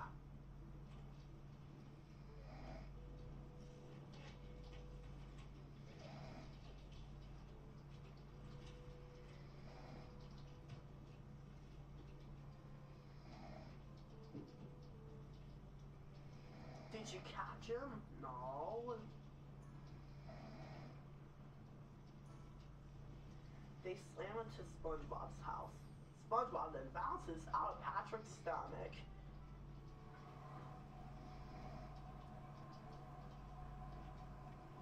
Did you make any claim in this matter?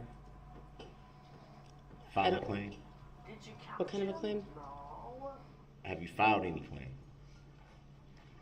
No. You filed a complaint? I just gave a witness statement to the detectives. I did not file a complaint specifically.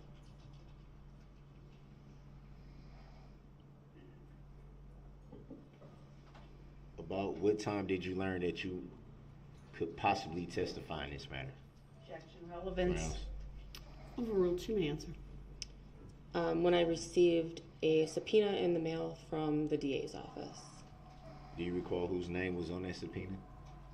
Sue Opper. Do you see Sue Opper in court today? Yes, I do. You point her out for the jury and for the record. I'll stipulate, Your Honor. Thank you. Record will reflect the stipulation and the witness identifying Attorney Hopper. Do you recall around what time you received that subpoena? I don't recall exactly, no.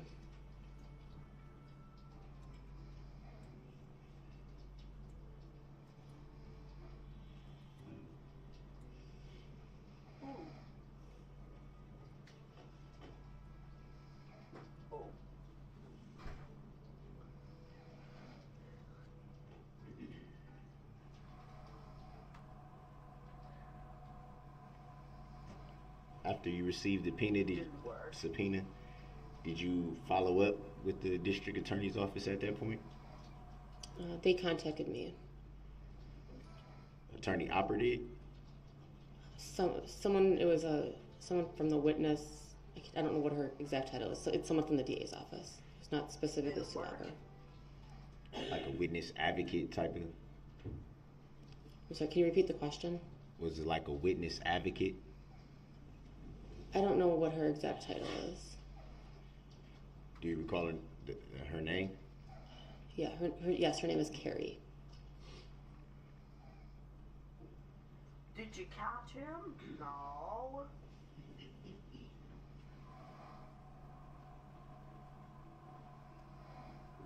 After you learned of the additional information, did you read any police reports or a complaint? No.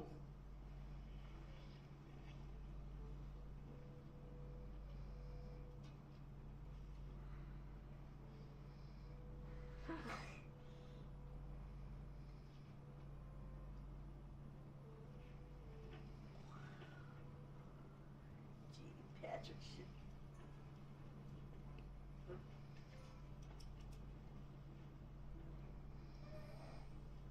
Did you catch him? No.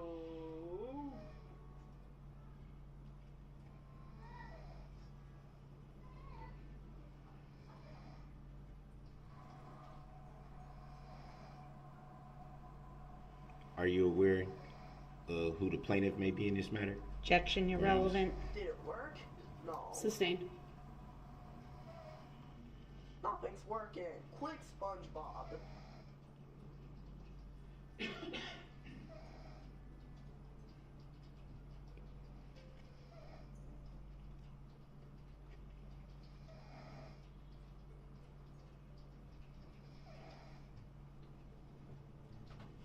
Ever been notified who the plaintiff is in this matter? Objection, Grounds. irrelevant. Sustained. Grounds for the sustain, Your Honor. Next question, please. Did you catch him? No. Do you even know if there's a plaintiff in this matter? Yes, there is. And who's the plaintiff? I believe it's the state of Wisconsin.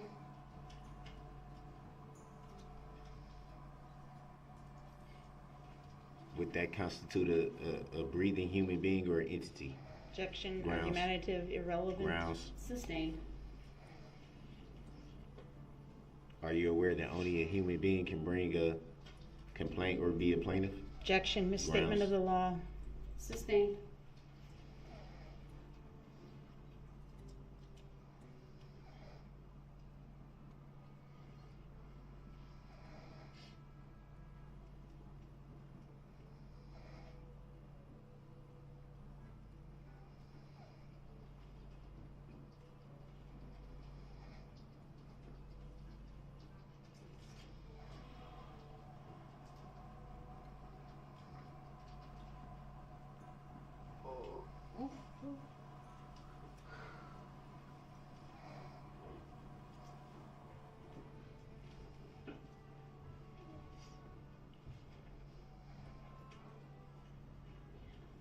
You ever had any interaction with the state of Wisconsin? Objection, Grounds. irrelevant.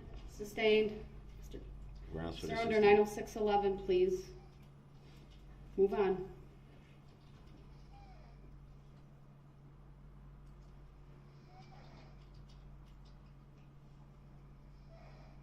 Have you ever contacted the state of Wisconsin in this matter? Objection, Grounds. irrelevant. Sustained. Grounds for the sustain. Under 90611, move on, or I'll declare the cross-examination ended. SpongeBob eats the string or uses all Of course you would.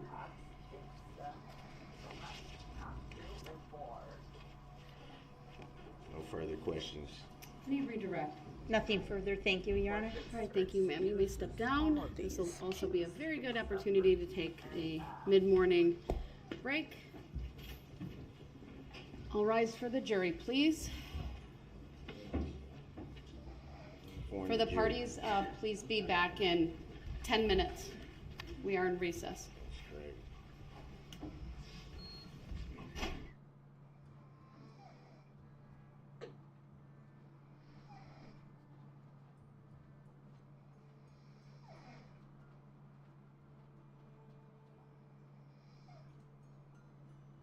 Did you catch him? No.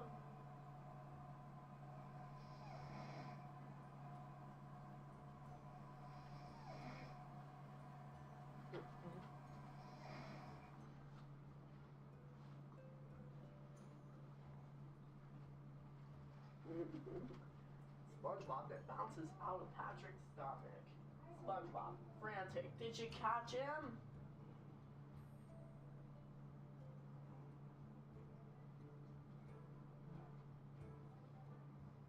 Looking sadly at his empty hands. No.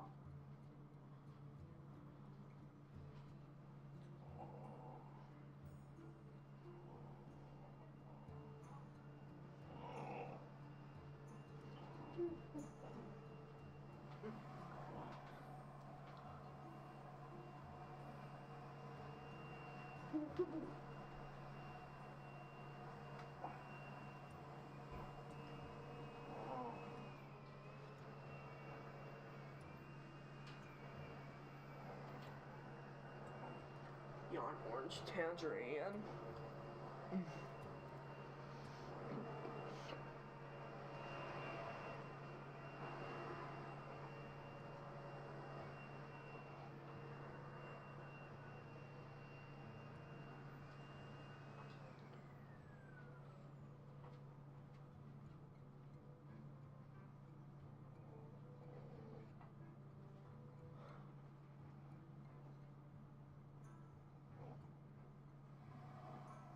Did you catch him?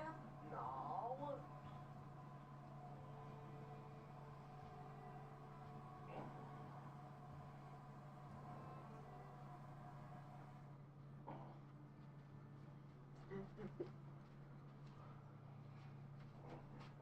They slam into SpongeBob's house. SpongeBob then bounces out of Patrick's stomach.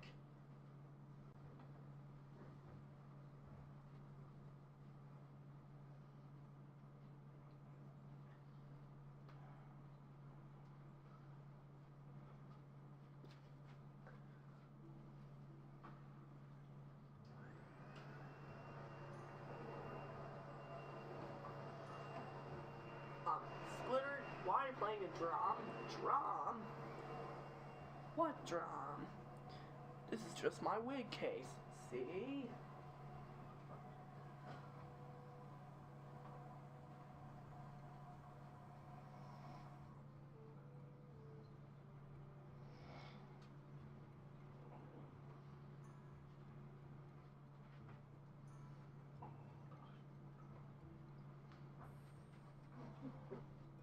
You must really love spinach, huh? There, no way, it was really yucky.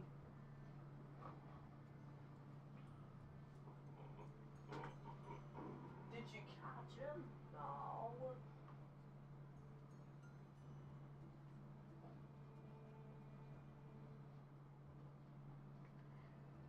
Yarn orange tangerine.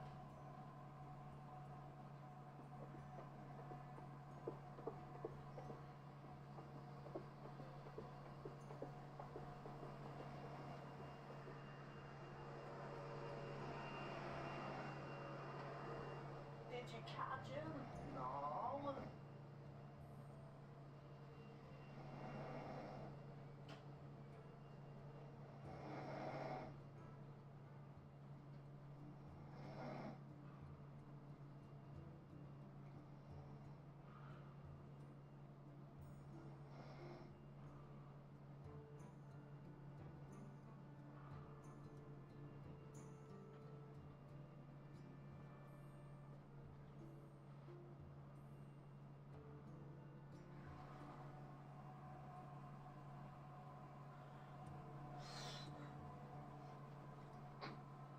Did you catch him?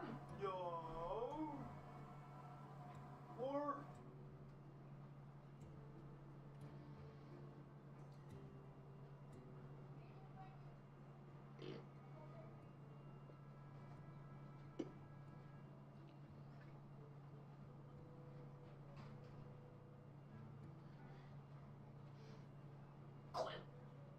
did you catch him? No.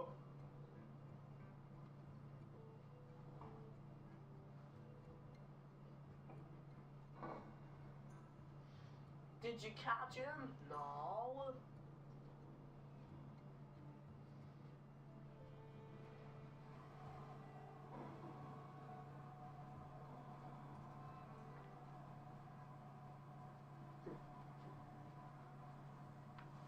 SpongeBob that bounces out of Patrick's stomach.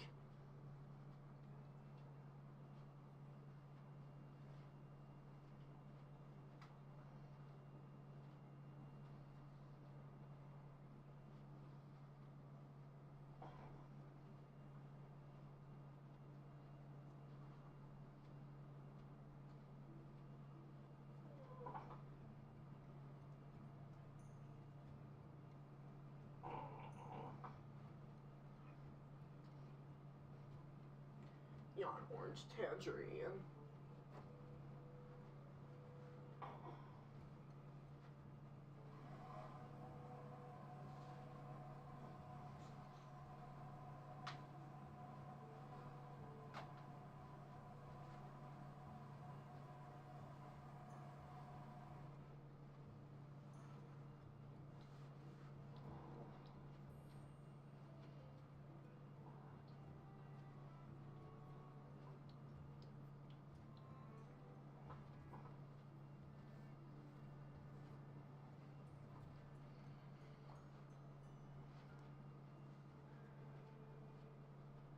Looking sadly at his empty hands. No, both.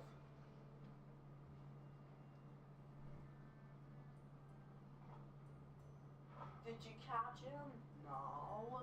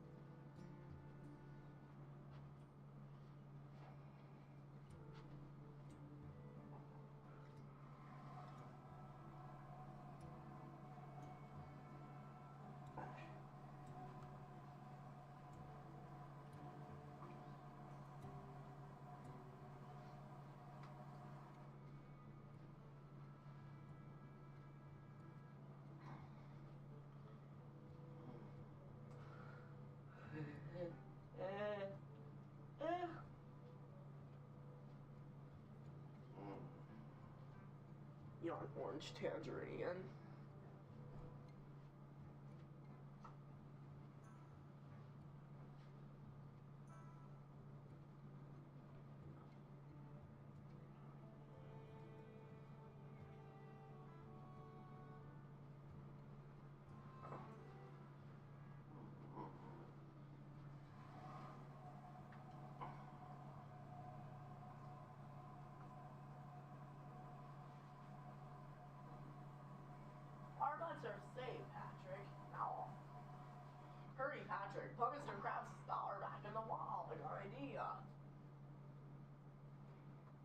stretches his nose out.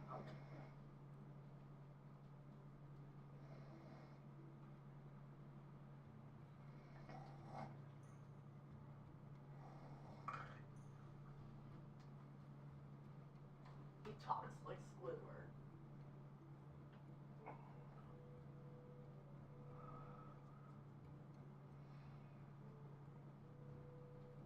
Now you try, Patrick. Okay.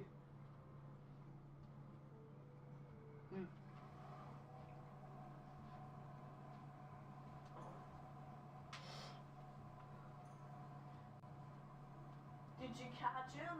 No.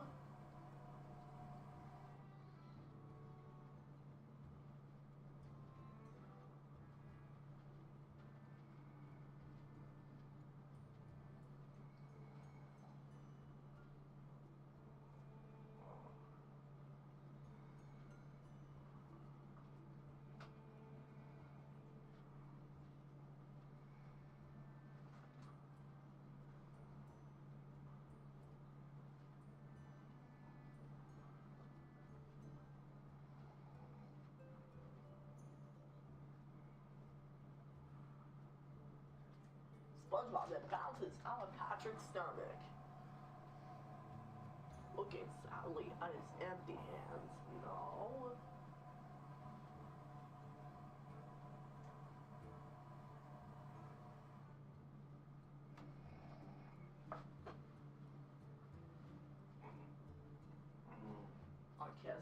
I guess he's all grown up.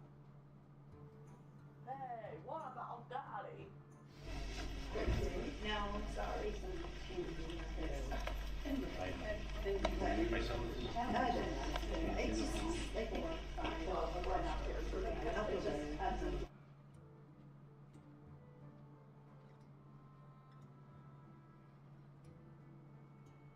Did you catch him? No.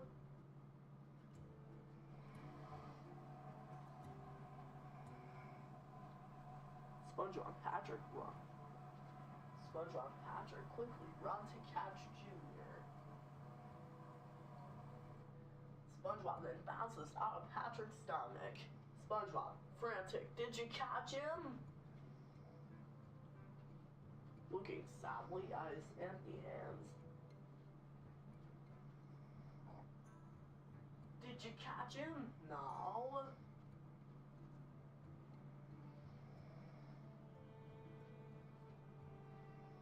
I guess he's all grown up. Well, that's not a stupid noise. That's just Junior about to jump out of that two-story window. Oh.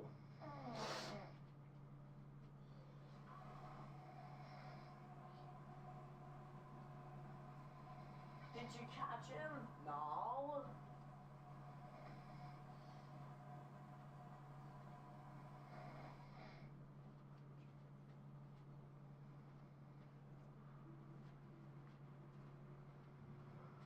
I'm a bubble, can't you tell?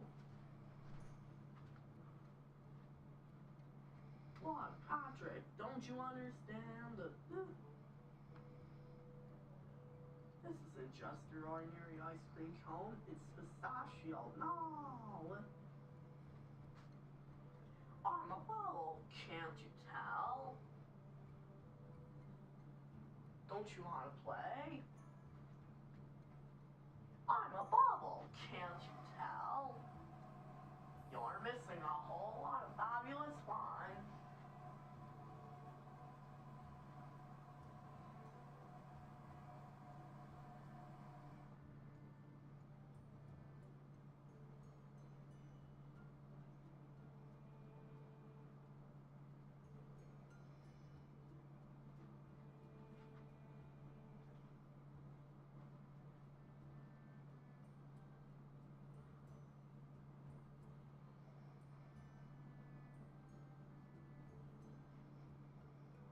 Did you catch him?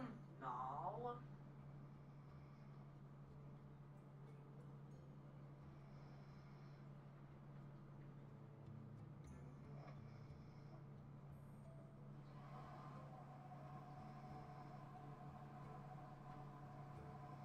I'm a bubble, can't you tell?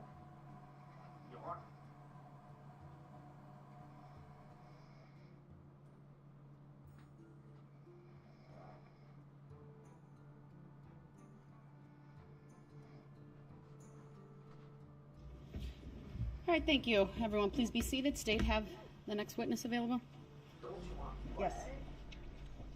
Yep, We need- no, I know. I need the yeah, jury. yes, we're We'll go ready. back on the record. We'll have the jury brought out. I know I did that once, but I'm not going to do that again. Not yet. Now it is. You gotta. I gotta get faster than that. Yep.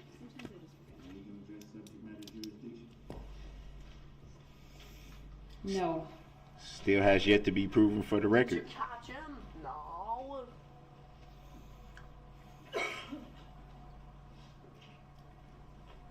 Is that a judicial determination that you don't have to answer that, Your Honor? Mr. Brooks, I've already answered subject matter jurisdiction. You know that full well. No, I Written don't. decision was entered last week. I know nothing. It has yet to be proved. That's what I know.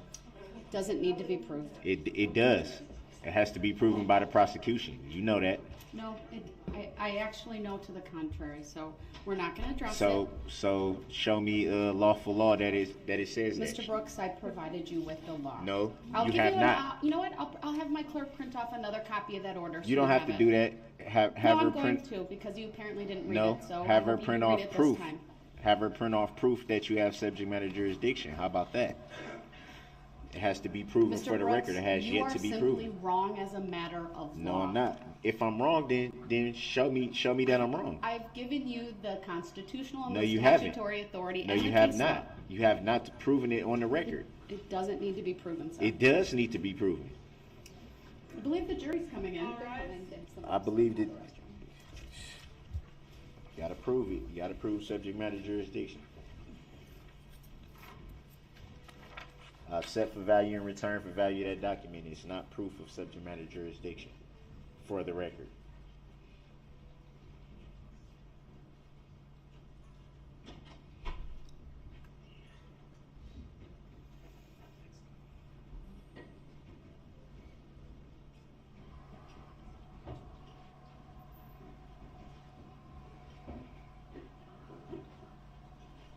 I wish I had the old Patrick back. Thank you, everyone. Please be seated. State may call its next witness. The state will call Anthony Winters. All right. Good morning, sir. If you would please make your way to the witness stand, which is on my right. It is upper riser. When you get there, please remain standing. Raise your right hand. My clerk, Teresa, who's on my left, will swear you in. Do you solemnly swear that the testimony you're about to give shall be the truth, the whole truth, and nothing but the truth, so help you God? Yes. Thank you, sir. Please be seated. First thing I will ask you to do is to state your first and last names for the record and then spell each. Anthony Winters, ANTHONY WINTERS. Thank you. Go ahead, your witness. Thank you. Sir, direct your attention to November 21st, 2021. Were you working in the city of Waukesha that day? Yes, What were you doing? I was driving Lyft. Can you explain for those few people, I think, who don't know what Lyft is, Mhm. can you explain what that is? It's a rideshare app where people can request rides point A to point B. Now, some people use Uber. Is that similar? Yes, same thing. And is that your full-time job? No, Did you go to the parade, the city of Waukesha parade that day? I did not. Were you aware that the parade was in downtown Waukesha that day? Objection, lady. Overruled. He may answer. Yes, I was. How were you aware of that? Everything was blocked off and there was heavy police presence, and then I saw some of the convoy going. So you say everything was blocked off. What do you mean by that? Like a lot of the streets, when I was having to go pick up people, a lot of the streets were blocked off, so I couldn't go certain ways. Do you recall approximately what time you started driving that day? It was around like 3:25. Mr. Winters, do me a favor. If there is an objection that's been raised by either party, wait to answer the question. I'll rule on the objection and then I'll let you know. Yes, ma'am. So the objection's noted, it's overruled, and you may continue answering. Yes, ma'am. And you said? 3:25. Thank you. And do you know approximately how many fares you took that day? That day, speculative. Overruled. He may answer. That day, it was probably anywhere from like about 11 or 12, somewhere in there. Were your clients all from the city of Waukesha? Was that the general area they were working? Objection. Overruled. You may answer. No. I just happened to be in that area at that time. At some point after, do you know approximately what time you got done working that night? Oh, it was probably later, around like 10, 11 o'clock that night.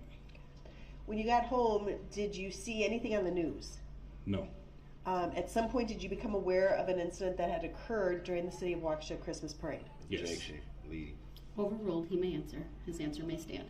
Generally, what information did you obtain? Objection, leading. Overruled.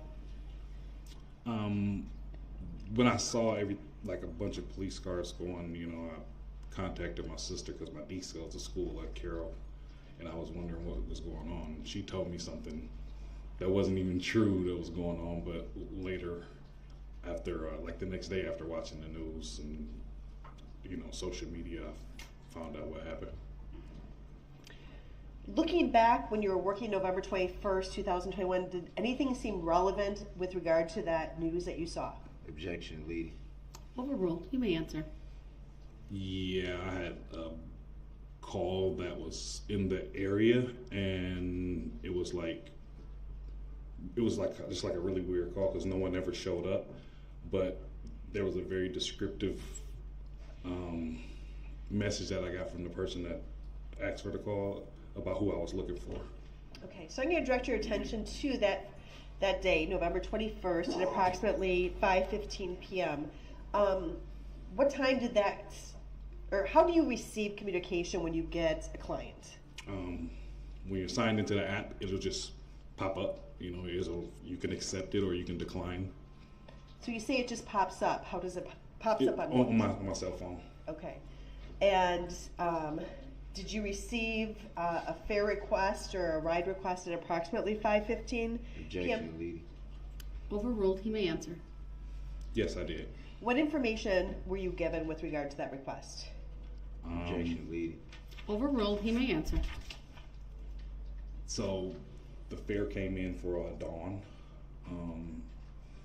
and the address I was picking up at was, I think it was 550 Elizabeth, and it was an empty, well, it wasn't empty, it was an empty parking lot, but it was a company that was closed. And then I was given information that I was looking for a light-skinned black guy with dreadlocks. Okay. Now, when you say that the name associated with Dawn? Mm-hmm. That's a yes? Yes. Okay. And what does that mean to you? I'm not sure exactly how Lyft works, but That's just Objection, relevancy. Overruled, you may answer. That's just the name of the person that I'm picking up. That I'm assuming that's the person I'm picking up. okay. And were you in the city of Waukesha when that pop-up came on your phone? Yes. So what did you do? I drove to the parking lot and waited and hit that I arrived and waited for whomever was going to come out of the company. And that would be, you said 550 Elizabeth Street? Yes, ma'am. And that's in the city of Waukesha? Yes, ma'am. Did you receive information as to where you're taking the person when you initially get the pop-up? Objection, leading. Overruled, you may answer. When you initially get the request, you don't know where the person is going until you say that you arrived. Then you can see the address that they're going to. Okay. So, did you eventually arrive at that location? Yes. What did you observe? It was just a dark parking lot and a couple police cars on the street. No one was really around though. It seemed like it was like a closed building. I didn't know, it was empty parking lot, no one there. Okay. And did you see anyone, both strike that. When you arrived at the location, do you send something through your app that says I've arrived? Objection, leading. Overruled, you may answer. Yes, there's a button that you can just click and say I arrived, and it sends a message to the person letting you know that you're out. Let them know that you're outside and they have 5 minutes to come out. Now, is that when you would get the destination on your app? Yes. And do you recall what that destination was? I don't recall the physical address. I just know it was on 19th Street in Milwaukee. So you said that the automated message went out saying that you were there. And that you give that person 5 minutes? Yes. What happened after 5 minutes? I began to message with whomever the person was on the other end, letting them know that I was waiting outside and that I was in a white car. And this is a chat feature as part of the app? Yes. Overruled. Your answer may stand. And then what happened? I received a message back, letting me know who I was looking for, and that they were calling a ride for someone else, and they didn't know where he was. They then again gave me a description of who I was looking for. And what was that description? Objection, leading. Overruled. Action, answer. Overruled. He may answer. A light-skinned black guy with dreadlocks. After you were given that information, what did you do? I sent a message saying I didn't see anyone. I received a message back saying I don't know where he is. His phone died. He called me from someone else's phone. What did you do then? At that point, I didn't know. It was a basketball court out there, so I thought I was waiting on a kid. Okay. So I didn't want to just leave. So I got out my car. I knocked on the door at the company to see if anybody would come out. I rang the buzzer. Got no answer. I got back in my car. I sent the message saying there's no one around. Could they, make sure the person comes out, because I had already been past the 5-minute grace period. Okay. I got a message back saying I'll try to call them. I don't know what to tell you. Then what happened? At that point, I had been out there for about 7.5 minutes. So at that point, I just canceled the ride. Approximately what time do you recall canceling the ride? Objection, leading. Overruled. It was around 5:30ish, somewhere around there. And when someone requests a ride and they don't appear, is there a charge then to that person? Objection, irrelevancy. Yeah, there's a charge if they go past the 5-minute grace period. There is a charge. Okay, thank you. Nothing further. Thank you. There may be some questions. Any questions for this witness?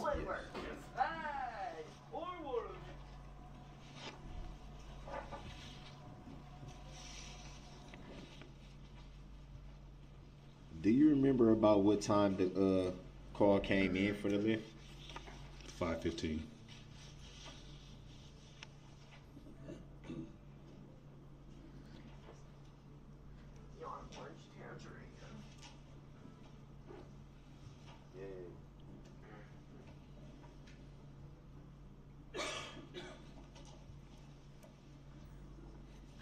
Do you recall being interviewed by any law enforcement in the days after that night? Yes.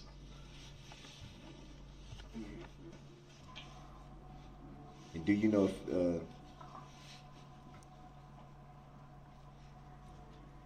if that was by phone or in person? It was in person.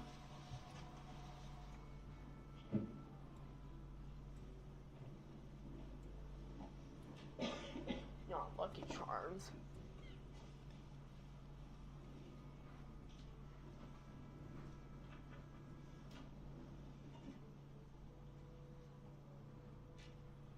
Upon arriving at the destination, you were supposed to be giving a lift to someone. Do you recall if there was anything strange about the destination? Yeah, it was a closed building. There was no one out there, no cars in the parking lot.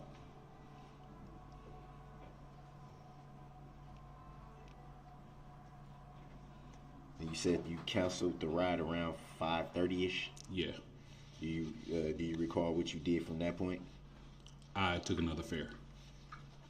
Same area or? Same area.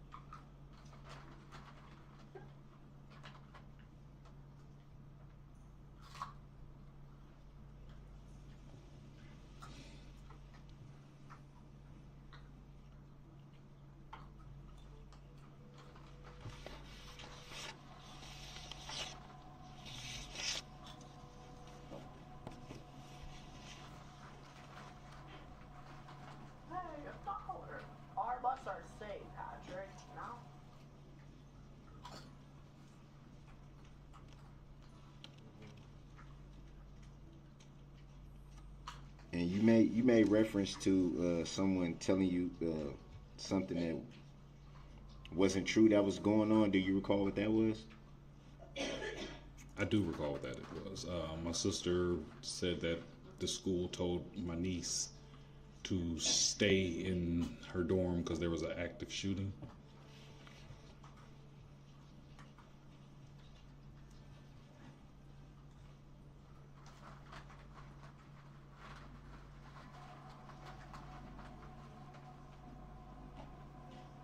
He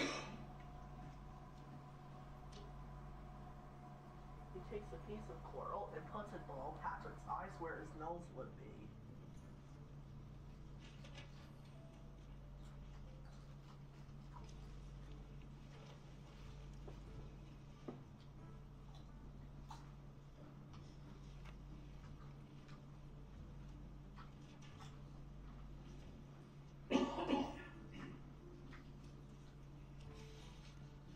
And usually, does your Lyft app have a profile picture attached to it? No.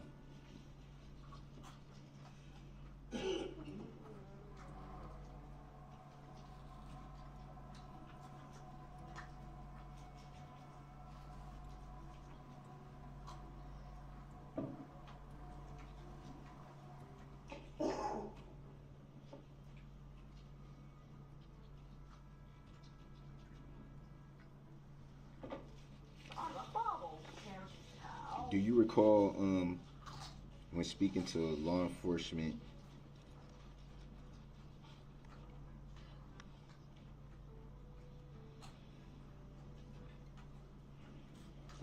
something to the effect of referring to a profile picture or description included in the profile? I recall saying that there was no profile picture.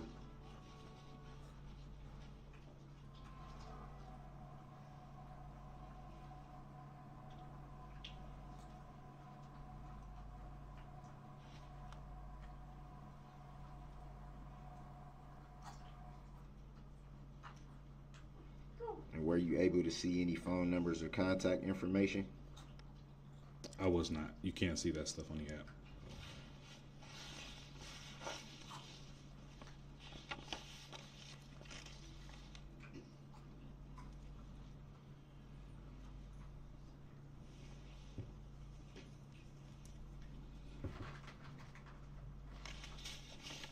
Takes a piece of coral and puts it below Patrick's eyes where his nose would be.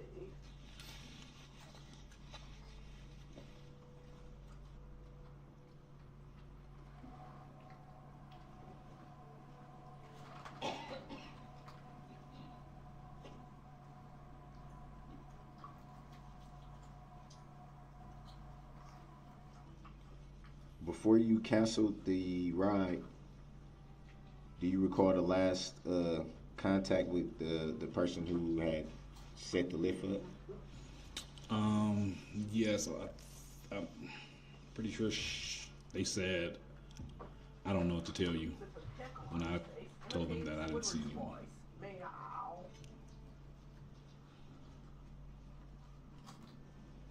And that was via text message? It's a chat through the app.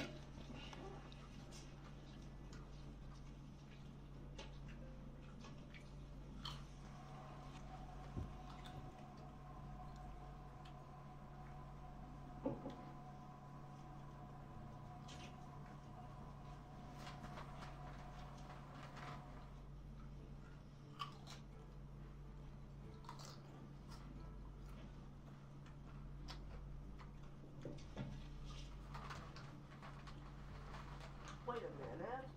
We're hippos, remember?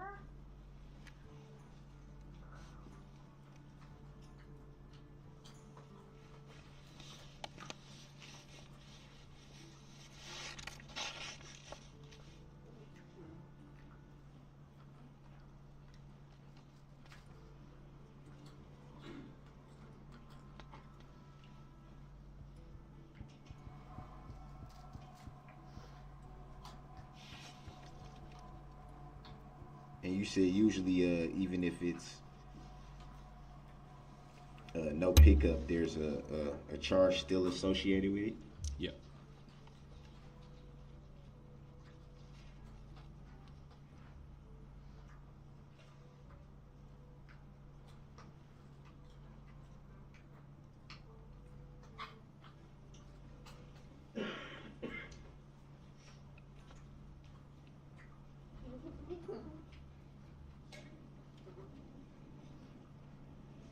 Do you recall how many requests you completed after that failed one? Approximately 8 to 10.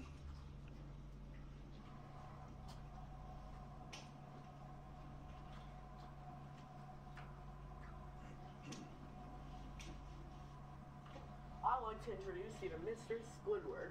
You're both Squidward. I'm Squidward. He's Squidward. We're both Squidward.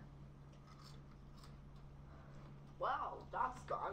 Really, SpongeBob isn't And quiet. you did state that you were not at the parade that evening, right? True.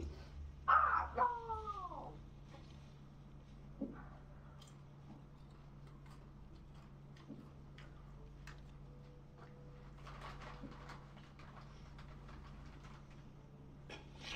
No further questions. All right, thank you. Any redirect? No. All right, thank you, sir. You may step down.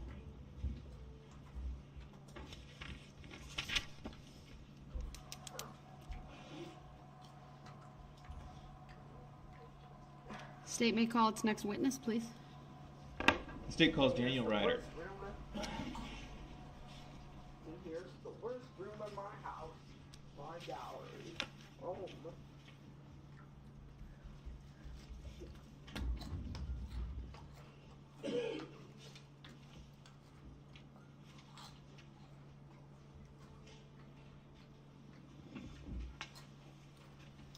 Good morning, Mr. Ryder. If you would please make your way to the witness stand, which is to my right. It is up a riser. When you get there, please remain standing. Raise your right hand. My clerk, Teresa, who's on my left, will swear you in. Do you solemnly swear that the testimony you're about to give shall be the truth, the whole truth, and nothing but the truth, so help you God? Yes. Thank you, sir. Please have a seat. The first thing I will ask you to do is to state and spell your first and last names for the record. Daniel Ryder, D-A-N-I-E-L-R-I-D-E-R. Thank you. Go ahead, your witness. Thank you. Sir, do you live in the city of Waukesha? I do. Where were you living back on November 21st of 2021? 553 Elizabeth Street. Were you living there, were you home there that afternoon and early evening, that Sunday afternoon? I was. Was anybody else home with you? No. Can you describe what that residence looks like? Is it a single-family house, multi-unit? What's it look like? Yeah, it's Overruled, you may answer.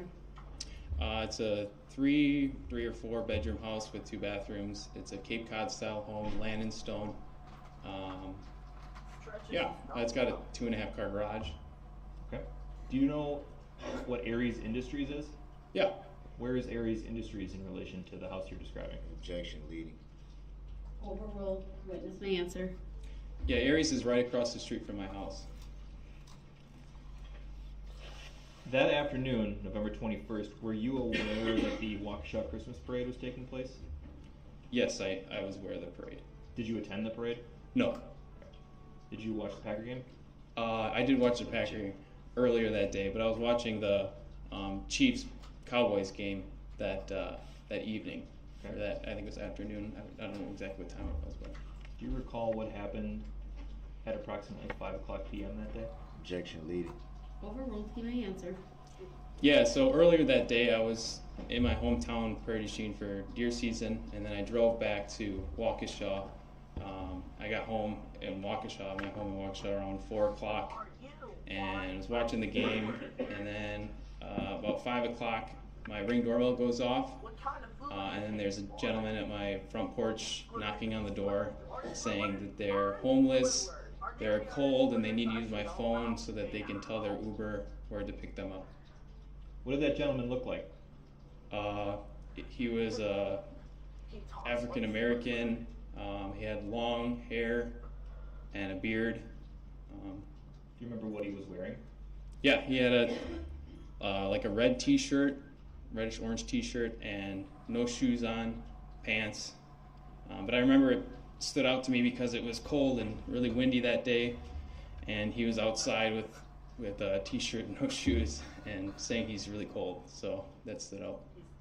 You mentioned a few moments ago your Ring doorbell. Is that a device affixed to your exterior door frame? Objection, leading. Overruled.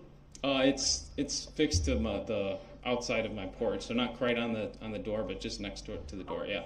Okay. And does that capture video? Yeah. Objection, leading. Yes. What about audio? Yes. Objection, leading. Overruled. Did your Ring video doorbell capture the video and audio of your initial interaction with that gentleman on the afternoon of November 21st? Objection, leading. The Ring doorbell, when it senses motion, it takes a 20-second snippet, and the 20 seconds that I got from the initial interaction was just the suspect coming up to my house and knocking on the door and saying he's homeless and needs help. I didn't get the verbal interaction that I had with him on the Ring doorbell because it only filmed 20 seconds. After the fact, so later that evening, did you speak with law enforcement? Yes. And did you subsequently at some point provide that 20-second Ring video doorbell clip to a law enforcement officer? Yes. Did you edit it in any way before sending it? Objection, leading.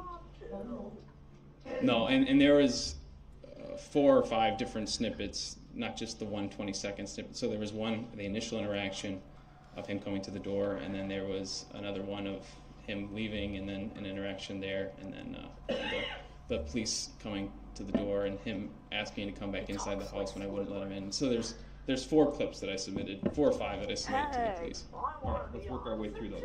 Let's start, Your Honor. I'd ask that we please show exhibit number 75 for the witness only. Objection, relevancy. Overruled.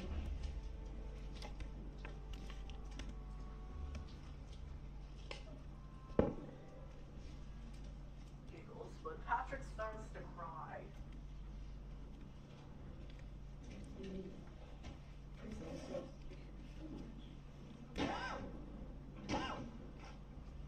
Do you see a video on the screen in front of you? I do. What are we looking at here? Objection, leading. Overruled. This is Mr. Brooks coming up to my door. You said Mr. Brooks. Did you know his name at that time? Not at the time, no. When did you learn that name? The officers were using it after the fact, so I don't know, 5:30 or so that day. Does this appear to accurately depict your front porch as it looked as that subject walked up to your door? Yes. And this is the video you sent to law enforcement that night, or sometime after that night? Yes. Move exhibit 75 into evidence and ask to publish. Objection. Exhibit 75 is received permission to publish. Granted. Objection. It's noted. Overruled. As we're waiting for that to pop up in the jury box on their screens, He talks I'll like ask you, Mr. Ryder, do you see a date and timestamp on the bottom right-hand corner of this video? Objection, leading. Overruled. I do. Is that a timestamp that's a feature of Ring, or was that added after the fact? Objection. It's a feature of Ring. I didn't add that, yeah. And to your knowledge, does that timestamp appear to be accurate? Objection. Overruled. Speculative. Yes, that is accurate. For the record, the objection was overruled. This is a 20-second clip. I'm going to ask that we play it once with audio.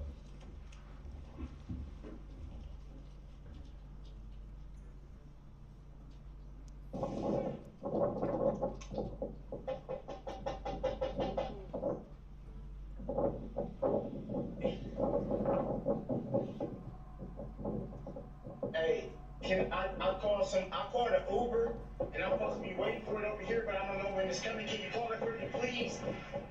I'm homeless. If we pull that back up just to look at the timestamp one more time. Thank you. And just for those of us with not the greatest eyesight, would you mind reading that timestamp on the bottom right hand at the beginning of this exhibit? Objection, leading. Overruled. Yeah, it says November 21st, 2021, and the timestamp says 17:01, so 5:01 p.m. The voice we heard in that exhibit that we just played Whose voice is that? Objection, leading. Overruled. Objection. You may answer, sir. It's Mr. Brooks's voice. It's not yours. No. Okay. Your Honor, I'd ask that Mr. Brooks please be instructed to remove his face mask momentarily. Sir, would you please remove your face mask and face the witness? Was that a question of? The state's asked there, sir, please remove your face mask and face the witness. I'm confused. He made a statement about the voice. The question's been asked and answered. Please remove your mask. What was the question? Please remove your mask and face the witness.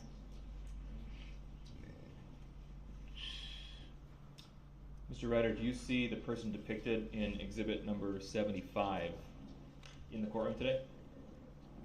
Yes. Can you identify him for us by telling us where he's sitting and what he's wearing? He's sitting at the table right there wearing a black suit and a gray striped tie. And as the record reflect that the witness has identified Mr. Brooks. The record will reflect that the witness has identified the defendant as the person depicted in this video and the person who was on his porch on November 21. Go ahead. Objection, I don't consent to being called that name for the record. Go ahead, your next question, please. Thank you. What happened in the moments after this video, the 20 seconds that were captured?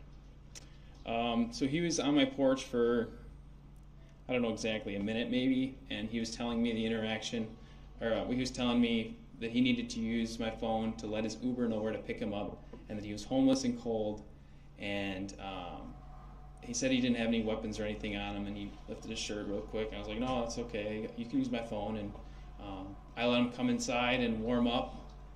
I just tend to believe people, and I'm from a small town, and we had people that need help all the time because we live right off a highway, so I'm used to, didn't faze me too much. I mean, I was nervous for sure, but I was like, yeah, I can let you use my phone, and he made it sound like the Uber was going to be here just any second, just needed to know where to pick him up. So I said, yeah, you can come and warm up while you wait for the Uber, and I let him sit on the couch right by the window out front. I said, you can look out here waiting for your Uber, and he's on the phone most of the time after that with his mom, and he's saying the address 553 Elizabeth Street is where it needs to come, and how far away is it, kind of things like that. But okay, I guess is that what you're wondering, or? Let me back up. Yeah. You made a motion with your hands there regarding what Mr. Brooks said about not being armed. You do that again, just for anybody who missed it? Objection. I don't know. Not consent to being called that name. Go ahead. Again, for the record. Yeah, so I don't remember exactly what the motion was. I remember him saying he didn't have any weapons and he's not dangerous. And I think he lifted his shirt really quickly. But then I was like, don't worry, I'm not worried about that. And so I didn't, it's not like I patted him down or anything like that. But. Okay. Did you let him in the front door that would be right next to your video doorbell? I actually... Oh. I can rephrase. Go ahead, rephrase. What door did you let Mr. Brooks into your home? I let him in the back door. Overruled. Go ahead, you may answer. Yeah, the back door. Okay. So he went around the side of the house to get to the back door? That's right. What happened when he got to the back door? I don't remember exactly. I remember letting him in. Well, I remember, so I just got back hunting, so I asked him to go through the back door so I could make sure I didn't have any weapons laying around. And so after that was good, then I let him in the back door. Well, just to give me a second to make sure nothing was tempting or anything. But I let him in the back door, and I think I gave him a coat right away, and then gave him my phone, and then told him where to sit down. And when I told him to sit in the spot, he didn't move or anything. He stayed right there and listened to me. What else did you give him? I gave him a sandwich because he said he was homeless. And I said, I can get you some slippers to put on your feet to warm your feet up. I never did end up giving him slippers. But yeah, so I gave him a jacket to wear while he was at my house. I gave him a spot to sit and wait for the Uber and a sandwich.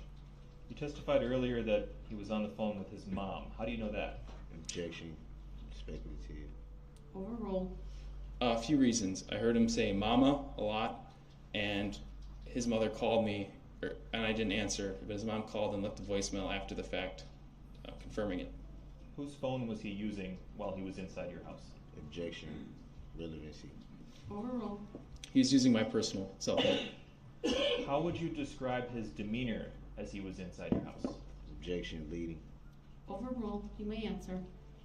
I would say flustered, but also there were many times he was thanking me, and so he was grateful, and he even said, "Thank you so much for showing me love, man," and he was calling me bro, and so it wasn't, I guess that didn't make me feel like I was in any danger at the moment. Did Mr. Brooks leave your home at some point? Objection. I don't consent to being called that name. Overruled. You may answer. I'm sorry, I lost train of thought. Can you say it again? Did he leave your home at some point? Yeah, he left when I asked him to. So he was in my house for 8 or 9 minutes, and then I was standing on the front door looking outside because I was getting a little nervous because I thought the Uber would be there in a minute or two, not 10. And so after 8 or 9 minutes, I'm looking around outside and I see a police car drive by. And then I see another one coming down the street. And so I tell him, I say, "Hey, we don't get a lot of police traffic on this street, and I'm getting nervous, and this is just too weird of a situation. You're fine to wait for your Uber, but you need to do it outside of my house." And he was a little bit like, "Oh, no, it's okay, don't worry, man, don't worry." And I said, "No, you need to leave." And then he listened and got up, and I've got video footage of that, of me escorting him outside of my house. He's still on the phone, and he's still got my jacket on, but I just said, "You need to leave."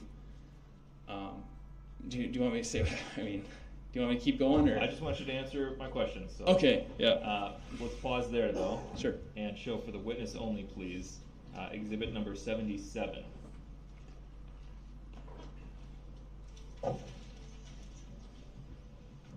We'll play a few seconds of this without any audio, and actually, to save time authenticating, Your Honor, I think we'll do this with the remaining 3 videos we have. Go ahead. So this is 77, yep. 77. All right, thank you. Play a few seconds, please, without, yep, there we go. Okay, we played 4 seconds from exhibit 77. Do you recognize that clip? I do. And what is that? It was Mr. Brooks walking out first with a jacket on, and me in a long sleeve shirt, a gray shirt, walking out behind him. Can we show for the witness only, please, exhibit 78? Go ahead. We'll play the first couple of seconds of this one, too.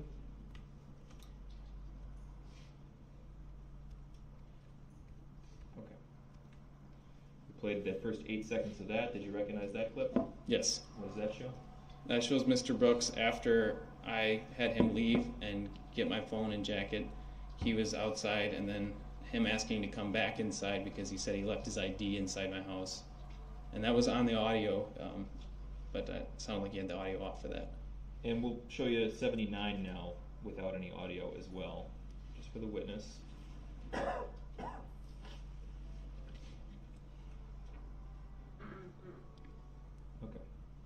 We played 8 seconds of exhibit 79. Do you recognize that video? Yep. What does it show?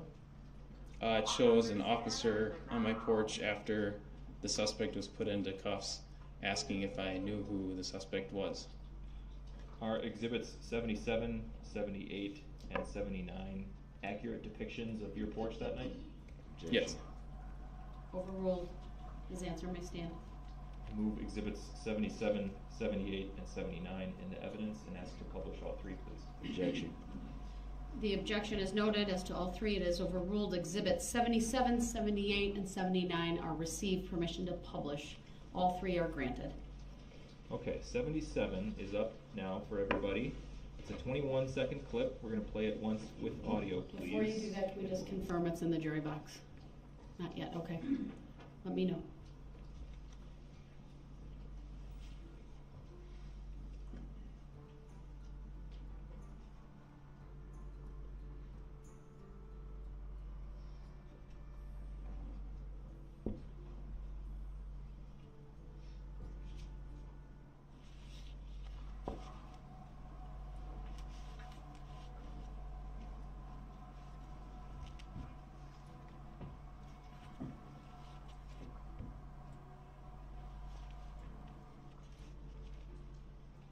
I guess while we're waiting, we can make use of this time. Mr. Ryder, could you read the time and date stamp for us on the bottom right-hand corner? Objection, relevancy. Overruled. Go ahead. Yeah, it's November 21st, 2021, 17:10, so 5:10 p.m. Okay, we've got it up for the jurors. Let's play this once with audio.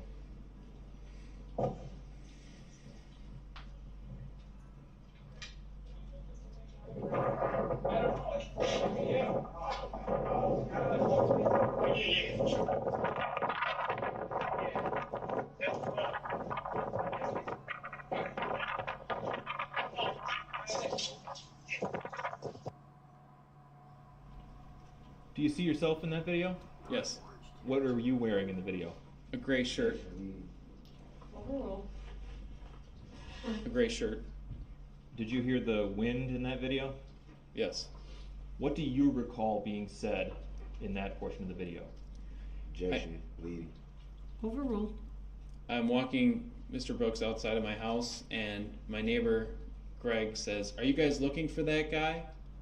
And I had no idea of anything at this point, and so I say, "I don't know. This might be him." You can hear that in the audio. I don't know if anybody was able to distinguish that, but that's what was said. And then Mr. Brooks says, "No, no, no." And then I say, "Can I have my phone, please?"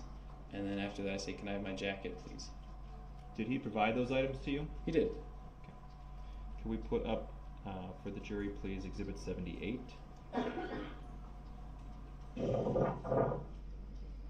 This is a 20-second clip. We will play it once with audio, please. My ID! My ID!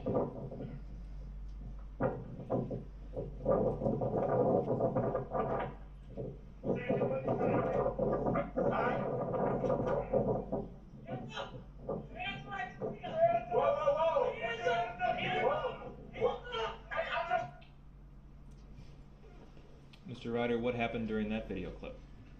Objection, leading. Overruled. Mr. Brooks, or I should say the suspect, came to my door, asked to come back inside to look for his ID. I said, "No, I'll look for it. You stay out there." And I was looking underneath the couch and everywhere that he sat for his ID when I hear the police officers saying, "Put your hands up." And did you ever find that person's ID? No. Did that person leave anything else inside of your house? No.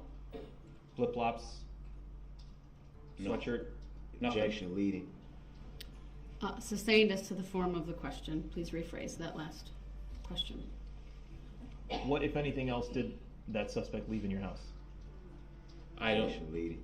Overruled. He may answer. I didn't find anything left in my house. Okay. Can we please show for the jury Exhibit 79? This is a 19-second clip. We will play it once with audio. 26, block 26.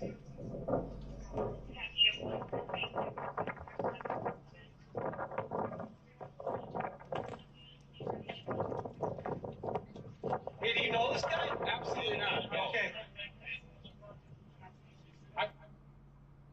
We paused at 18 seconds. That's the police officer you were talking about? Yeah. Okay. Can you, just for the record, read for us the time and date stamp on the bottom right-hand corner here at the 18-second mark of exhibit number 79? Yeah, it's November 21st, 2021, and the time is 17:12, 59 seconds, so 5:12 p.m. The video is a little bit blurry. Do you know where Mr. Brooks is at this point? Objection, leading, and I do not consent to being called that name. Overruled. The objection's noted. You may answer the question. Yeah, the suspect is on the east side of my walkway, on the northeast side of my house, in my yard. If you see where those two police officer heads are, the suspect is on the grass right there.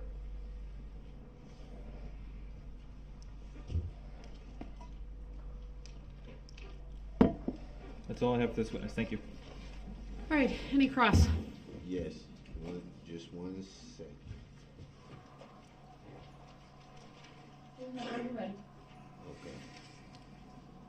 Will you be needing any of those videos put back up at any time?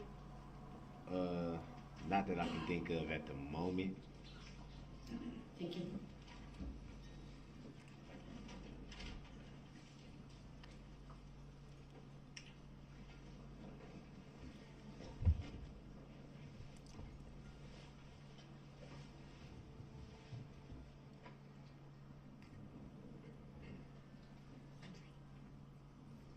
And before that evening, you didn't know the guy that came to your house, correct? Correct. And so why do you refer to him by name if you didn't know him? Because after the fact, the police officers and other people involved informed me of who the suspect was that was at my house that night.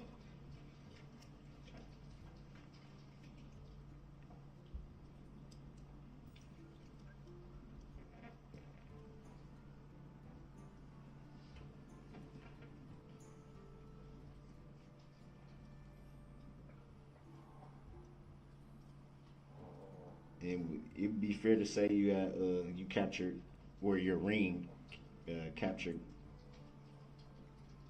quite a little bit of video. Would that be fair to say? Yeah. And did you turn over all the ring footage to law enforcement? I believe so. I mean, there was probably 7 or 8 other snippets of just officers coming in and out. I do believe I turned all that in, but nothing of evidence or anything.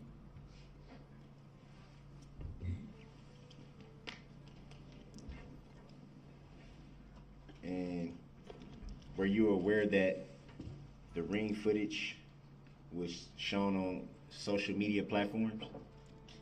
I was aware, yes. Any idea how that came about? Objection. Grounds. Relevance. Grounds.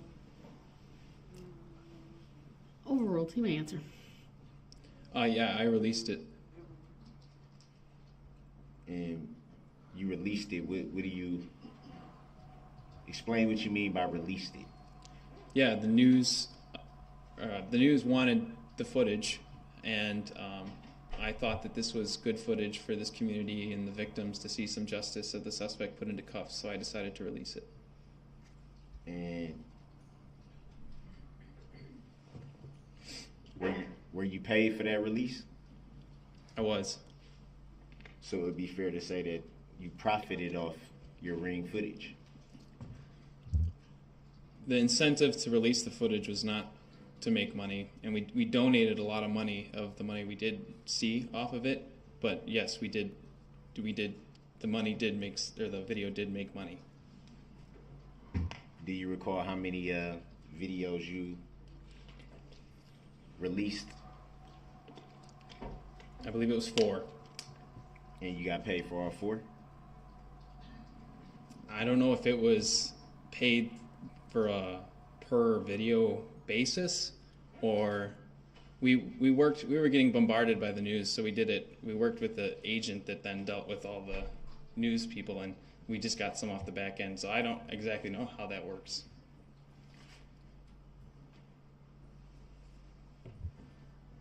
So would it be fair to say that you sold that footage? Yes.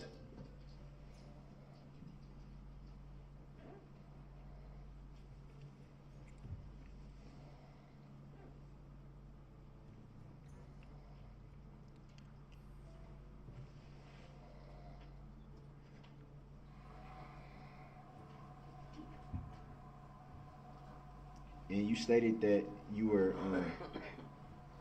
while having this interaction, you were a little nervous. Debbie, fair to say? Yes, sir. Did you feel like you were in any danger or just nervous?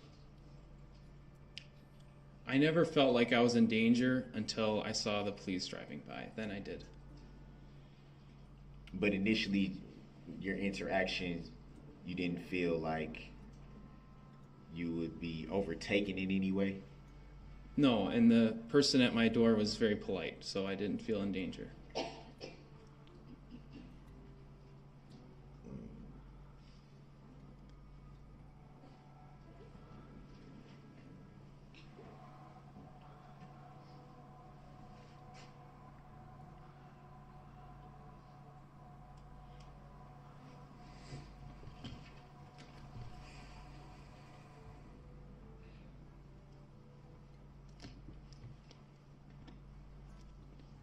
And you testify to the effect that you had just arrived back home from hunting that evening? That's correct. Well, not just arrived, but 4 o'clock probably got home, about 4:15.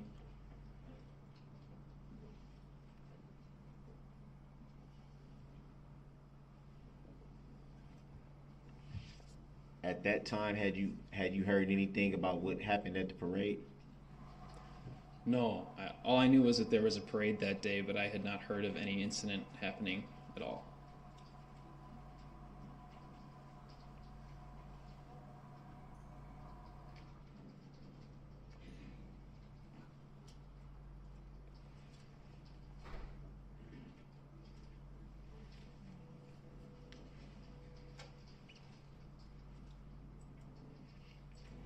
At any time during your interaction with the suspect, did you notice any car keys? No. It's not to say he didn't have any on him, but I didn't notice any. You didn't notice any? Nope. That'd be fair to say. Yep, that'd be fair to say.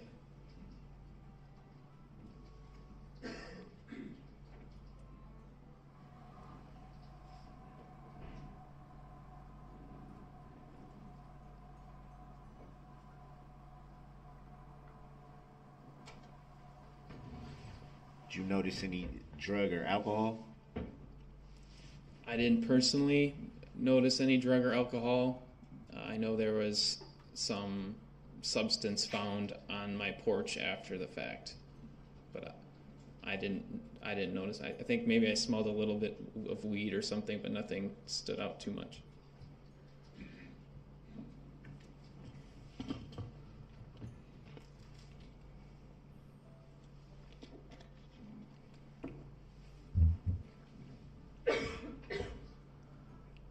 Sorry, player 2, you didn't manage to bring them.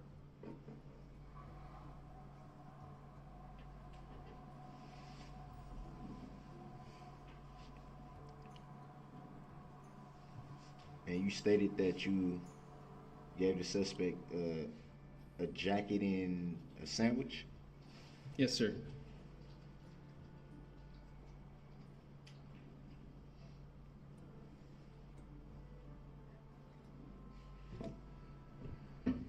And was that due to the suspect saying that they were homeless and cold, or did you just take the initiative to do that? I don't remember the suspect asking for food, but I do remember them saying multiple times that they were homeless and cold and needed help, and so I took the initiative to try to help any way I could in the moment. Yeah, I think I offered the jacket and the sandwich. I don't think they ever asked for either one.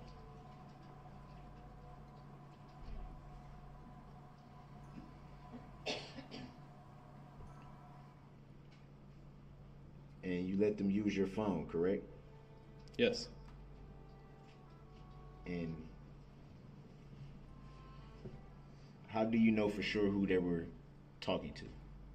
Because the number that they had called me back and left a voicemail saying that they were the mother of the person that just called. She said something to the effect of, "Hi, you just let my son use your phone. I'm calling back to figure out what's going on." And so that told me. And I did hear the suspect use mama when they were on the phone too. Did you follow up with that voicemail? I did not. Rounds. Overruled. Just clarify the basis was he didn't describe it as a voicemail. He did. He said he left. I thought he did, but yeah. Anyway, the objection's overruled. Did you finish asking your question? Why don't you just ask it again? Did you follow up with the caller that left the voicemail after that? I never called her back. No, she just called one time and left one voicemail. I did give the phone number to the police because they asked for it, so I gave them the number you had called and then told them about the voicemail calling me back. But I didn't release that to anybody else other than the police.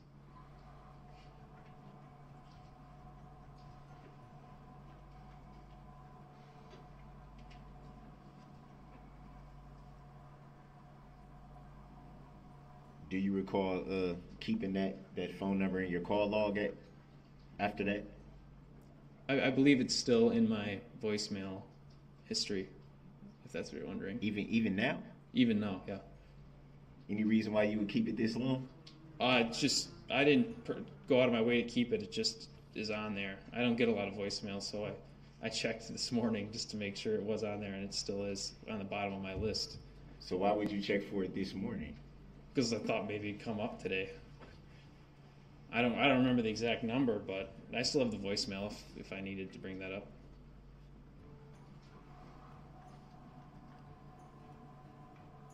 What led you to believe that it may come up this morning?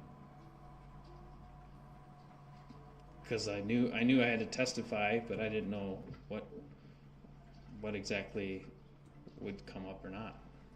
What do you mean by you knew you had to testify? Is that... I got a subpoena and asked to come and share what happened at my house that day, and that was one of the things that happened. You seeked testifying. Objection. Grounds. Sustained as to the form of the question.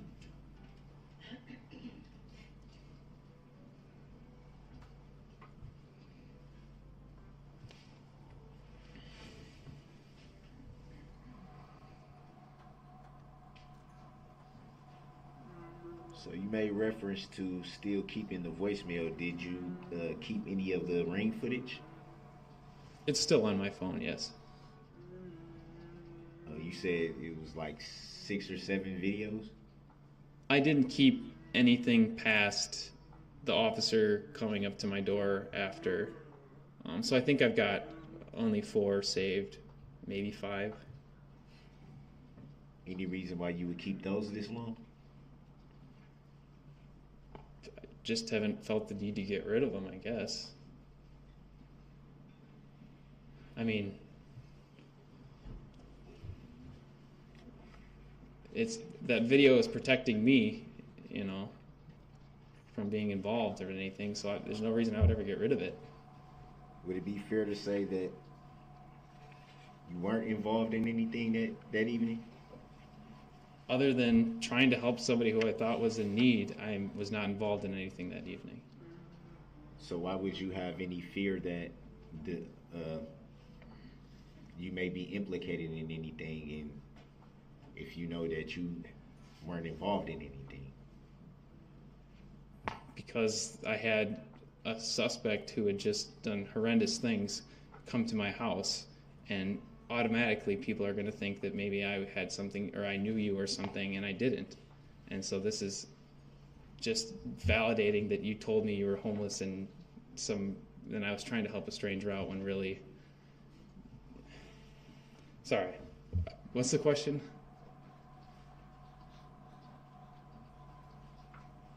It would be fair to say that you weren't arrested in any connection to any events that evening. Would that be fair to say? That'd be fair. I've never been arrested. And so my question would be, why would you think that you would be implicated in any way? Objection. Grounds. Asked and answered. Next question.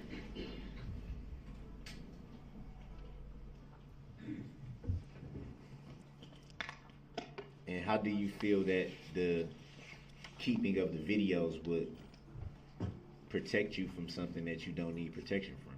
Objection. Grounds. Asked and answered. Sustained. I think I misspoke when I said that it was protecting me, because it's not necessarily protecting me. It's just something I haven't gotten rid of yet.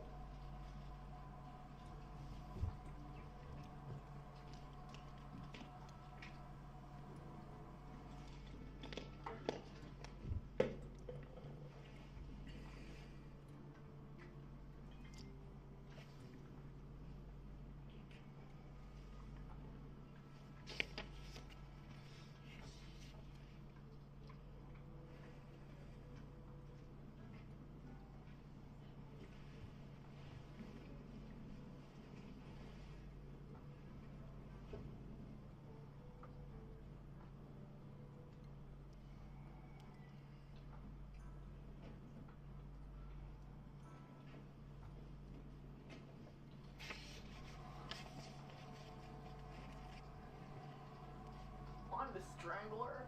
Do you recall interaction with law enforcement by the name of Officer Luling? I do. Do you recall emailing him portions of the ring footage? Yes. Do you recall how many portions? Maybe 4 or 5. I don't remember exactly how many. So no, I can't recall that exactly how many I did.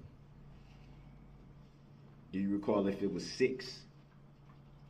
I don't recall.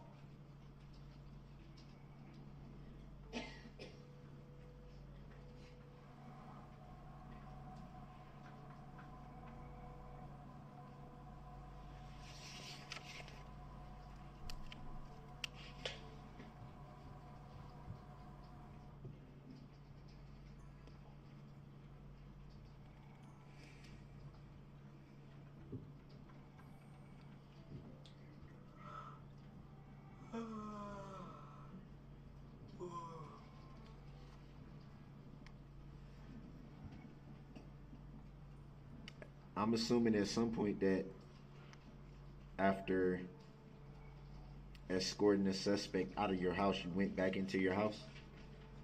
Yep. And what did you do from that point? When I escorted the suspect out and he gave me the jacket and the phone back, I went right inside, locked the door, and I don't remember exactly what I did. I think I stood in there and looked outside because I wanted to see whatever was going on, see either the suspect get into an Uber and leave or see the police get him in cuffs. And it was a matter of a minute later, the suspect came and was knocking on my door again to come back inside and look for the ID.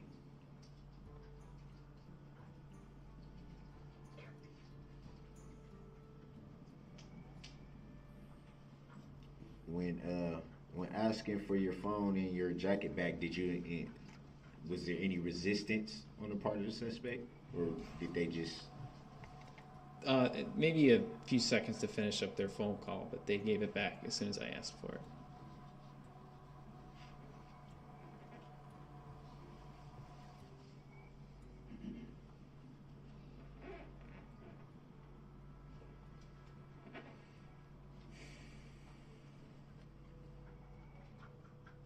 And you stated at one point going back in your house to look for the ID and wasn't able to find the ID?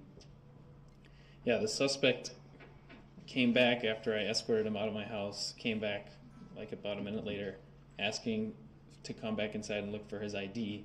And I said, no, I'll look for it for you. So I was looking for his ID. I didn't let him back inside. And you didn't find any ID when you looked? No, I did not find any ID. Did you find anything unusual? No.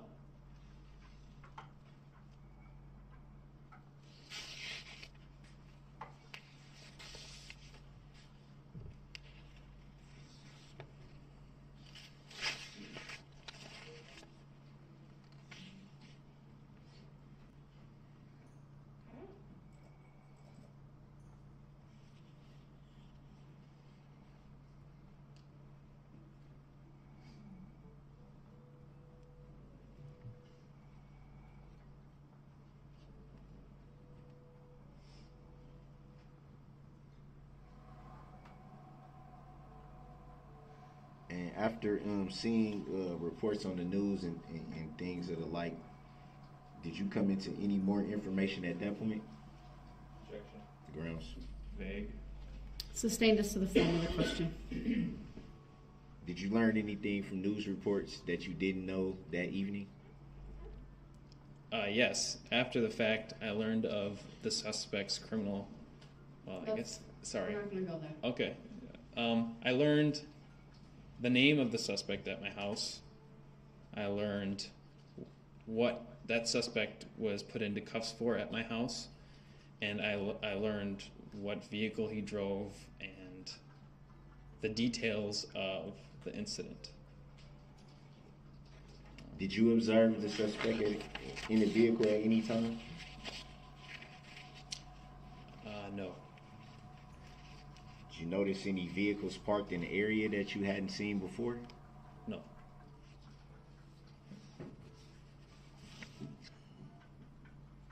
You made reference to briefly speaking with neighbors at that time? Yeah, when I was escorting the suspect out of my house, the neighbors said, "Are you guys looking for that guy?" And up to that point, I had no information of a person that you should be looking for. So I said, "No, this might be him." Do you know what they were referring to at that moment? Yeah, my neighbor was at the parade, and he was talking about the person driving the vehicle through the parade. And you knew all that at that moment? No, I didn't learn about that until the police told me after the fact. I didn't know what he was referring to when he said, "Are you guys looking for that guy?" I didn't know anything about anything particular, but just that somebody's looking for a guy.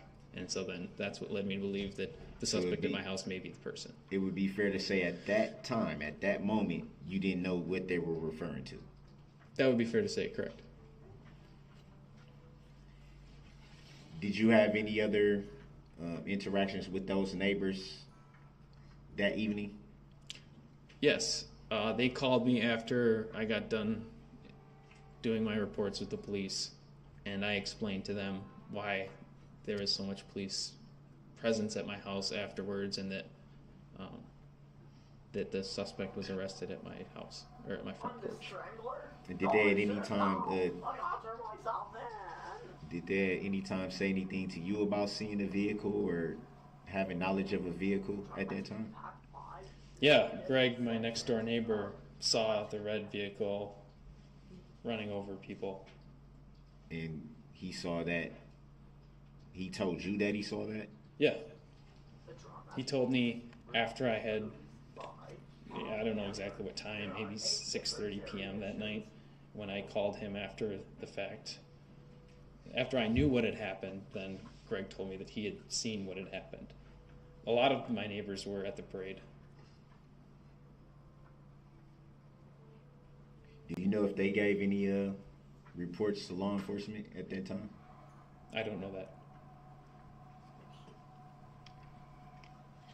The officers that arrested the suspect at your home that evening, did you see your neighbors speak with any of those law enforcement officers? I didn't see them, no. Speak with them, no.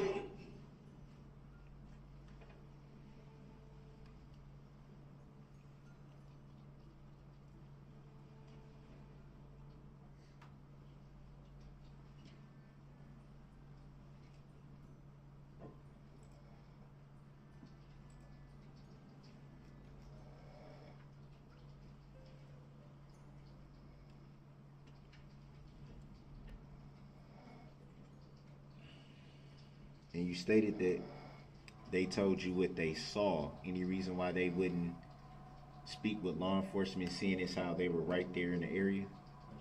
Grounds. Sustained.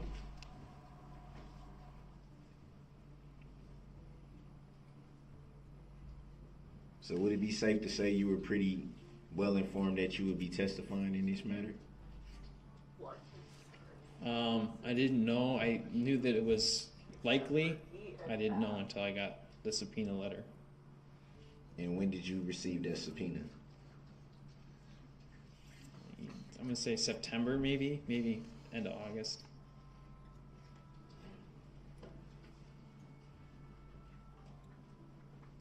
And that was received by, it was sent by the district attorney's office? Yes. You recall the name? No. After receiving the subpoena, did you follow up with the district attorney's office? They said that they would be emailing me with more details, and I waited until I got the initial email before I did any following up with the district attorney's office.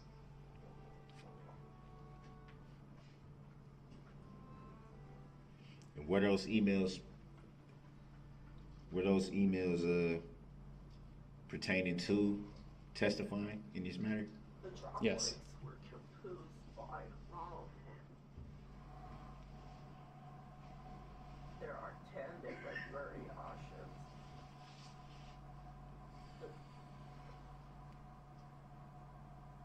Have you yourself filed any claims in this matter? There are 10 different No. variations.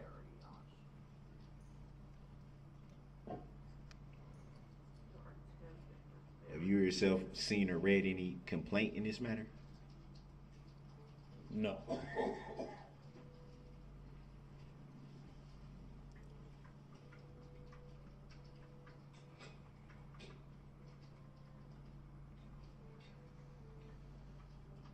Would you yourself consider yourself an injured party in this matter? No.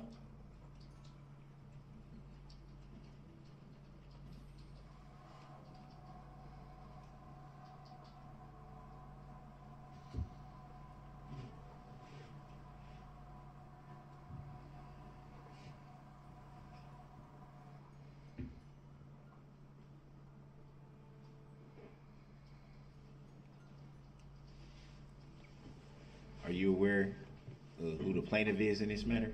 Objection. Grounds. Relevance. Sustained.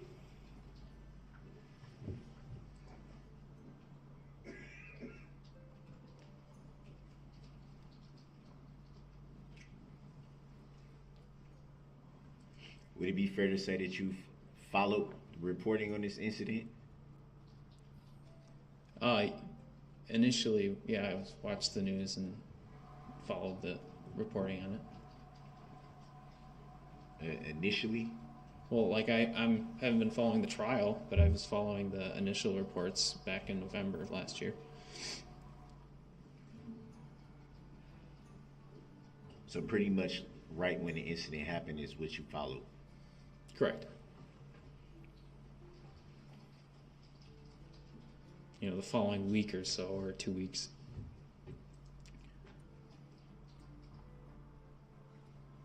You ever hear who the plaintiff was in this matter? Objection. Grounds. Relevance. Grounds. Sustained. Have you yourself ever had any interaction with the plaintiff? Objection. Grounds. Relevance. Sustained.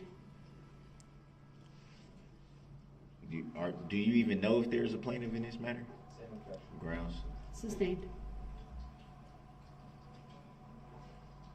Yeah, orange tangerine.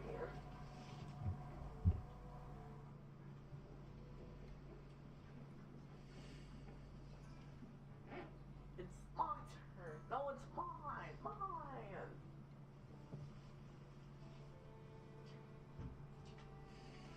Do you recall how much you sold the ring footage for? Objection. Grounds. Relevance. Overruled. He may answer. I believe gross, it was a little over 23,000, but after taxes and we donated a lot, so we saw a lot less than that afterwards. Tell on, and now he wants to string away with it. Would it be fair to say that's And now he wants quite to a string away with his diabolical quite a nice profit? I hope they're Grounds. not dirty. Sustained as to the form of the question.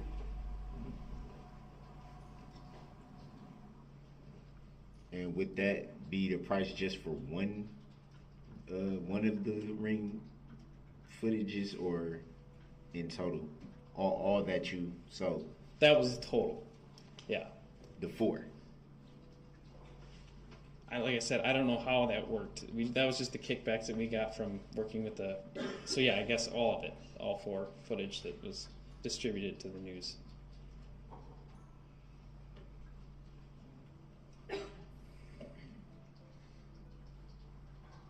Do you recall which station that was? Which news station? I mean, I think it was like most of the NBC, ABC. So it was CBS. multiple. Yeah, I mean, I don't recall all of them. No, I don't exactly which ones it was. I don't know. So it'd be fair to say it was pretty much all the standard news stations. Yeah.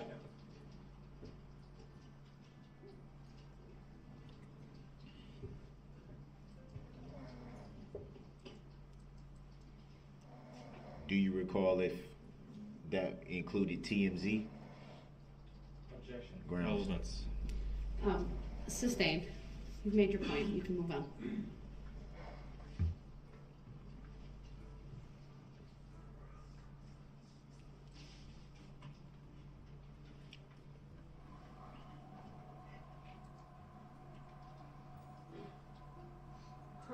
I never saw her, ear, I promise not to touch anything.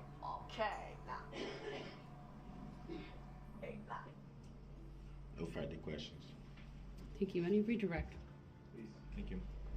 Mr. Ryder, do you have your phone on you right now? Overruled. He may answer. I don't. I gave it to a gal that let me in here. She's got it though. While we're waiting on that, you mentioned you checked your phone this morning to confirm that you still had the voicemail we've been talking about, right? Yes. Relevancy. Overruled. You questioned him about it. It's proper. If we, I'm referring to the use of the phone. What is the phone? We haven't gotten there yet, sir. You're premature. You may answer. You did check. Yeah, I did. If we were to provide your phone to you here today, do you think you'd be able to find that voicemail? Objection. Overruled. He may answer. Yes. Do you think you'd be able to play it on speakerphone for everybody to hear? Objection. What is the relevancy? Overruled. Yeah, I can do that. Relevant. Tasting it. There is a way to also play it through the technology. Objection. What is the relevancy? Could I have a bailiff, please? You can unplug it from the charger. It's probably to the witness. Objection. What is the relevancy? It's relevant, sir. You cross-examine him about it. Thank you. Yeah, I cross-examined him about the question, not Brooks, playing the please, phone. I made my ruling. So is that a judicial determination? Go ahead, you may ask your next question, Attorney Richard. Please open up your phone and let me know when you find the voicemail. It's still pulling up right now. Sure. You followed instructions and turned your phone off before you came into court. Objection. Overruled. He may answer. Leading. Yes, I turned the phone off before court. I'm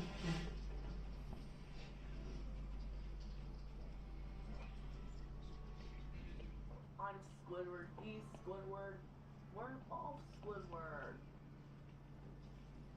Wow, that's done. At least SpongeBob has been quiet.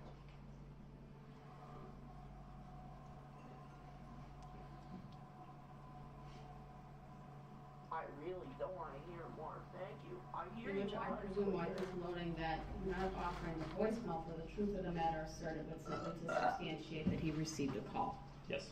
The jury will be instructed in terms of what is said in that voicemail, not to consider it for the truth of the matter asserted, but just simply to substantiate the voicemail was received. And part of that request, Judge, would be to include the time that the voicemail was left and the number from which it came. Objection. What is the relevancy of that? The objection's noted, and you may ask the witness those questions. You might as well ask about the videos too then. We'll get to those. How much longer do you have with the, 5 minutes. All Well, right. I don't know how long this voicemail is, with that caveat. all right. It's Okay. 29-second voicemail. Okay, can you tell us what phone number that voicemail came from? Objection. Relevancy. Overruled, he may answer. The voicemail came from so +1 or whatever. So 414-610-2153. Can you tell us what time that voicemail came in? Yeah. Objection. Relevancy. Overruled, he may answer. 5:27 p.m. on November 21st Of 2021? of 2021. Objection. Leading. Overruled, his answer may stand. And Your Honor, at this point, I'd ask to allow the witness to play that voicemail using speakerphone. And if that doesn't work great with the audio system, then we can try the plugging in option. Once again, the jury, will only consider this not for the truth of the matter, what's asserted in that voicemail, but simply to substantiate that it was received. Go ahead. Objection. Noted. Overruled. Yes, Mr. Ryder, I don't know what's going on. I'm at work. I work at Trader, and my son, that was my son's who you let use your phone. Oh, sorry. I'll restart it. I was using the wrong Yes, mic. Mr. Ryder, I don't know what's going on. I'm at work. I work at Trader, and my son, that was my son who you let use your phone, and he's calling. I don't know what's going on. I'm just trying to see if he got the lift or what, because the guy is in a white Charger. I guess apparently the lift driver switched cars, and I didn't get the message. So I'm just trying to find out what the hell is going on. So I'm just want someone to just call me and tell me something, because I don't know. And then that's the end of the voicemail? Yes. And you didn't contact the person who called you and left that voicemail after the fact, did you? Objection. Ask and answer. Cross. Overruled. He may answer. No, I never contacted her. The videos that we played in court today, those 4 videos, exhibits 75, 77, 78, and 79. You turned all those videos over to the police, is that correct? Objection, leading. Sustained as to the form of the question. To whom did you turn those 4 videos over? I emailed them to Officer, I believe it was Officer Lilling. There was a Rebecca Carpenter out of Eagle PD that wanted it, and I may have emailed it to somebody with West Dallas PD, but for sure Waukesha Police Department all got it that night. While you got your phone in front of you, are you able to access your call log? Yeah. Objection, leading. Overruled. Can you go back to November 21st of 2021? Okay. Can you see what number Mr. Brooks dialed that day using your phone? Objection, leading. Overruled. Objection, I don't consent to being called that name. So my call log didn't save back that far. My voicemails did, but my call log, I've made so many calls since then that I didn't save that. I think the police definitely saved that number when they were at my house that night, though. Do you recall if it was the same phone number that you received that voicemail from? Objection, speculative. Overruled. He may answer. I don't recall for sure, no. Okay. The videos that you released to the media, did you release anything to the media that you didn't also provide to the police? Objection. Overruled. No, everything that was released to the media was already released to the police department. Did you alter those videos or the audio that goes with them in any way when you released them to the media? Objection, hearsay. Overruled. No, I never altered any of them. What about when you sent them to the police? Objection, leading. Overruled. No, never altered them. Were you aware at the time that Ring is a subscription service? Objection, leading. Overruled. Yes, we pay a subscription for it. And there's a cloud account that goes with that, is that right? Objection, leading. Sustained as to the form of the question. I think this is a pretty foundational question necessary to develop the testimony. You're probably right, and can be some leading questions are allowed, but just rephrase that one, please, and we'll go from there. Okay. Where do the videos go aside from your phone? Objection, speculative. Overruled. There's an app on my phone that I was able to save and download off the app onto my phone. So there might be, I'm pretty sure that there's a Ring cloud that the company Ring can probably access the footage, but I was never notified that they have access to it or anything like that. If someone did want to access those videos through Ring, were you aware at the time that someone would have been able to double check and make sure that you didn't fudge with that video? Objection, leading. Overruled if you're able to answer. Yeah, I mean, Ring could, if we needed to get Ring to validate that it's correct, they would be able to do that. Okay. When Mr. Brooks first knocked on your door, were you planning to sell those videos? Objection. I don't consent to being called that name. Overruled. The witness may answer. Objection, speculative. It's not speculative. Overruled. The witness may answer. Objection, hearsay. It's not hearsay. Go ahead. No, I had no idea what was going to happen after that. What about after you let him in the back door and gave him a sandwich and a jacket? Was this all part of a plan at that point? Objection, leading. Overruled. He may answer. No, there's no plan to get footage to sell or anything like that. No. You simply provided those videos to law enforcement and the media. Objection leading. Overruled. Yes, that's correct. Thank you. I don't have anything else. After the fact. All right, thank you. You may step down. It's a little after 12:09. We will take our lunch break. We went a little bit longer, so I'm going to take about a 90-minute lunch break today. So all rise for the jury. We are in recess. I'll see everyone at about 1:40. So we're gonna take some like 20, 30 sandwiches today and leave. That's not what the food was doing when I went to sleep.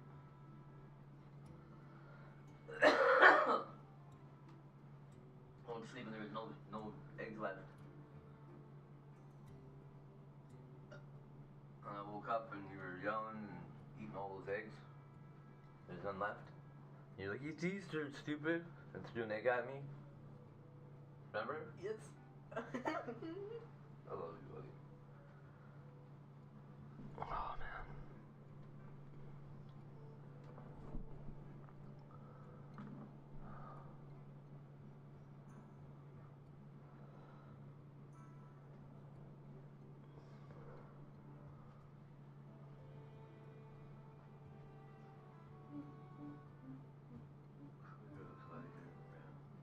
Yeah? Yes. Okay, Smarty.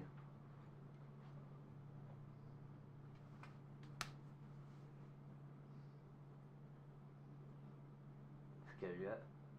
No. What? Better start. Yeah. Yup. No.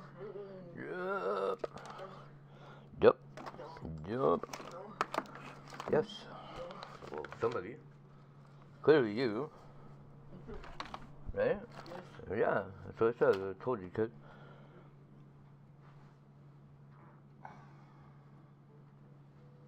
Oh, let's find more. And beat them up too. All my cousins get beat? Is that what's happening? Yes. So you're my cousin then? Yes. So I'm gonna beat you up. No. Ah! You never do anything.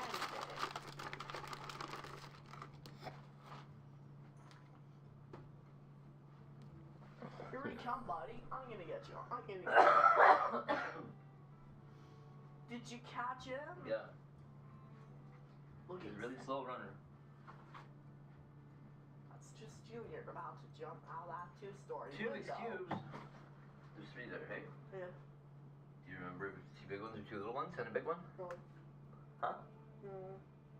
What was there, two little Rubik's cubes and one big one, or two big ones and one little one? Mm. Or both?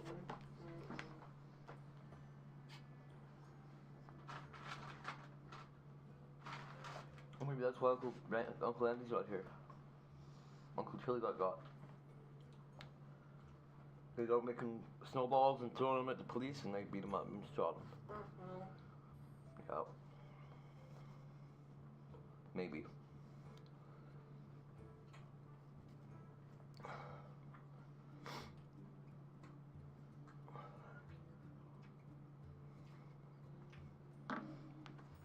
Yeah, orange tangerine.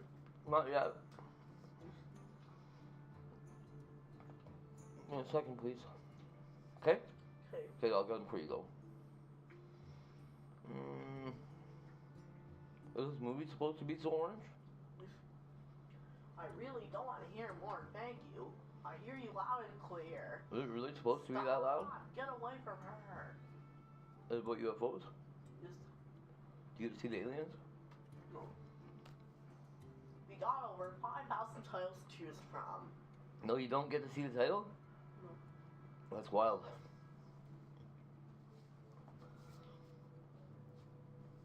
People are usually like, watch where you're going. You know? Just, You're like, oh, I'm not used to Scissors fans. I really don't want to hear more thank you. I hear you loud and clear. Stop. Get away from her. Oh, I'm so sorry, ma'am. I hope these two barnacle heads haven't harmed. They probably have. They reprints are crazy, man.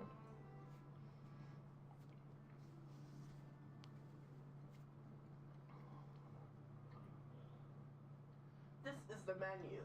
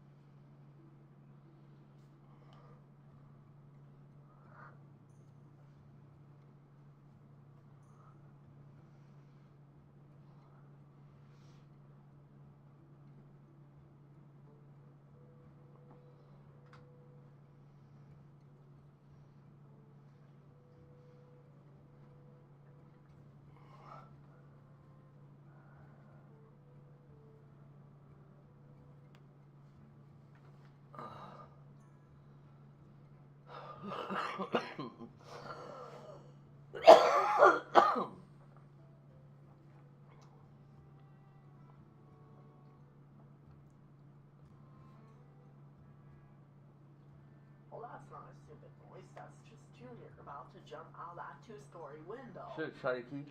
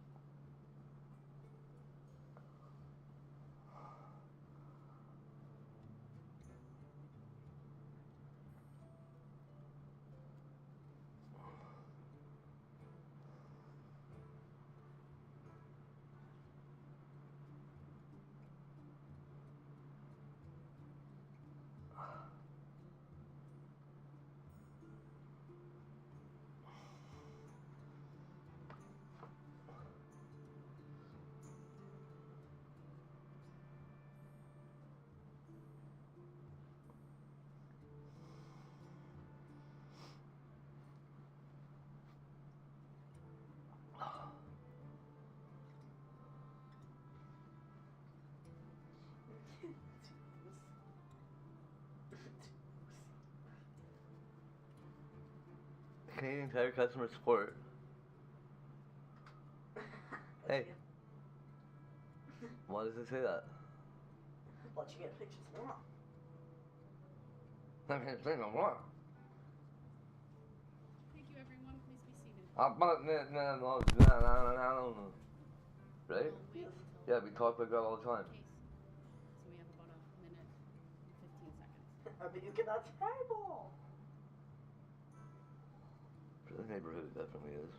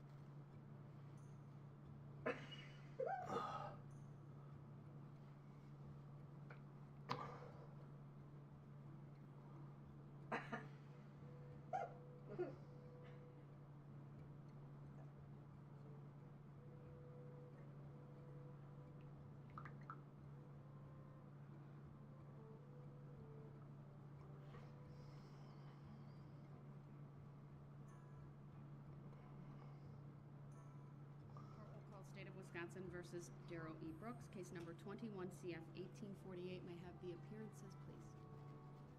Good morning, Judge. Sue Opper, Leslie Basie, and Zach Wichow appearing for the state. Good morning, Your Honor. My name is Darrell Brooks Jr. I'm here for this matter by special appearance. It is not my intention to bring any controversy to you, Your Honor, or your court today. I'm wondering how I may settle this matter. Is there anyone here in the court that can give me a rendering of the account? Please, if it pleases Your Honor. Appearances Noted. The court will not be responding to that last question. We are here today to start the sentencing hearing in this case. This, of course, following your conviction on all counts, following the jury trial that concluded in late October. I will acknowledge, sir, there are a number of documents you filed today. One is a motion for stay pending appeal.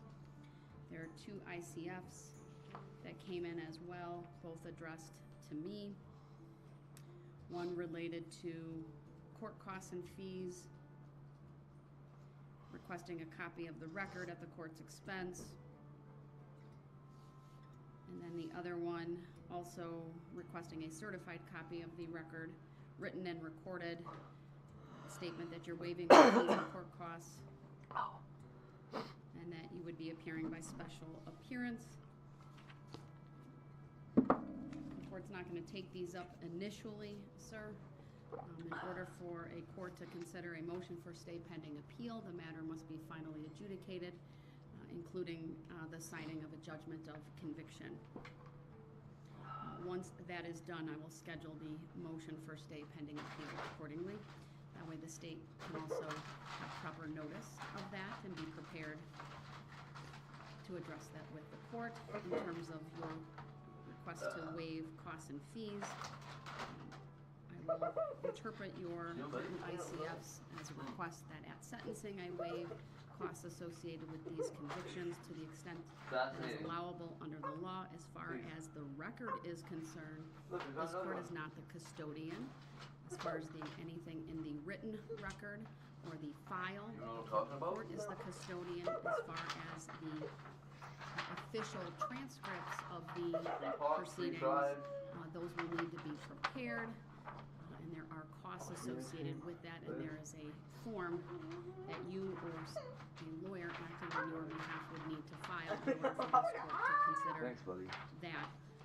So I'll take all of that under advisement. We'll not be addressing that specifically. Thanks for saving me.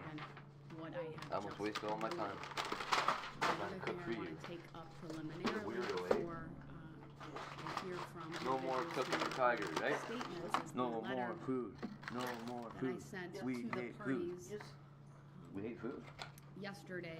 Is that true? Does address one Why?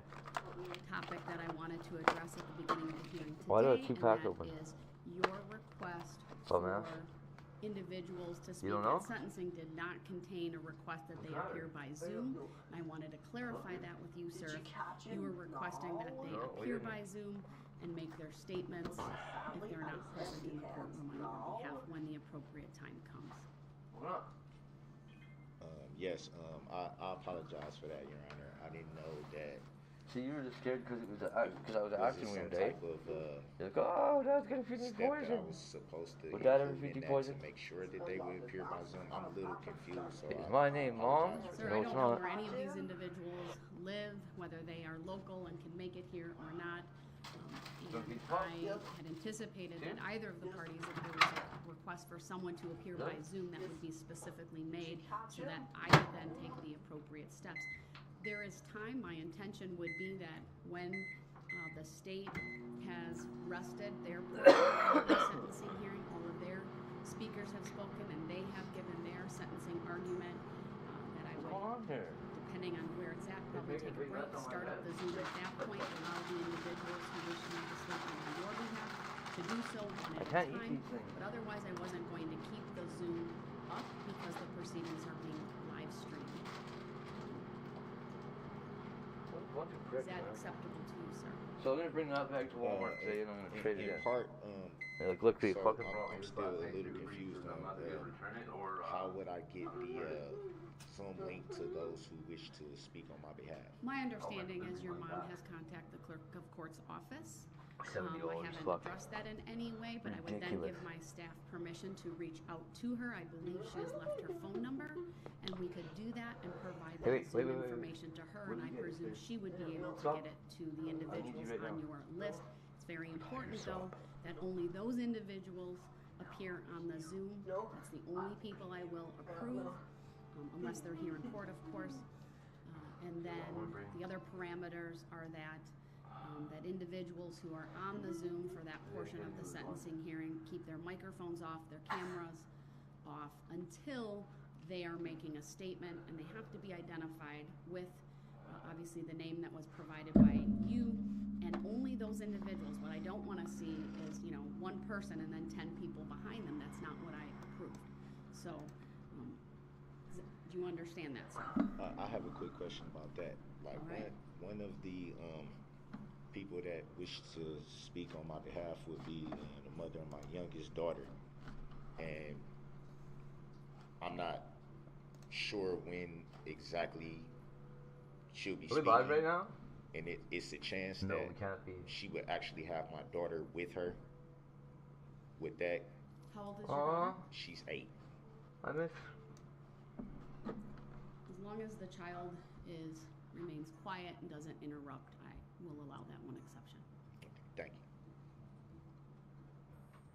All right, so I will instruct Madam Clerk to let my other clerk know that the Zoom information can be released to your mom. There's a meeting ID and passcode. I don't know who's and gonna that try can to be cross provided the murder to here. the other individuals on the list. And I anticipate that that won't be until sometime this afternoon that we get to that portion of the sentencing hearing. So if they have, because I know my What's going on? grandmother Who's likes court to am I speak, hearing? she's very elderly. If she has any How did I miss that? trouble like accessing it, will We were watching a court show? probably on my behalf be able to walk her through that? Or Well, I assume she might need help with that, or someone yeah, will be available. she's 80, so I don't think she's. Well, I know that she's not the most. I know that for at least. I trust they will have savvy. that all figured out, sir. So, For at least a moment in time. all right, then. Well, Is there anything else the parties wish me all to right address over here? preliminarily before I turn to the state? Yes, Your Honor, I do have a few preliminary I'm matters, trying to make please. this Pac-Man tonight, though. The What happened? filings that you just referenced James, from you Mr. don't know, Brooks, hey? I You did only not been see home those for in one day or the whatever. electronic queue this Fuck. morning. Would it be possible for the state to get copies, please? What do you think about court coming up? Clerk's may be doing that right now. We'll make You sure know? Teresa can make copies for you as well. Okay. I think your mom should I talk also this wanted off. to ask a couple of housekeeping matters, Your Honor, as far as timing and scheduling. Start acting If consistently, we or it's gonna complete be the hearing people today, here then over I here, assume next that table, signal. eliminates the need for the hearing tomorrow. Is that correct? Or do you Afraid so. see I'm afraid not. version where we come back tomorrow no matter what? Well, I don't know. There's another mixed No signal. matter See? what, Four of them. I want to be able to digest the statements from everyone Did I and just tell you there's process three other them ones? accordingly. Oh, awesome, eh? There's going to be quite a Then few we could go for get both right now. sides, and I think it's appropriate that I take Walk in. the overnight Get to do three that and come back tomorrow to And then render walk out. the sentence. Walk back and get three ice Thank you, cream that's very helpful. And then walk out. Walk back The in, other get a free coffee. question is, we have And walk the back easel back in the courtroom. Some Then people walk in did and want get to a small display tea. some foam boards. All of them. If Keep it going. meets the court's approval, we'll Only leave it one at this ice cream. location and then just pass up the Yeah, any of that exhibits. crap you want. Detective Ragland can display them if that's okay with the court. Well, it's certainly like Mr. Brooks to be able to see them as well. Mr. Brooks, are you able to see the easel from where you are? Otherwise, I can have it put in the witness stand. All you need to get this thing for cheap. And then Detective Ragland could just Sure. kind of facilitate that. Did you catch him? No. That will work. And then Pretty other important. individuals have brought digital photographs that that's we'll not be bad. displaying. So we'll need your clerk's Because we paid assistance for that. with that. instead. And again, we'll be using You can see Ms. over there. Gussie at the back table to You know accomplish that? that. Yes. Thank Did you. you know that? Yes. All right, anything else from you, sir, Yeah. before we start? Did you know that? Yes. What's it say? Yeah, just really McDonald's. It says McDonald's. very quick reference to Right. Yes. the ICFs. I did address the ICF to the clerk of court in regards to the record. So I did No, I'm not. I should have mentioned that when he was talking about it, but I did actually I addressed it to her personally. I love it. No. I'm loving it. I trust she'll respond in due course then. Love it all. No. And Pac-Man. No. Anything else? Not at this Pac-Man's the time. best, buddy. I will note Isn't that he? it appears Who's better than yesterday Pac-Man? some restitution Ms. Pac-Man? information was filed with that. It's better? Yeah. Why? 'Cause she's got a bow? hand delivered to. That's a Mr. bunch of Brooks. baloney. The restitution information Do you was want hand delivered a- to Mr. Brooks. Yes. Chocolate to Everything bar? we e-filed yesterday was provided to Mr. Brooks personally in the jail. I'll get it. Yeah, Your Did Honor. you catch There him? were a number of documents that I did not accept. SpongeBob, that bounces out Patrick's stomach. SpongeBob, Brandon. And mainly- Catch him? There's a restitution request from the Waukesha School District totaling, You got over 5,000 times to choose from. just one piece of it, let me look at the letter again. There's a letter from the state and then our crime victim compensation request This is the as well. menu. The state will be requesting $47,193.29 to EMC Insurance Company on behalf of the school district of Waukesha, and additionally requesting $124,220.65 to crime victim compensation. I'll tell you, that really did not feel that good. Program through the Department of Justice, and supporting documentation, I believe was also filed. Let me just look for that. Say it again, Your Honor.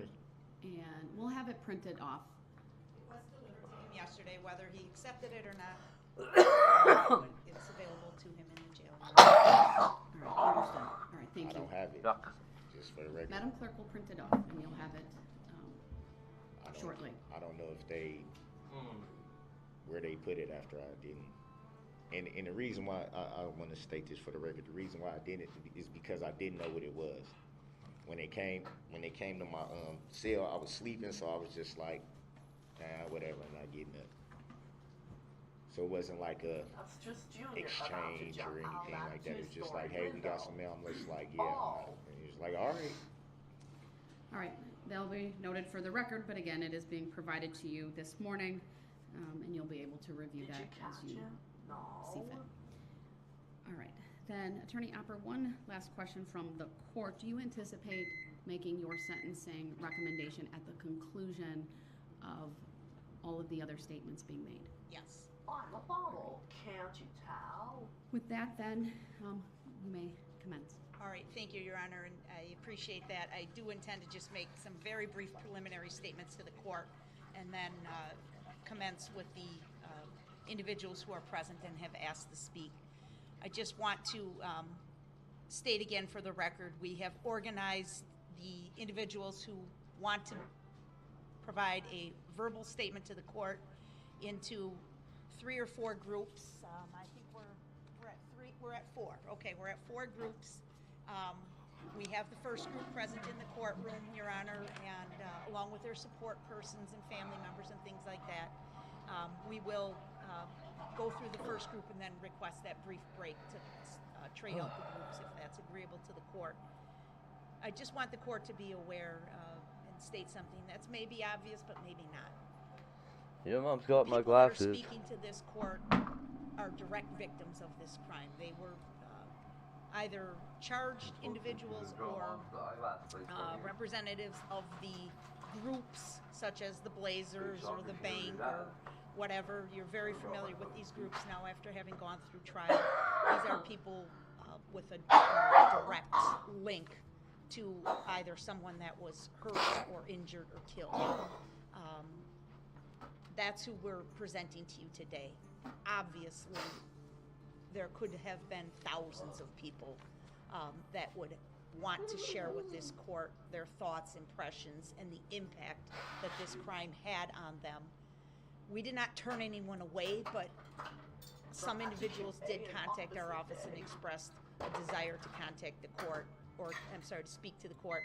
We directed them to write the court a letter if they felt it was appropriate. I don't know if the court received any such written materials. We also provided some written impact statements on behalf of our charged victims. I know the court has those and has very likely reviewed those already. So I don't want to spend a lot of time with my thoughts and impressions right now because I think what's really most important is for this court to hear from these families. And the reason I say that is, Pizza Pop will you be know, ready in about a Judge, minute and a that half. at trial, Okay. we asked some personal questions about the injuries that were received and the impact that these crimes had on the individuals that were directly involved. But we didn't spend a lot of time on that. And I think this court is really going to be astounded to hear the level of injury that many of these people suffered. Many children suffered the impact, the life